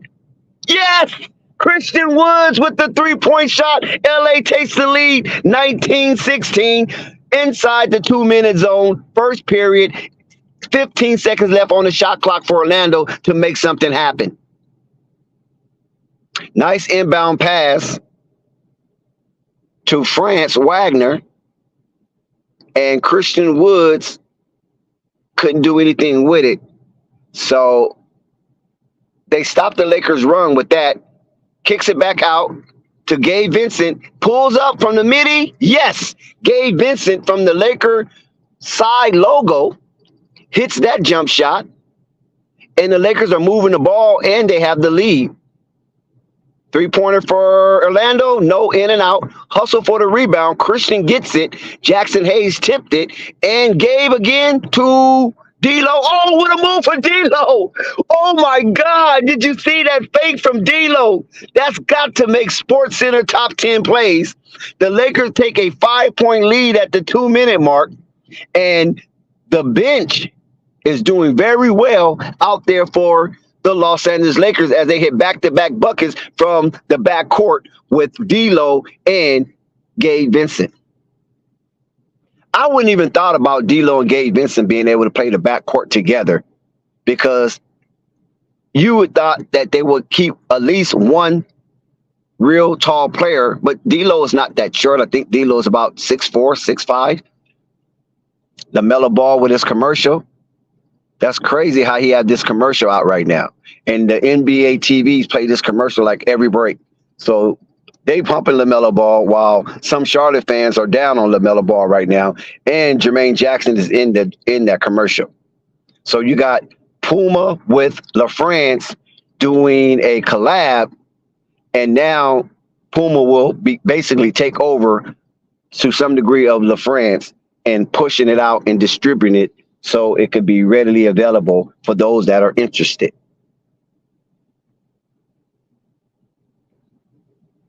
Well, they still talking scoop. Yeah, I did miss that poster because we were still doing the Charlotte Hornets post-game review, but I will catch it on the replay. Thank you, Chuck, man. I really appreciate it, bro. Some say I talk too much, but you know how that go. When I don't talk, they don't talk. When I talk, they say I talk too much. So that's a catch-22, right?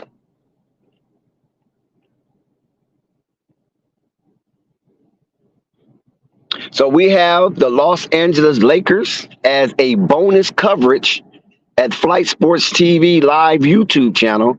And we welcome you all for joining us in this late night extravaganza. Do you know these West Coast games are always so late? And we definitely appreciate you staying up with us, rocking with us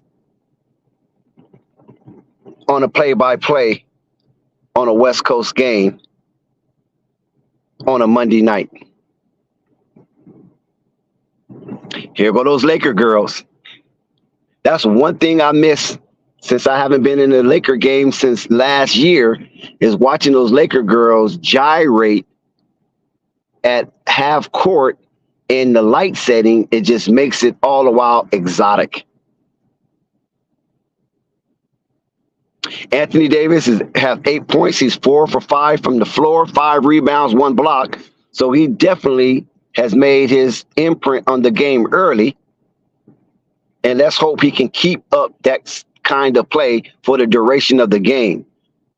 Cole Anthony with the ball at the logo. He looks to drive. He hesitates. He pulls up and off the backboard in the bucket.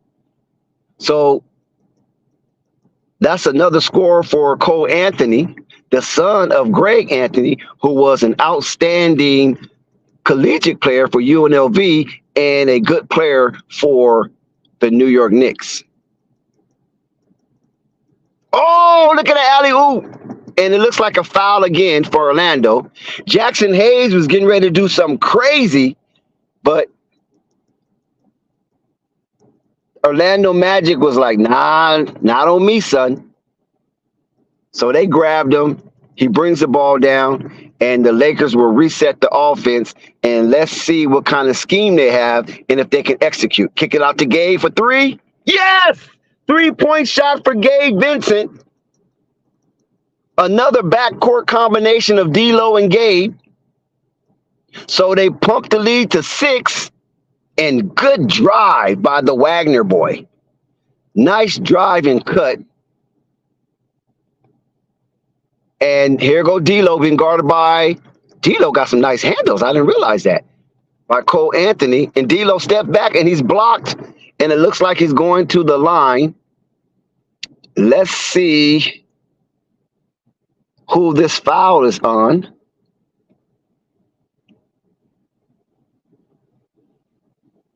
(26-22). The Lakers are up while D'Lo is at the line shooting stimmies. Oh, wait a minute. The foul's not on D'Lo? Oh, correction. The foul is on Woods. Woods is going to the line. So that had to be a loose ball foul. I thought D'Lo got caught in the act of shooting, but the referee decided to give it to Woods, and Woods is 1 of 2, and the lead is up to 5. Fast clock has been engaged, 45 seconds to be exact, for Orlando to make something happen.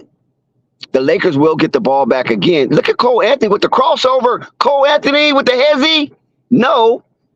Rebound Jackson Hayes as he skies up and almost stole. Wait a minute, who was that?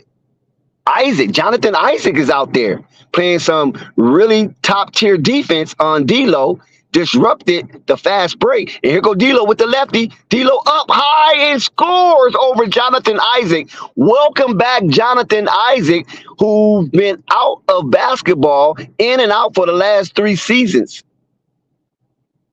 So he's looking healthy. And Orlando has shown a lot of patience when it came to Jonathan Isaac.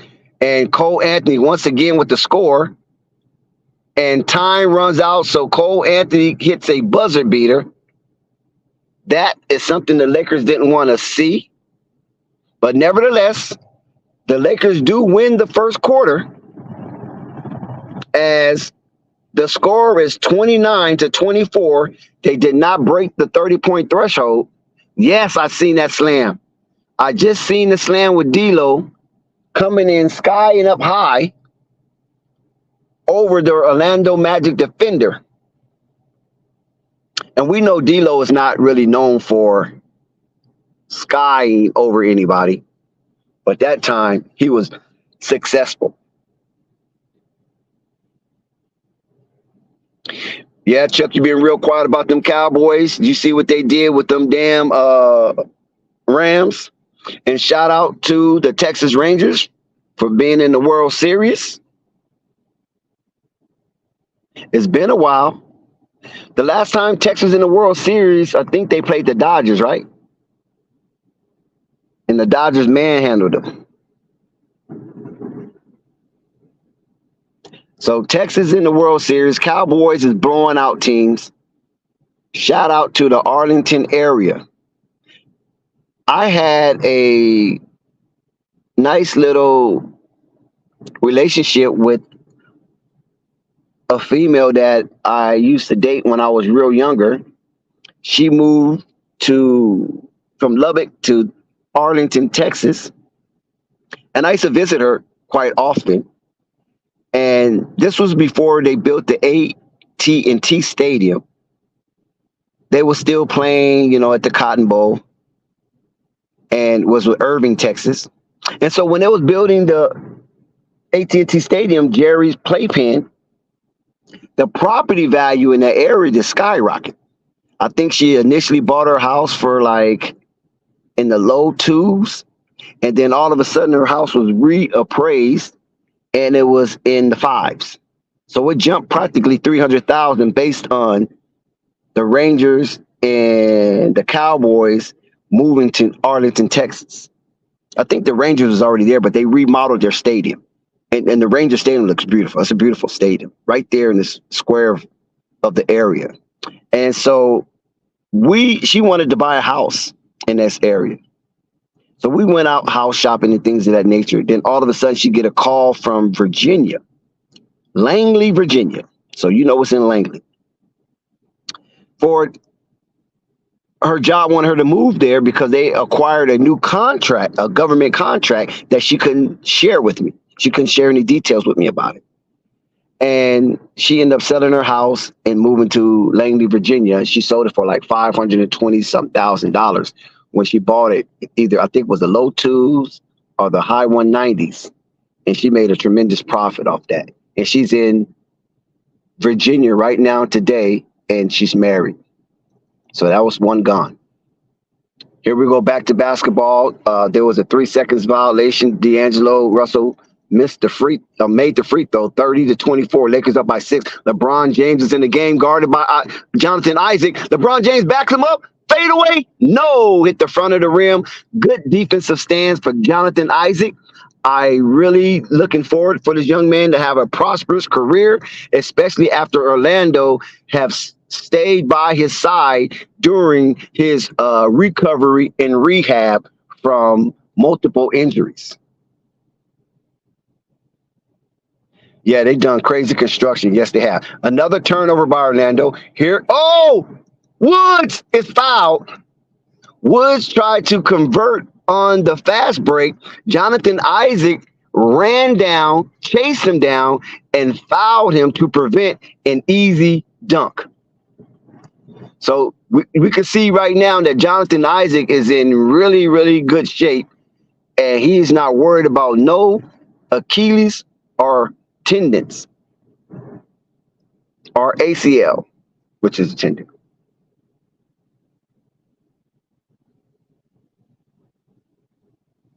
But one thing about, hold on, I'll speak about it in a minute.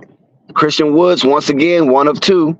The Lakers got to capitalize on these free opportunities to shoot a shot without being contested.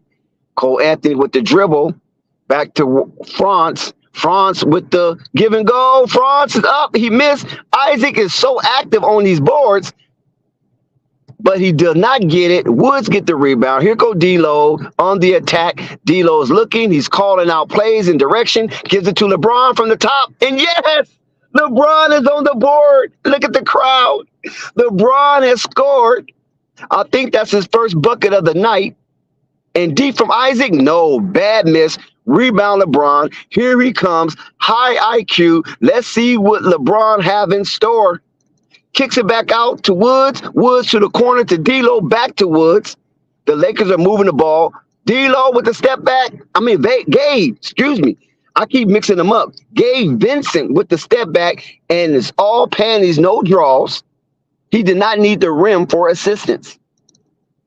Cole Anthony slows the ball down as the Lakers is on a run. They up by 9. Cole with the deep three. Push off. It will not count. A foul on Jonathan Isaac. He's a little reckless out there, not knowing his leverage in space. Here comes the Lakers again with D'Lo bringing the ball down, gives it to LeBron at the top of the. Oh, LeBron turns the ball over, trying to kick it out to Woods, and it's a wide open dunk. Oh, he missed it. Cole Anthony missed a wide open layup. He was undecided if he wanted to dunk or finger roll, and the Lakers do not capitalize, so there's no heartfelt on Cole Anthony. And they kick it back out again, and yes, now the Orlando Magic capitalized off the Lakers' miss, and that was Markelle Fultz with the three-point shot. D'Lo, cross court, dangerous pass. LeBron, back to Woods, back to LeBron. LeBron pulls up for three, and yes, LeBron at 66 years old hitting deep threes, and look at the smile on his face.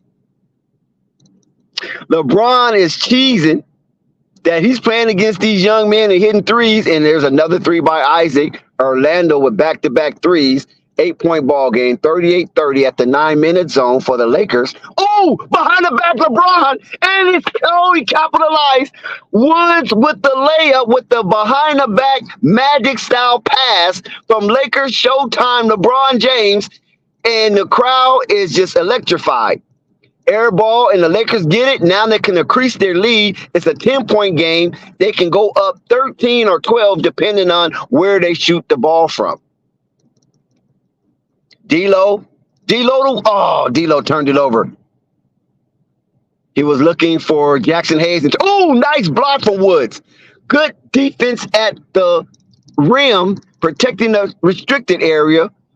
Woods is making an impact while LeBron James is on the floor, and the connection between LeBron James and Woods has been thrilling. Shout out to everybody rocking with Flight Sports TV. If you just stumbled in, please hit the like button. Definitely hit the subscribe button. And don't cheat yourself. Hit the notification bell so you won't miss one iota of an exuberant experience. We're here live, Crypto.com Arena, Lakers versus Magic. And Markelle Fultz hit the three-point shot. Lakers up by 7. And here come Austin Reeves bringing the ball down as he surveys the landscape. And he looks over the Levant. He sees Anthony Davis. He hesitates. He brings it back. He resets it with Woods at the top. And Woods looking to give it to Anthony. Nice ball movement. And there's a foul on the Orlando Magic being a little too physical out there in open space. The referees saw that. And there was no way he was going to get away with that one. 40-33. LeBron deep. Oh, he hesitated. And it looks like a foul on the Lakers, Christian Woods. So back-to-back fouls called, no shot attempts. And that one was against the Los Angeles Lakers as Woods goes to the bench in frustration that he robbed LeBron James of a shot attempt. No guarantee if he was going to make it or not, though. Oh, look at the Magic whipping that ball around. LeBron James trying to play defense, but he looks a little sloppy. Cole Anthony with the push off, and he makes it right over the fingertips of Anthony Davis. Cole Anthony is showing no fear. They was down 10, now down 5. LeBron with the locomotive and jump ball. Yes, jump ball. LeBron came down the lane like a freight train, but he did not have enough lift to get the ball over the rim, and he got stuck on the rim, and Anthony Davis hustling and made a jump ball play where Franz Wagner wanted a foul. I keep saying Franz Wagner. So Joe Ingles is out there with Wagner, Cole, and Folks, and the Lakers get the ball. LeBron is, wait a minute. They're letting Ingles just beat up on LeBron. LeBron pulls up. No, LeBron hits the front of the rim. Karam's out. Cole Anthony has the ball in hand as he looks to penetrate. Cole Anthony he turns the ball over. D'Lo with the steal. And now the Lakers will slow it up a tad bit and get some control. I keep saying D'Lo. I mean, Gabe Vincent, pull up. Nope. Gabe Vincent pulled up, and it was to no avail. Rebound to Ingles. And here come Ingles. Oh, he puts it up for the alley-oop, and Wendell Carter could not get it to go down. And now Anthony Davis with the ball at the 12-foot line, the elbow. And now they're asking for motion. LeBron James, bad pass from AD. Knowing LeBron James cannot get up like he was 20. The man is 48. Oh, my God, bad basketball we're looking at right now. This is an awful demonstration from both teams as the game gets a little sloppy. And let's see if Anthony Davis can make up for – oh, my God, that should have been an and one. That should have been an and one. Anthony Davis with the circus layup, but the referee chose not to make a call. Anthony Davis do make the bucket. Lakers up by 5, 42-35, as there is a break in the action. Lakers basketball coming back after this break.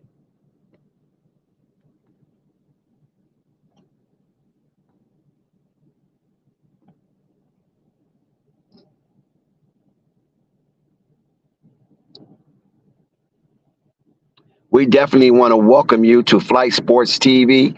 Please hit that like button. Hit that subscribe button if you're not a subscriber. Hit that notification bell so you won't miss one iota of an exuberant experience. And if you're feeling a little giffy, if you happen to feel a little giffy, you can definitely show your generosity to Flight Sports TV by hitting the super chat, PayPal, or the Cash App. If you're feeling giffy and you want to express your generosity, we will definitely be grateful for all that you share. Now listen here. Let's make no bones about it. We appreciate everything that jingles, but we prefer the thing that folds. We appreciate everything that jingles, but we prefer the things that fold. Lakers are up 42-35, 7-point advantage. A lot of excitement and energy is in the building, and the Los Angeles Lakers are up early against the uptick Orlando Magic. Listen, Orlando is coming from the Kissimmee area, Orange Blossom Trail, all the way down to La La Land. So they leave Disneyland to come to La La Land. And maybe they might be a little fatigued. Maybe there could be some jet lag. Because right now, these young uptick, fast-paced athletes of the Orlando Magic is down to some degree the aging Lakers. Now, the Lakers do have some young legs too, but the bulk of their offensive threat comes from two older guys. Oh, wow. Wendell Carter Jr. goes up and high Received from Markel Folks. Is that Markel Folks? Oh, and slam in the alley-oop. Nope, that's not Markel Folks. Oh my God, who is this? Another foul for Orlando. They're going to be in the bonus early. I'm trying to figure out who is this guy. Marcus. I don't know who that is for Orlando. I thought that was Markel Folks. But nevertheless, that was a really, really high caliber play from the combination of Marcus and Wendell. Nice floater for D'Angelo Russell, who we know can be a scoring machine. Attempted steal, but there's a foul. Teron Prince tried to go for that. They did not give it to him. He might have been a little late and too much body being impressed on Franz Wagner. Blanchero is getting ready to come into the game. As he said at the scorer's table, Markel Folks is in the game. And Franz looks to shoot a three, kicks it out to the corner, and yes, cash money. The Orlando Magic is making a run of their own. They have cut this lead to 4 after being down 10. Anthony Davis is out on the court. LeBron James take a break. D'Lo from 3, no. And rebound off the front of the rim to Orlando Magic. And here come Folks. Here come Folks. Here come Marcus. And yes, it's a 2-point ball game. Or Harris. That's the Harris that I talked about before. And I thought it was Joe Harris. I meant to say Joe Harris, but it's Gary Harris at Orlando. And Austin Reed misses. Markel Folks come down with the rebound all the way to the cup. He kicks it out to Harris. And another 3. Gary Harris hit back-to-back threes. Lakers pill call, timeout, and Darvin Ham seen enough as the Orlando Magic erased a 10-point lead in 3 minutes. And now there's going to be some shuffling from Darvin Ham to get this game back into perspective from his vantage point. So these Orlando Magic didn't come to LA to lay down. They didn't come for all of the pandering and the tricking that LA provides. They came to play basketball, and it is definitely showing with that comeback of a 10-0 run, actually 11-0 run, to take a 1-point advantage as the Lakers, Darvin Ham calls a timeout to recalibrate his troops. When we look at it, was not really a defensive stance for the Lakers when they got up 10 points, and the Orlando Magic definitely took advantage of that. Have anybody seen that LeVar Ball commercial? LeVar Ball and Drewski did a commercial for Google Pixel, and they had notable NBA players, Jimmy Buckets, Matt Strus, they had Jalen Green, and they had what's that tall player name? Was it Mo Bamba? Yeah, Mo Bamba. All in the commercial. And LeVar Ball was a part of the commercial.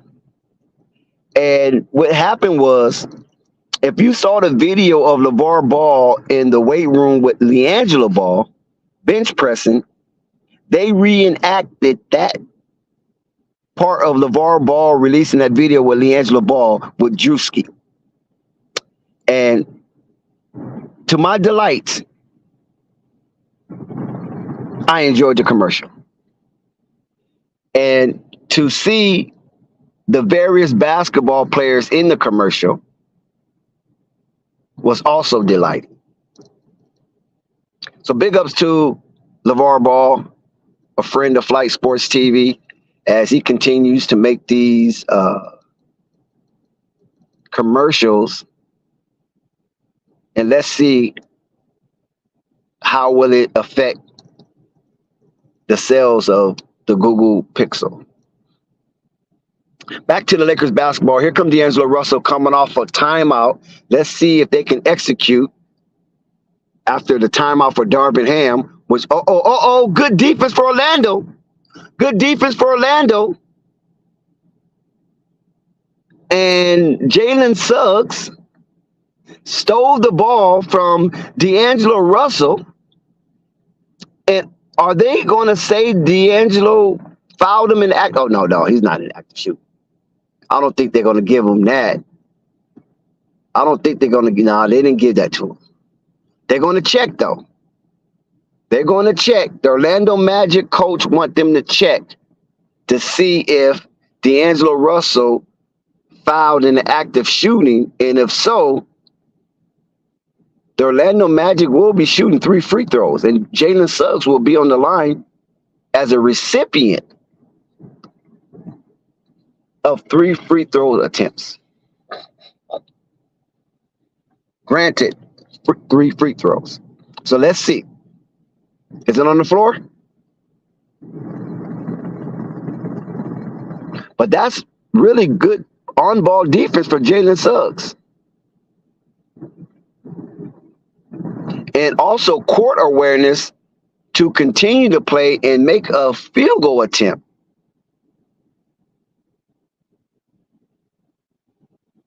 So the referee is deciding what they're going to do with that play. I remember watching Jalen Suggs in the summer league, and I told the Flight Sports faithful that Jalen Suggs had a real NBA game. Even though I despise him for making that game-winning 3-point shot against UCLA when UCLA had the game won to propel the Gonzaga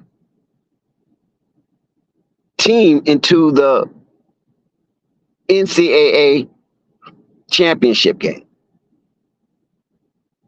That shot was made in the Final Four, and I just could not believe that Jalen Suggs made that shot. And that right there put him on the eye watch of the NBA, even though he had a solid season with Gonzaga. But that shot right there, those moments make you an extra $4 to $5 million on draft night. So there is a break in the action. There's some kind of problem with the backboard as they put up some zip ties to secure some type of looseness that happened. So I don't know what actually happened right there, because all they did was make a shot attempt towards the backboard, but somehow things got a little loose and off kilter. And so they had to put some zip ties there to strengthen the backboard that came loose. And wow, when you look at this primitive technology, you're thinking in 2013 they will have a better way to secure that backboard. But they just put zip ties up there. I'm talking about 1920 type technology. But nevertheless, it works, so it doesn't matter, right? As long as it works. That's the main thing. So the Lakers are down by the slimmest of margin, down 45-44. And the ball will be placed on the side as Jalen Suggs and D'Angelo Russell shake hands. D'Angelo Russell played at the University of Wisconsin, and Jalen Suggs for the University of Gonzaga. So here we go. Markelle Fultz, Pac-12 guy, Washington Husky University, first player picked overall in the 2017 draft. He's on the floor.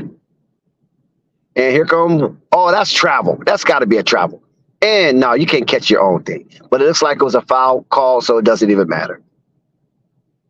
So the Lakers fouled an interior, and it looks like Suggs will go to the line to shoot 2. I do not know who the foul was on because it was a cluster of Lakers all congealed in that one spot. And it was hard for me to identify who the foul was on. But Jalen Suggs definitely would shoot 2. He hits his first stimmy. And now let's see what he do with the second as he regathers himself, get his free throw shooting rhythm, and he chunks, and it is all net. And they have expanded their lead to 3. 47-44 as Austin Reeves is coming on the attack. Anthony Davis rolls. Austin Reeves fumbled the ball, gets it back out to D'Lo. He whips it to Teron. And here come Anthony. No. Teron again. Kicks it out to Reeves for 3. Oh, no. Anthony jumps for the rebound, and he could not get it. Franz Wagner comes down with the ball, and here comes Orlando trying to increase their lead of 3. Oh, they call a travel. They call a travel. Harris, out of all people, he was unsure what he wanted to do with the ball, and it's a turnover. So we back. D'Lo gives it back to Austin as he crosses the logo, kicks it to Teron, back to D'Lo, almost throws it away. Austin Reeves to AD. AD up with the left hand, and it is good.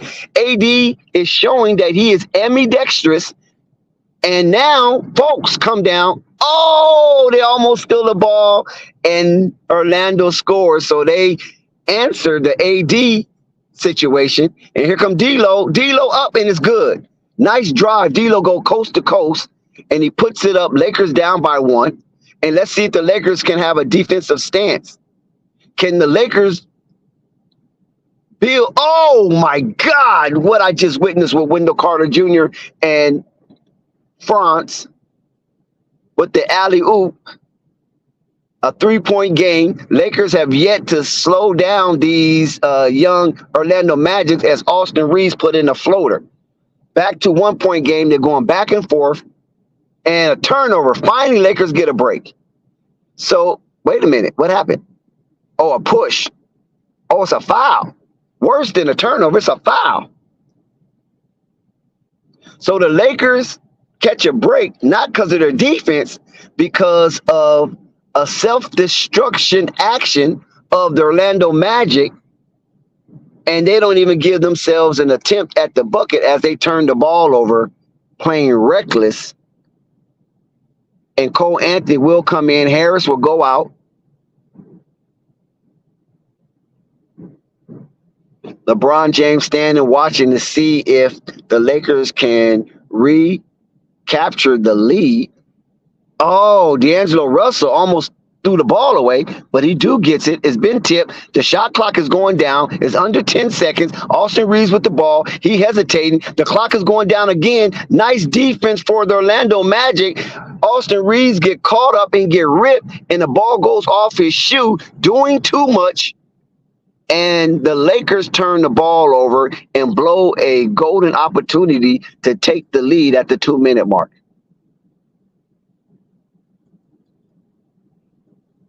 So here we go again. Let's see if Orlando can make something happen. A lot of motion with Orlando. I like what I'm seeing with this motion. And here we go. The Lakers are getting clumsy out there. The foul on Teron Prince. Lakers are playing some clumsy defense. They're not respecting the basketball acumen of the Orlando Magic. And this is a different Orlando Magic team, just like the Detroit Pistons are the new version of the bad boy. Can this be the new version of the Orlando Magic team with Dwight Howard? Good rebound, good defense by Anthony Davis. LeBron James is back into the game. And let's see, will this make a difference? Good defense. So Anthony Davis backs up. Anthony Davis look up and scores. And one. Yes. So LeBron James come into the game and make an immediate impact with the combination of LeBron James and Anthony Davis. Wendell Carter Jr. do not have an answer for Anthony Davis. He just go right up over Wendell, and Wendell fouls. The only thing he could do to try to thwart that bucket, and he fails and failed miserably. And Anthony Davis will go to the line at the 1 minute zone, shooting for the and one. 14.6 rebounds for Anthony Davis, 7 for 8 field goals. Lakers have recaptured the lead, 52-51. Now Anthony misses, so they still have the lead. 1 minute, 10 seconds left to go, 18 on the shot clock, and Orlando is really showing motion with the ball. They're putting a lot of energy in it. Oh, turnover. Oh, no, they get it back. How lucky. And Lakers escape almost a three-pointer from Jalen Suggs. And here come the Lakers moving the ball around. LeBron James could not handle that pass. And here come Markelle Fultz, lays it up, and Orlando takes the lead. LeBron James with the turnover. He tried to one-hand that pass, and he just couldn't corral it. So now LeBron James is looking to make up for that at the 40-second mark. Fast clock is engaged. And looks, that's a foul. That's got to be a foul. That's got to be a foul. You cannot run through a pick, Suggs. Come on, young man. You can't run through that. Darvin Ham is reminding him, look, you cannot run through a brick wall, young man. You got to go around that. So 39 seconds left. Lakers will shoot. Orlando's in the bonus. And Anthony Davis has an opportunity to attempt 2 stimmies. And let's see if he can cash in on the Biden stimmies. He hits the first one. Tie game, 53-53. Orlando giving the Lakers all they can handle in this first half of this contest. The second stimmy. Yes, he hits both, so he will not receive a letter, insufficient funds. Now, here come Orlando, light press on the ball as Markelle Fultz get it past half court, kicks it out to Cole Anthony, shoots, and it's a block. And it's another block, and it's a foul. So Orlando has their opportunity as Franz Wagner is rewarded for his aggression in the restricted area, and he will shoot 2 shots.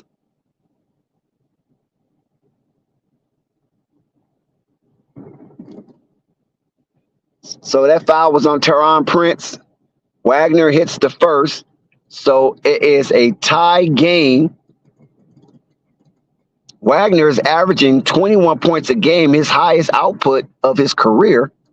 Each year he has increased from 15, 18, and now 21. So he was definitely worth his salt. He hits both. Lakers are down 1. Here come LeBron, 29 seconds. So Orlando will have another shot at the ball regardless of what happens with the Lakers, unless the Lakers get the offensive rebound. And LeBron is not slow enough, it's not fast enough to cross over Wagner. But he tries. He gives it to Anthony, and it's blocked. And here comes Orlando for the last shot of the game. They kick it out to Suggs. Suggs hesitates, step back. Yeah, he hits it. Suggs hits it with 3 seconds left to go. They give it to Austin Reeves. He heaves it up, and it is short. My goodness, the change of events in a matter of seconds as the Lakers look somewhat dejected after 5 straight points in 5 freaking seconds of basketball.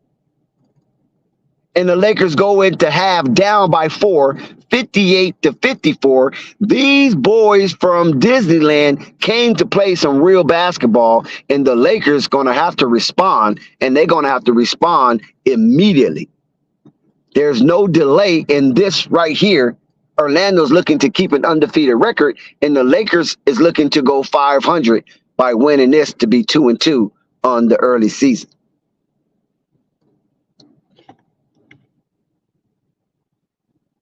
So we're at the halftime mark in this one. And as I stated earlier, the Lakers are down by 4.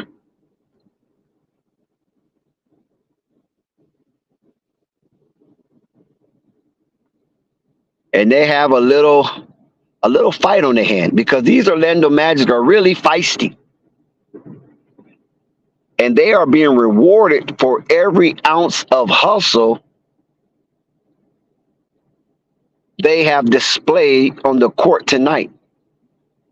You thought the Lakers had them down when it was up by 10, and Orlando was going to just lay it down until the half, but that is far from the truth.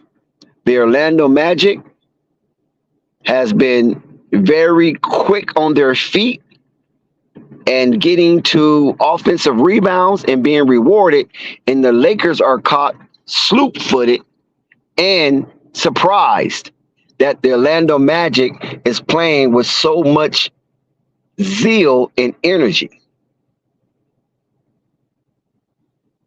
But that's what you normally get when you are a young team. You have to play basketball with energy, especially playing against a team that might be a little older than you and have a little more talent than you. So you have to beat them to the 50-50 situations. It kind of looked really bad on LeBron James trying to cross over Franz Wagner in the open court. I mean, it's just not there for LeBron. So LeBron has to basically have the ball on the move. Starting from inertia is not a good look for LeBron because he is god-awful slow. And he is stiff. So if LeBron is getting on the move, that gives him the better advantage because of his strength, force, and power. And the combination of that will allow him to get downhill and basically have the super advantage of anybody in the restricted area awaiting for his arrival. But off the dribble, nah, it's not happening for LeBron. And you cannot expect it to happen for LeBron, not at this age and stage of his career. And LeBron has to know better than that.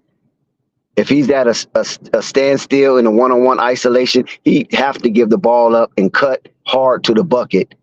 And whoever wants to stand in the way of that freight train, let them be suicidal.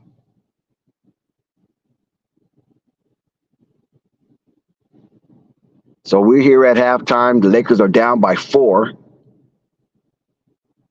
58-54. The Orlando Magic went on a nice little run in the last 9 seconds of this game. They hit 5 points in 9 seconds. And that prevented the Lakers from taking a halftime lead. So there was some sloppy basketball for the Lakers in the last minute of play, and it cost them. So let's hope they come out of this halftime break more situated and more focused and more cognitive of the Orlando Magic didn't come to lay down. Because one thing the Orlando Magic want to do on back-to-back is at least win the front end of it. Because it's easier to win the front end of a back-to-back than win the back end of the back-to-back. And they're going to play 2 games at the Crypto.com arena. Tonight, Lakers, the next available game here will be against the Clippers. So 2 straight away games in the same arena for the Orlando Magic, the boys from Disneyland.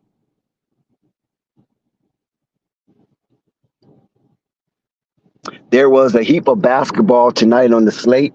A lot of surprise. The biggest surprise to me tonight was the Golden State Warriors trouncing the New Orleans Pelicans.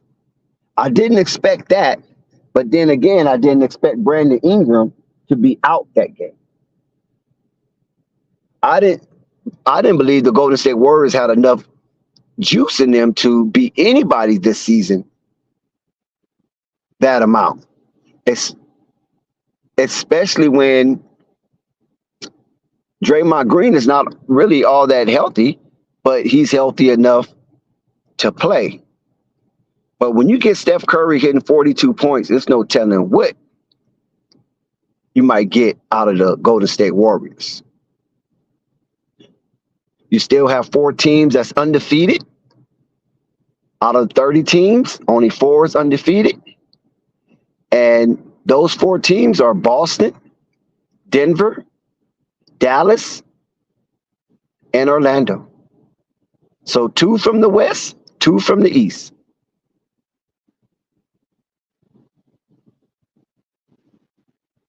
Outside of that, there are really no surprising games tonight. The Bulls, they get back in the win column with a shared offensive output from the big 3, DeMar DeRozan, Zach LaVine, Nikola Vucevic. They beat a nice uptick team in the Indiana Pacers down in Naptown. So that's a nice win for the Bulls. And basically everything else is expected. You can say the Portland Trailblazers finally get in the win column with their win tonight against the Toronto Raptors, the 6th god. Them boys up north. So I know Chauncey is pleased with that he finally gets his boys in the win column as a young team in rebuild mode. So shout out to Chauncey Billups to capturing that victory on the road.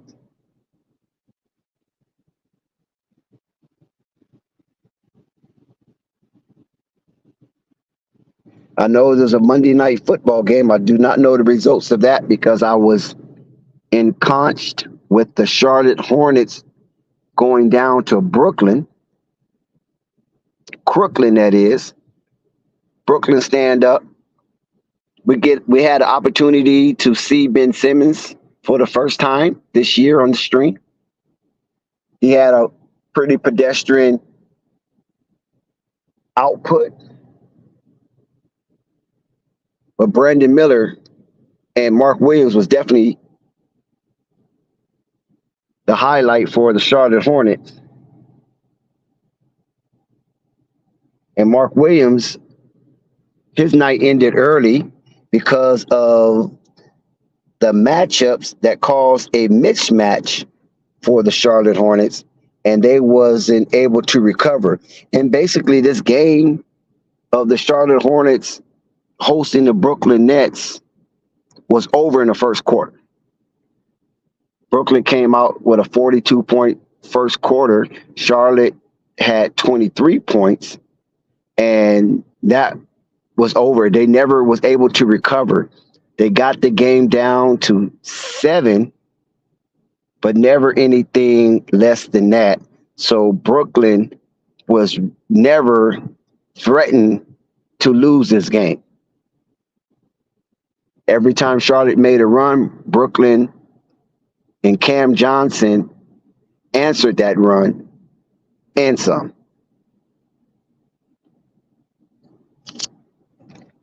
Halftime at the Lakers.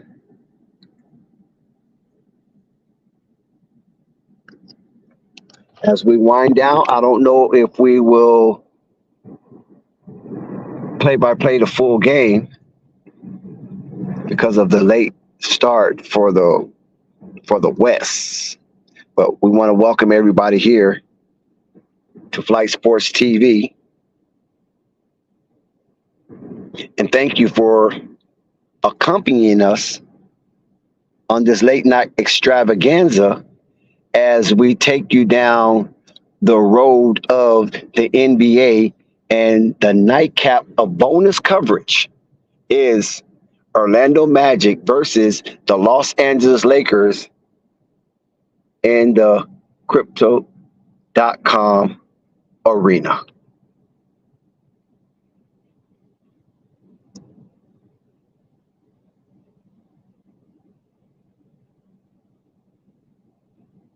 I see the NBA have Ocean. What's this? Ocean 11 commercial for Ocean 11.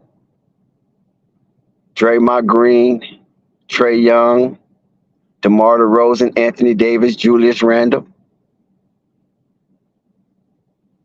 It's a pretty cool commercial.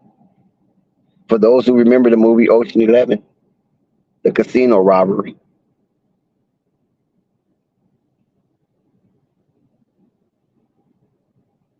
Yeah, we're giving you some bonus coverage. I don't know how long we're going to give it to you, but we're here while we're here. Salute to Flight Sports TV.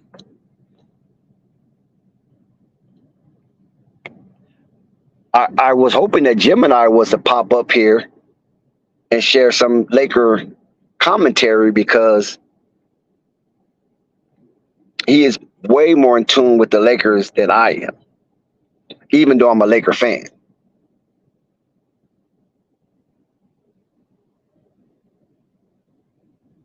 I know that sounds a little ironic, but it is what it is. So there has not been any superior rebounding. Anthony Davis with 6 and Franz Wagner with 6, and everybody else has less than 5 rebounds tonight. D'Angelo Russell with 5 assists, Markelle Fultz with 4 as the halftime assist leaders.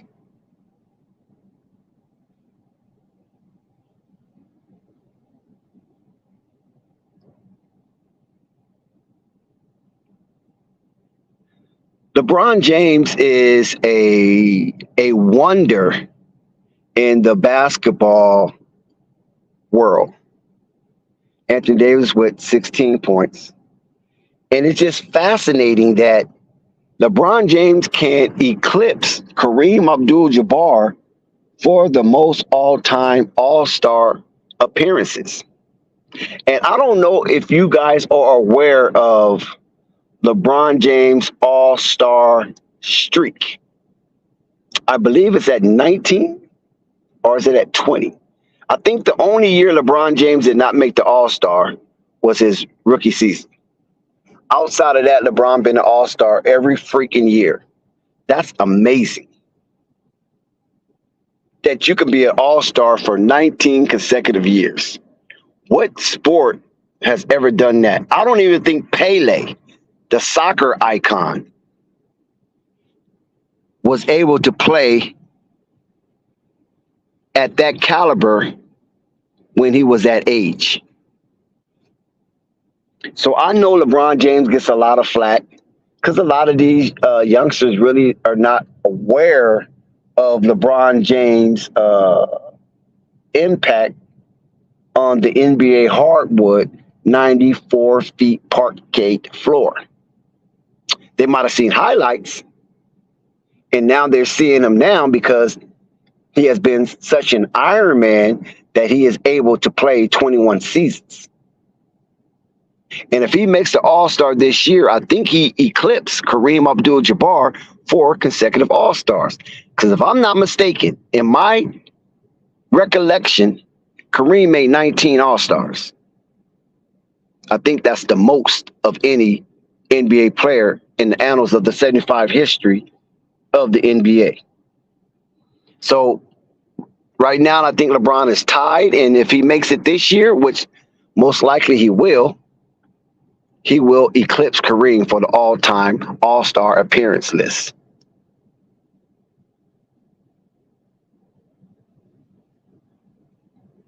So we're back, third quarter, and speaking about LeBron, he has the ball, he's handling it, he brought it past the logo, and he's being guarded, pick and roll with Anthony Davis, abruptly stops, kick it out to D'Lo for 3, and yes, D'Lo hits the 3 coming out of the break, and the Lakers capitalize and execute that phase of the offense, 57-58.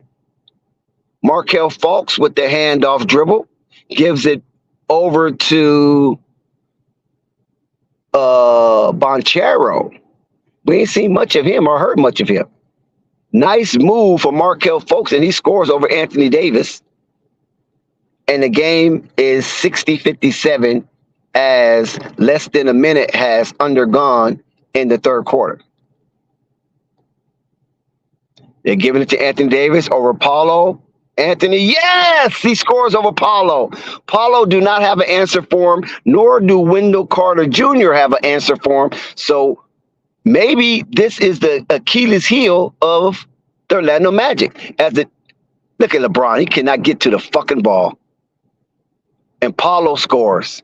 Now he's complaining. Come on, LeBron. You've been in the league 21 years, for crying out loud. Let's go. You know the routine. You don't get the call, still play basketball. Austin Reeves, in and out. Lakers down by 3, 62-59, and Orlando has an opportunity to increase their lead. And here we go. Oh, nice rebound and a foul. Wow, that was a real little chippy foul on Wendell, but they missed the one earlier on LeBron, so I guess that's a makeup call, and too bad, Wendell, it just had to go against you. So Wendell has 7 points, 4 fouls, so he's in jeopardy of being disqualified. LeBron, you can't take nobody off the dribble, so stop. Good pass. Oh, yes, good pass to Taurean Prince. D'Lo with the assist, and the Lakers bring it back to 1. Markel Fultz. Oh, good block. No, it's a foul. Markel Fultz is just driving to the lane with ease. There has not been any kind of disruption for Markel Fultz, and the Lakers are subject to be punished if they don't make any adjustments to be a deterrent to Markel Fultz dribble drive into the lane as he attacks the Lakers' interior defense. Wendell misses his first stimmy, and now he will attempt his second as he regathers, get his shooting rhythm, and he launches, and he makes it. So he's 1 for 1. Lakers down by 2, 63-61. Inside the 9-minute zone, the Lakers with nice motion. Orlando with tenacious defense. Look at Orlando. LeBron James on the wing. He looks, he drives, he puts it down, he passes it to Anthony, and the ball is out of bounds. Turnover, LeBron James. And LeBron James a little discouraged. He's moving in slow motion. It's almost like the guy got on cement boots.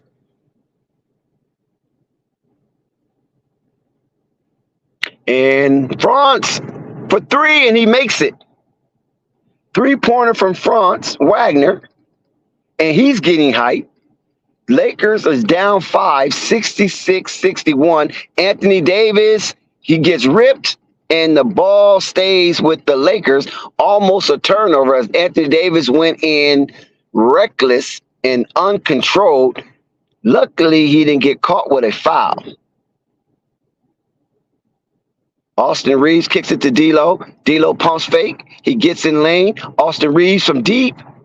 Yes, Austin Reeves, all draws, no panties. As he hits the 3, bring the game back to a 2.1 possession game. And Paulo, he's really not doing much. LeBron is pretty good defense on him. And there you go. Lakers interior defense give up another easy layup to France. Jalen Suggs on the assist. Here comes LeBron James, pick and roll. LeBron looks, he kicks it out to AR. AR looks, kicks it out to Prince. Prince shoot, and it's no.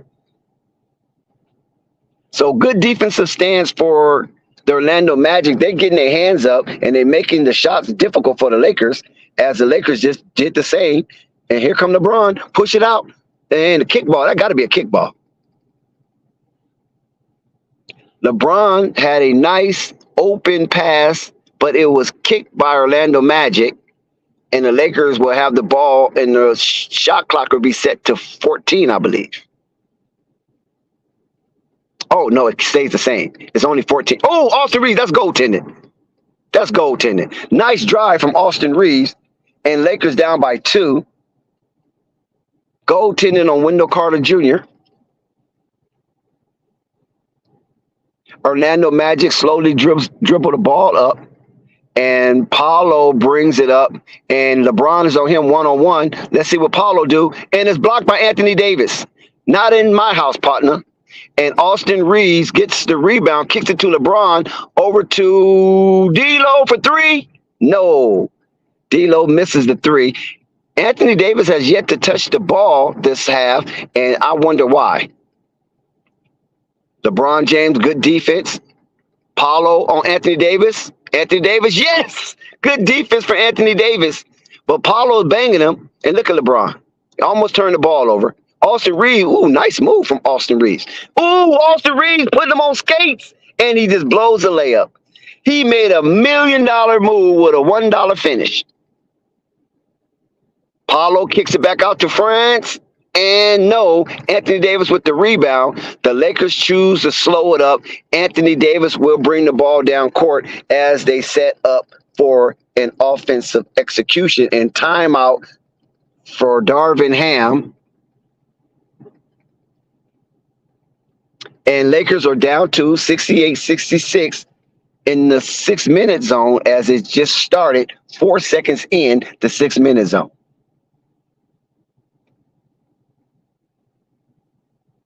So Austin Reeves did a $1 million move with a $3 finish. So that is going to be on somebody's highlight. He just totally jack-wrecked with that one right there.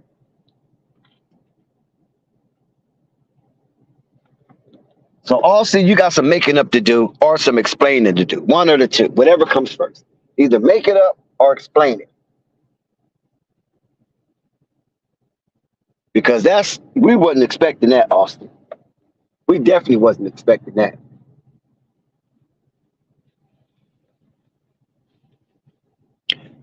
Shout out to everybody rocking with Flight Sports TV, all the night riders, essential workers, and everybody out there doing something positive to extend their legacy on their name and their family and trying to secure generational wealth. Big ups to you in all your positive endeavors.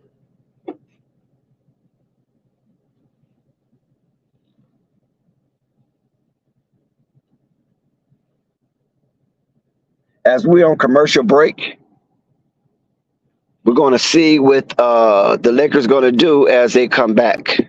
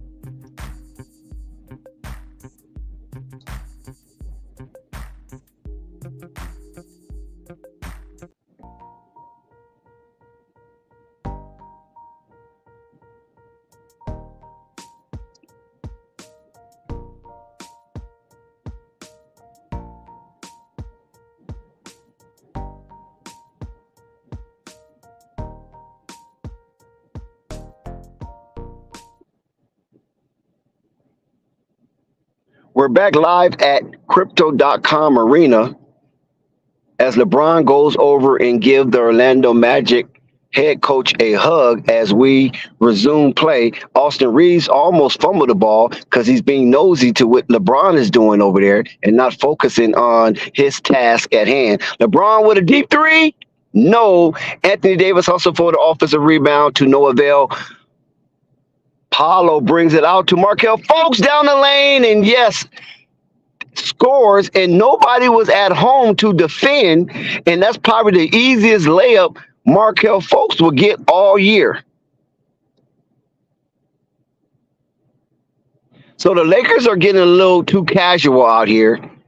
The Orlando Magic is flying all over the place, and the Lakers don't seem to be matching their energy as the Lakers is down 4, and they got to get it together because they cannot allow this one to slip away. And the Lakers start off the season 1-3.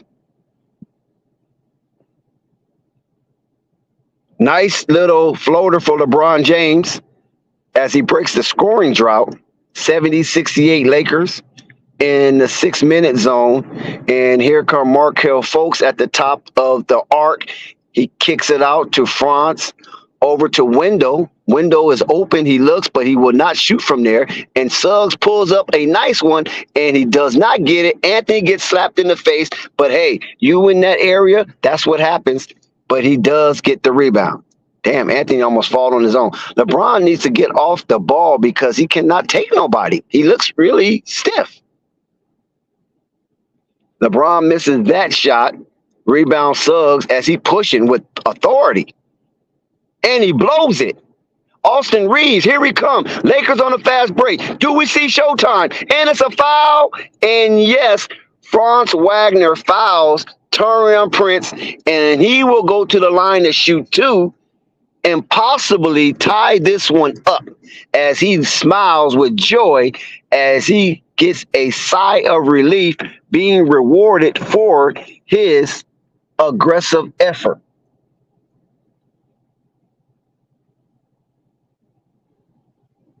And he cashed in that first stimmy, 70-70. LeBron goes to the bench. Christian Woods come out, 70-69. The score has been corrected.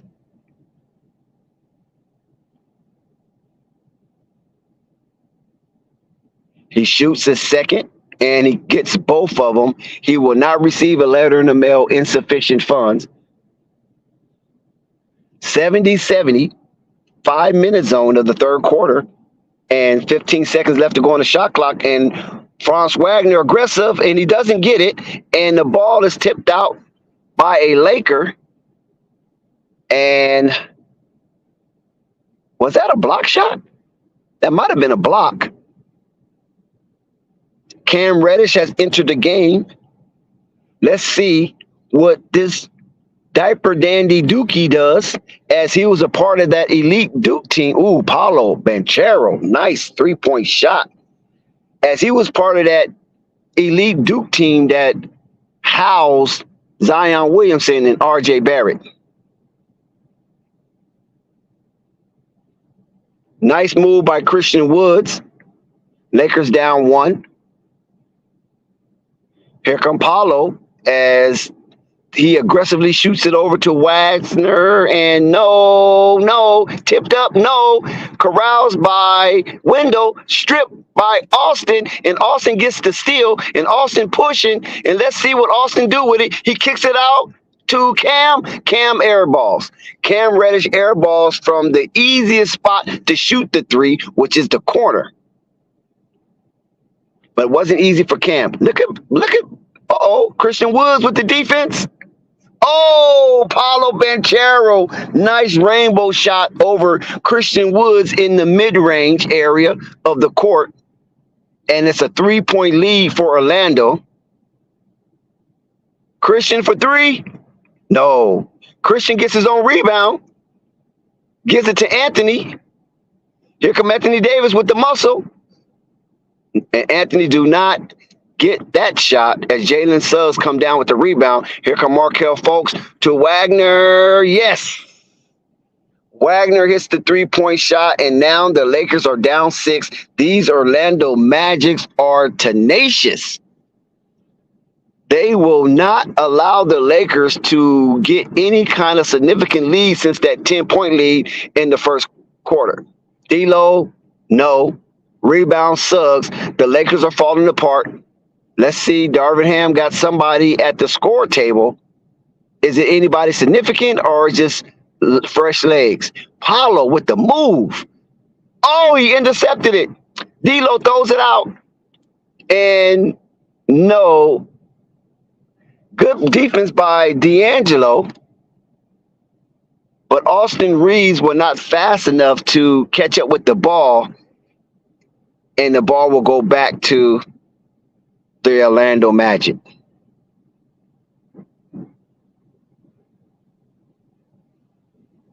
Markelle Fultz will bring it in with the slow dribble. He's looking for a lane to attack. They whip the ball around back to Franz. Franz with a nice hezzy, and Franz scores over Christian Woods. 8-point lead, 80-72 for Orlando, and the Lakers do not have an answer thus far, and they don't even look crisp. The Lakers look a little fatigued. Anthony for 3, he hesitates. Shoots, and he still misses. He had all day to shoot. He probably should have shot that in rhythm, but he chose to regather himself and take it on his own timeline. Here come Orlando. Paolo looking. Paolo shoot. Paolo misses. Lakers catch a break, and they get it back to Anthony. They crowd the paint. Anthony pulls up, and yes, and Anthony makes them pay. 80-74. 2 minutes left to go in the third. And Markelle with the pull-up. No. Anthony muscles the rebound from Wendell. And Anthony's bringing it down the court. And he's looking to attack. He kicks it out to to Gabe Vincent. Gabe looks up, and it scores. It looks like that should have been an and one. But now Orlando calls for a timeout. Gabe with the attack going down the lane, and he takes Cole Anthony all the way to the bucket. Wendell tries to help, but yet to no avail. And the Lakers score that one. Timeout Orlando, Peel call.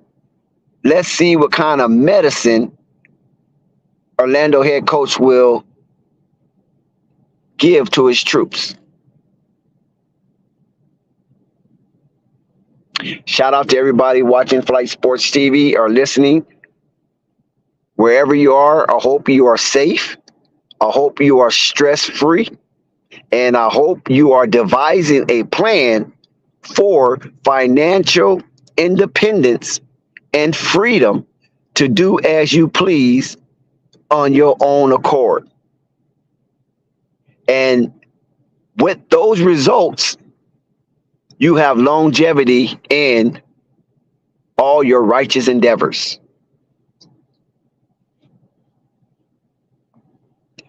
We have a commercial break right now. And the Orlando Magic, I'm impressed.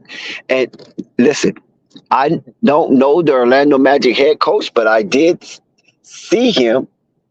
And he has the respect of his peers. I remember sitting in Summer League, and he came through. I didn't know who the hell he was. I just know he was this black dude.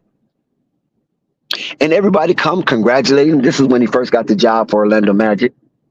Everybody congratulating him and everything, and, really talking high. And you have players, coaches, and executives all congratulating him for getting the job of the head coach of the Orlando Magic, even though it was a rebuild session. But he has drafted well, and now these Orlando Magic is one of the 4 teams that's undefeated in the NBA. So I guess perfect patience breeds perfect results. if anything that is perfect, that is. And once again, congratulations to him for still being the Orlando Magic head coach and having a reservoir of young players who are giving their all for him. And that is something to definitely be appreciative of. So let's see if the Lakers, they down 4, 80-76, with a offensive rebound for Orlando. Oh, nice block, Christian Woods on Franz Wagner. And the score remains 80-76, and the Orlando Magic will have the ball out of bounds. But that was a beautiful block. Actually, I like how the Lakers descended on the ball as they attacked Anthony Davis and Christian Woods, but Christian Woods get the block. 6 seconds to shoot. Let's go. Let's see what happens. Oh, interception, LeBron. Good defensive play. Here they come. The Lakers. Oh, they hold LeBron. Is that a breakaway foul? Look and see. I think that could be a breakaway foul. LeBron could have 2 shots and the Lakers retain the ball. They're going to review it. From my observation, that was a breakaway foul. Franz Wagner was the last player. Yep, he was the last. Oh, wait a minute. Ingles might have a case. It looked like Ingles might have been behind them. Let's see. Oh, no, that's a breakaway. Wait a minute. That's close, though. That's close. I'm not going to lie. That's close. That is close. Because Ingles was moving. It depends on when they called the foul. If it was an early or later call, will determine if it's a breakaway, because Ingles was a step behind or could be a step in front of the play. So let's see how the referees decide this one here. It's almost bang, bang, to be honest. Because Ingles is there. Oh, no. Oh, man, that's close, man. That is close. I'm telling you. That is a very close call. And let's see what the replay reveals. Oh, yeah, I think it's a breakaway. I think it's a breakaway. Yes, LeBron is shooting free throws. So the Lakers have an opportunity to make up the deficit as LeBron sits with 7 points, 4 assists, and 3 steals. So, yeah, they granted the Lakers the breakaway, and LeBron do hit the first free throw as he regathers, set, shoots, and hits the second. So the Lakers capitalize off the breakaway, and let's see if this capitalization continues if the Lakers execute this offensive set.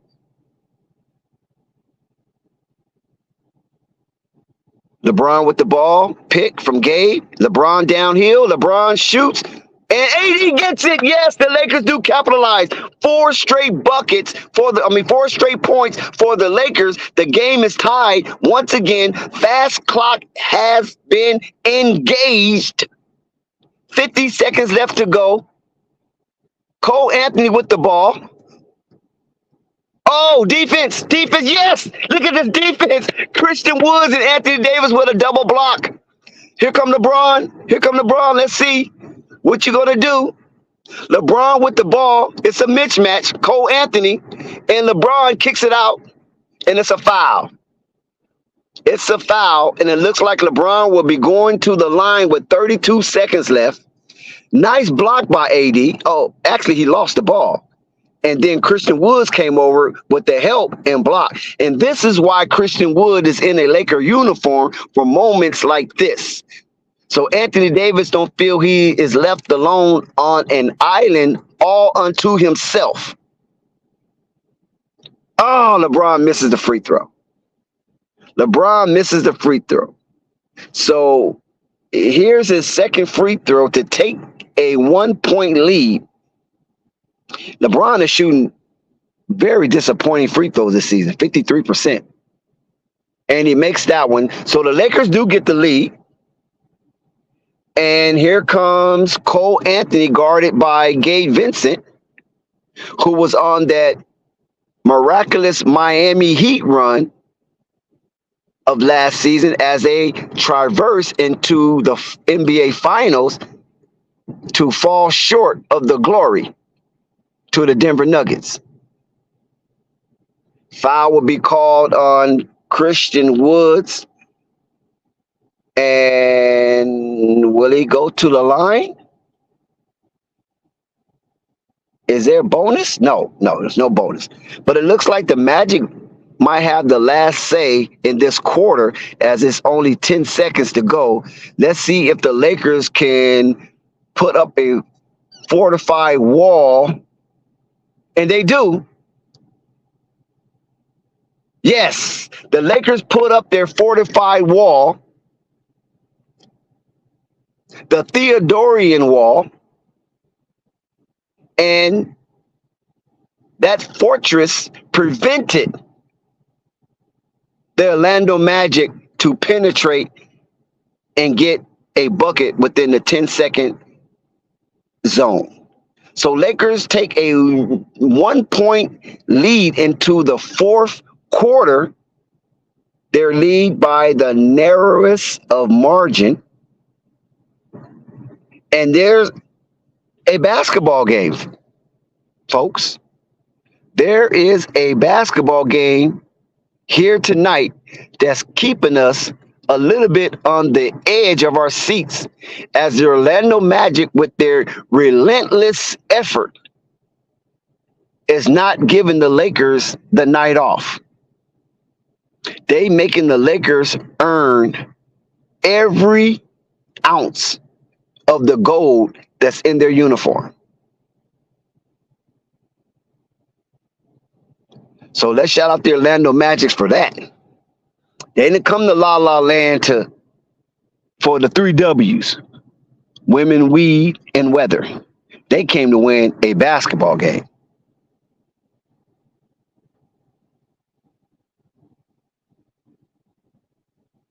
You know, there was 2 songs that actually mentioned that, right? I think Biggie, Going Back to Cali, and Kendrick Lamar with The Recipe mentioned the 3 W's. I know Tupac, I think, mentioned 2.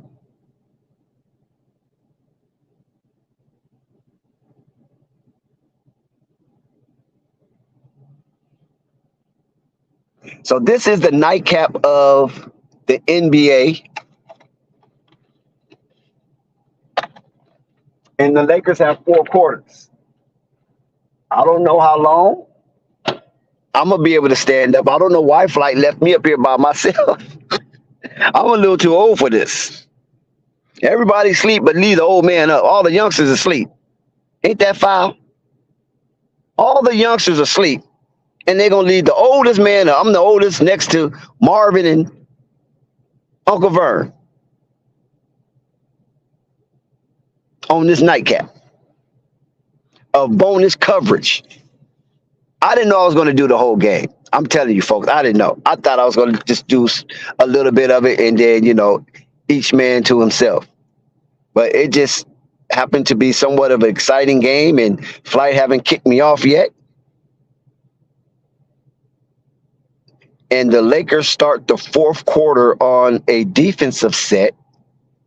It looks like there was a kickball, so the shot clock will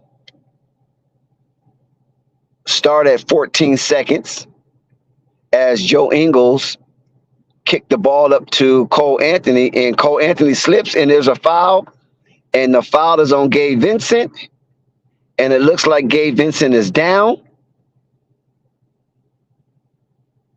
It looks like he got punched in the face, and the referee is not buying.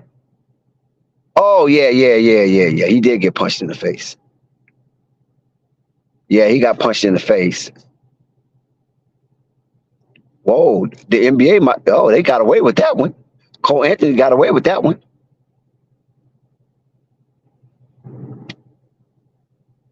Cole Anthony got away with that one. Oh, deep three for Cole Anthony. 83-81. Just in one possession coming from the break, Orlando takes back the lead. Isaac is on LeBron. LeBron goes all the way to the rack, and LeBron scores, taking Isaac off the dribble. That was a wonder that LeBron beat him off the dribble like that. LeBron used the dimensions of his body to shield off Isaac, and it worked. And Joe Ingles come right back and score as the Lakers' interior defense has loosened up a little bit. LeBron again, and LeBron scores again. Back-to-back bucket by the old man. I'm talking about the NBA relic. LeBron wanted a foul on that because of he felt it was excess contact. Okay, there's a foul on Jackson Hayes. We haven't seen much of Jackson Hayes. Oh, yeah, he did get pushed. LeBron got pushed a little bit. Referees didn't call it. Slick move by Jonathan Isaac. I guess the referee felt, LeBron, you're a little too big for me to buy that this man pushed you and altered your shot. So the referee didn't give him nothing.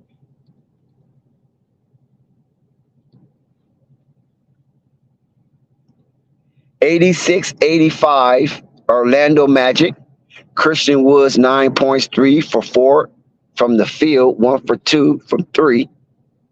But that's not his statement. His statement is the defense he's been playing.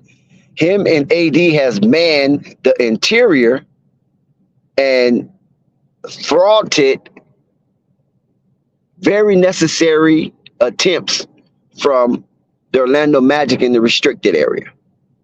Christian Woods all the way up. Christian shoots and scores. And one. And one for Christian Woods. Yes. And one. Christian Woods will go to the line to cap off a potential three-point play. Foul on Joe. Wait a minute. They didn't call it in. Oh, my God. They called it on the floor. They called it on the floor. Man, I was getting excited. They called it on the floor. Oh, that's devastating. LeBron keeps Isaac on his hip, but he wasn't able to make that shot. Oh, good defense. But then it called a foul. Jackson Hayes better be careful. Jackson Hayes better be careful. The referee's looking at him. I think they're going to give him a tech. I think Jackson Hayes just got a tech. If my vision served me right, I think Jackson Hayes got a tech. No, they didn't give it to him. Okay. They didn't give it to him. They didn't give him the tech. But he looks a little frustrated. Oh, they did give him the tech. Did they? No. What are they doing?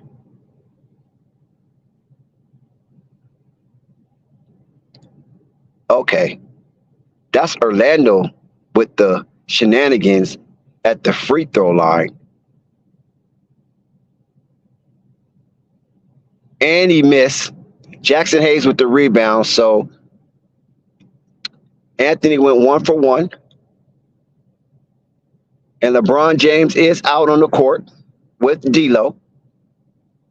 Oh, bad pass, LeBron. Bad pass, LeBron.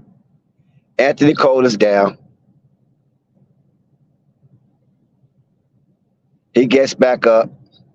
He will go back to the line to shoot 2.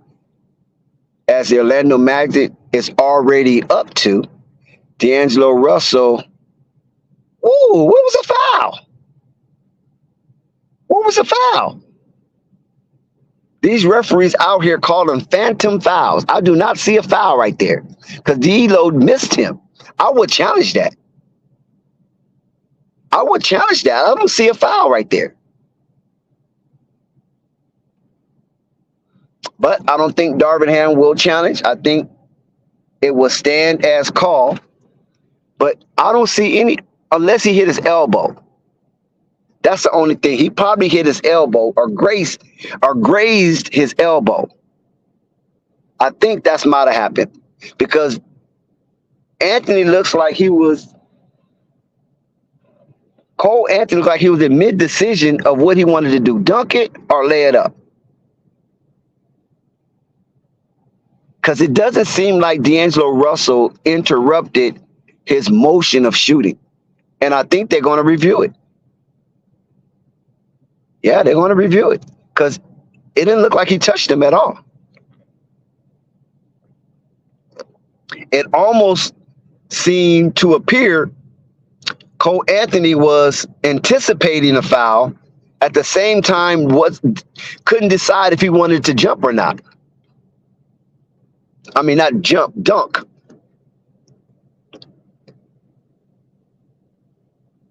Yeah, I don't see anywhere that he disrupted his flow of shot. So you got a few referees that's taking a look at it, and it doesn't look like a foul.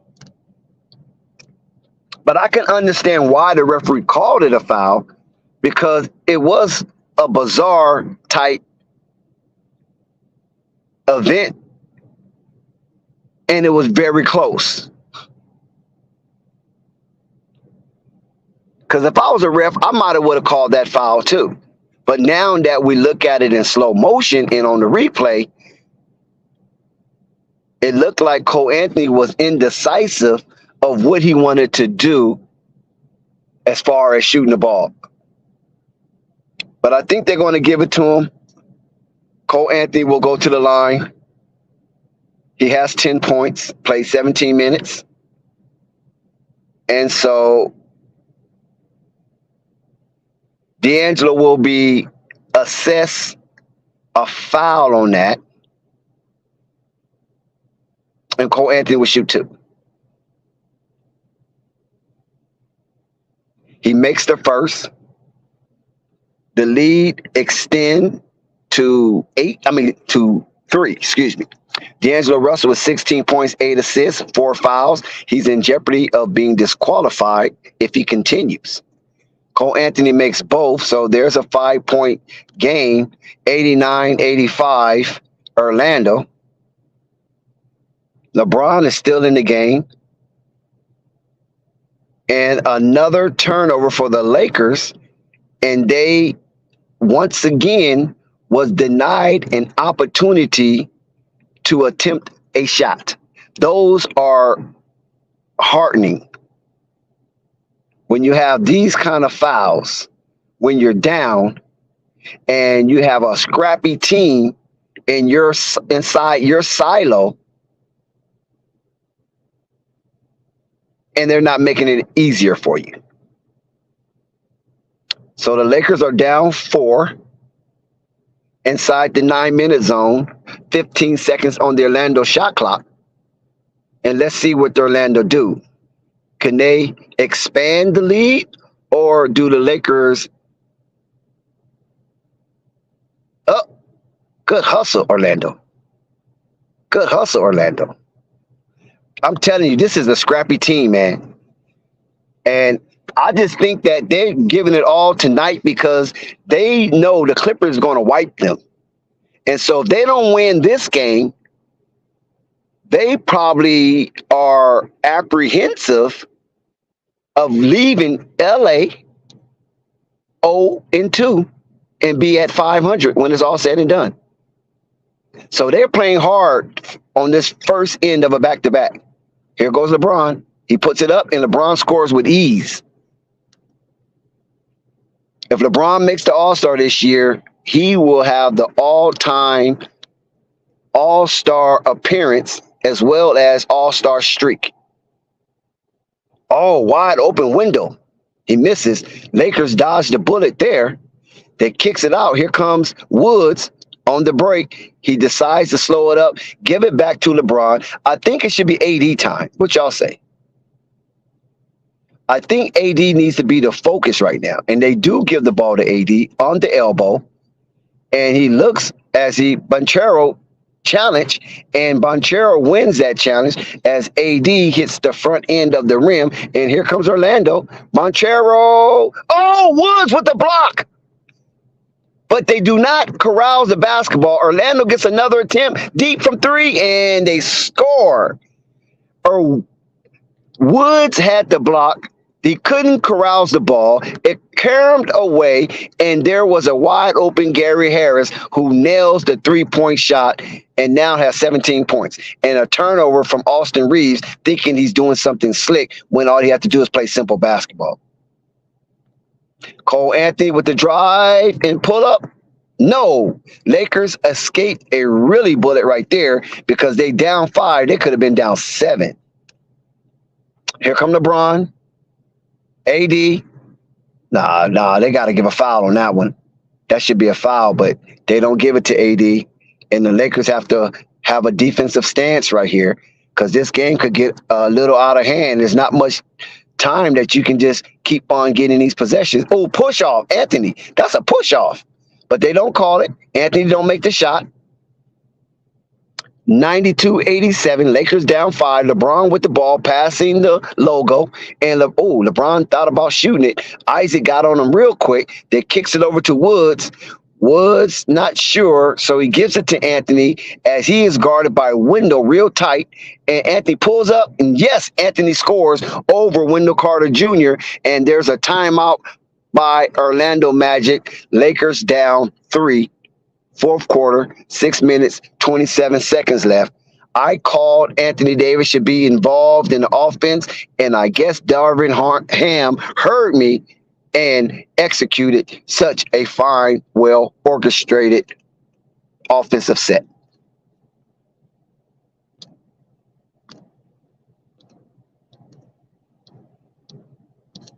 Shout out to Flight Sports TV, the machine. Thank you, everybody, for rocking with us. Please hit that like button. Hit that notification bell. Hit that subscribe. If you're not subscribed, hit the subscribe button. I'm telling you, you want to be a part of what we offer here at Flight Sports TV.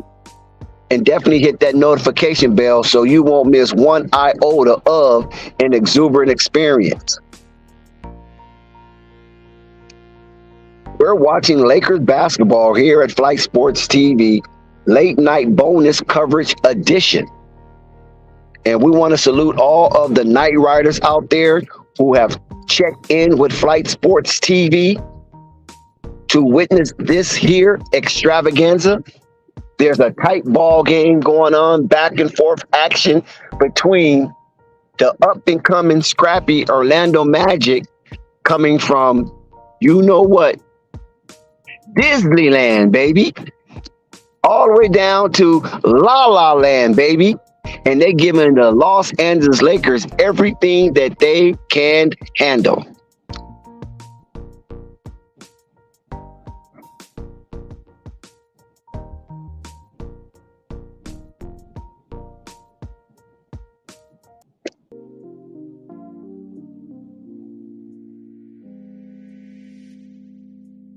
We're here at Flight Sports TV. Would like to thank everybody that has joined hands with us in a peaceful environment to enjoy play-by-play bonus coverage of the late night edition of Flight Sports TV as the Lakers host the Orlando Magic down in La La Land.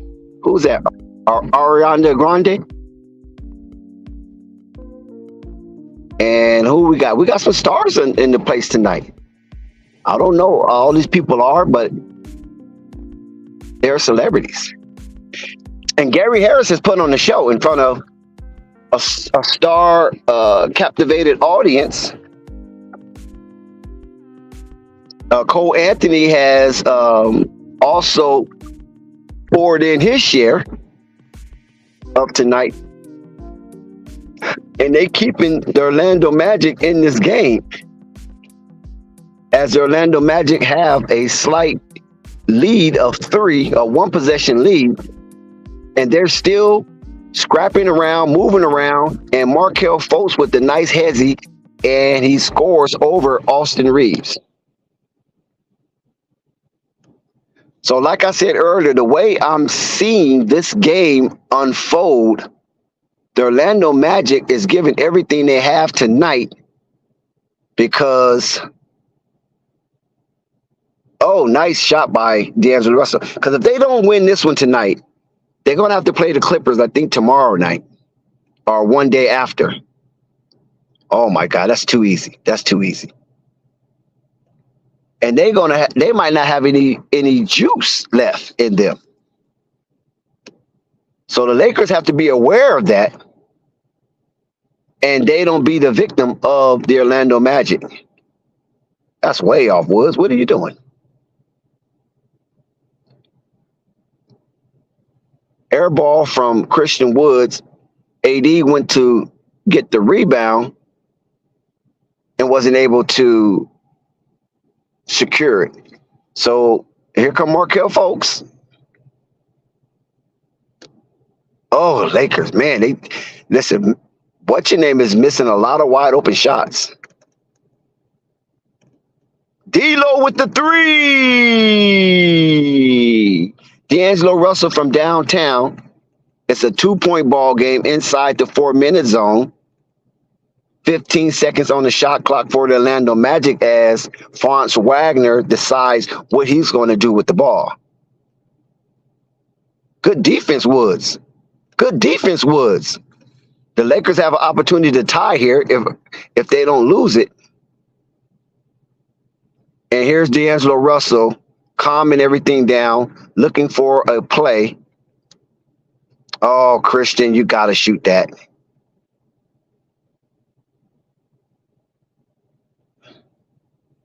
No way. There's too much contact down there. That's way too much contact, and there's no call. Things are getting a little chippy. Anthony Davis could not believe with all that contact, there was not one foul call. He did initiate some of it, but that is a tremendous amount of contact.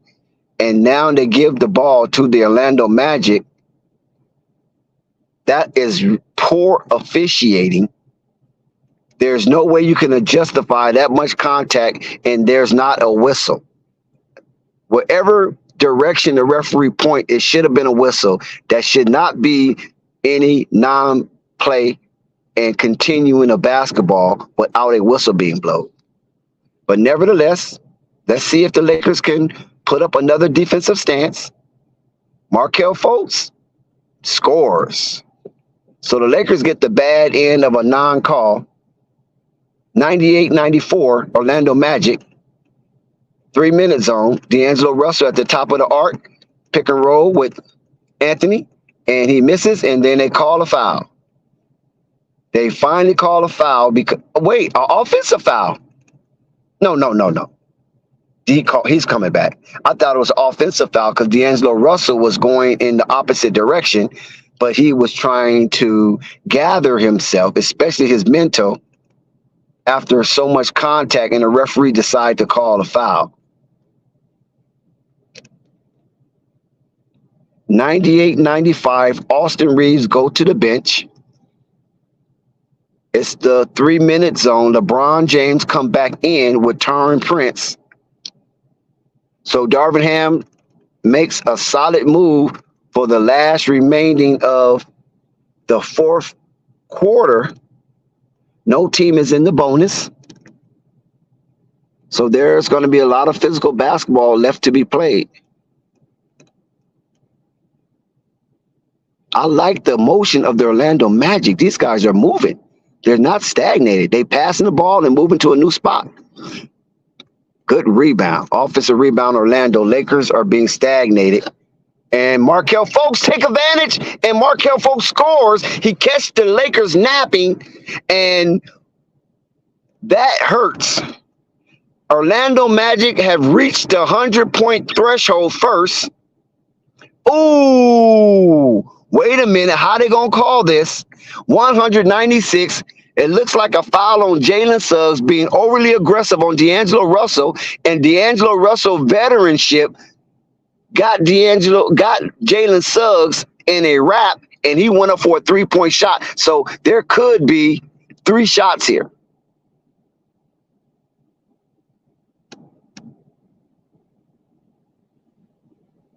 There could be 3 shots here, and man, do the Lakers need these 3 free throw attempts to go in, because they need some kind of a relief and scoring at the same time. And what way to get rewarded by shooting free throws and taking a break.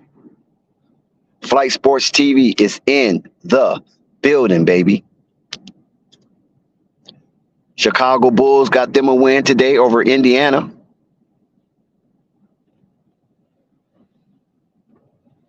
Also, the Portland Trailblazers get in the win column tonight.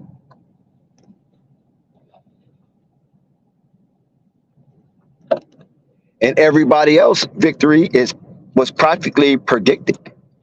The only shocker tonight was Golden State pounding out the New Orleans Pelicans. Steph Curry with like 47 points.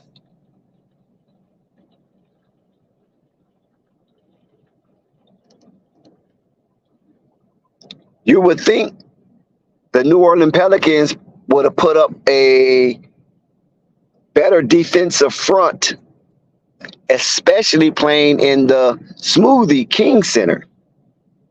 They did not have Brandon Ingram on display, so I thought Zion Williamson will take the brunt of the pressure for the New Orleans Pelicans and have practically like 30 points, because there's no one there really on the Pelicans that can guard Zion Williamson. The only girth they have is Kevon Looney, but he's not fast enough, nor is he athletic enough to keep Zion Williamson in check. We're going to pull it back up tomorrow, Dex. We're going to get up out. All right, salute everybody. So the score 100-96, 3 minutes left to go.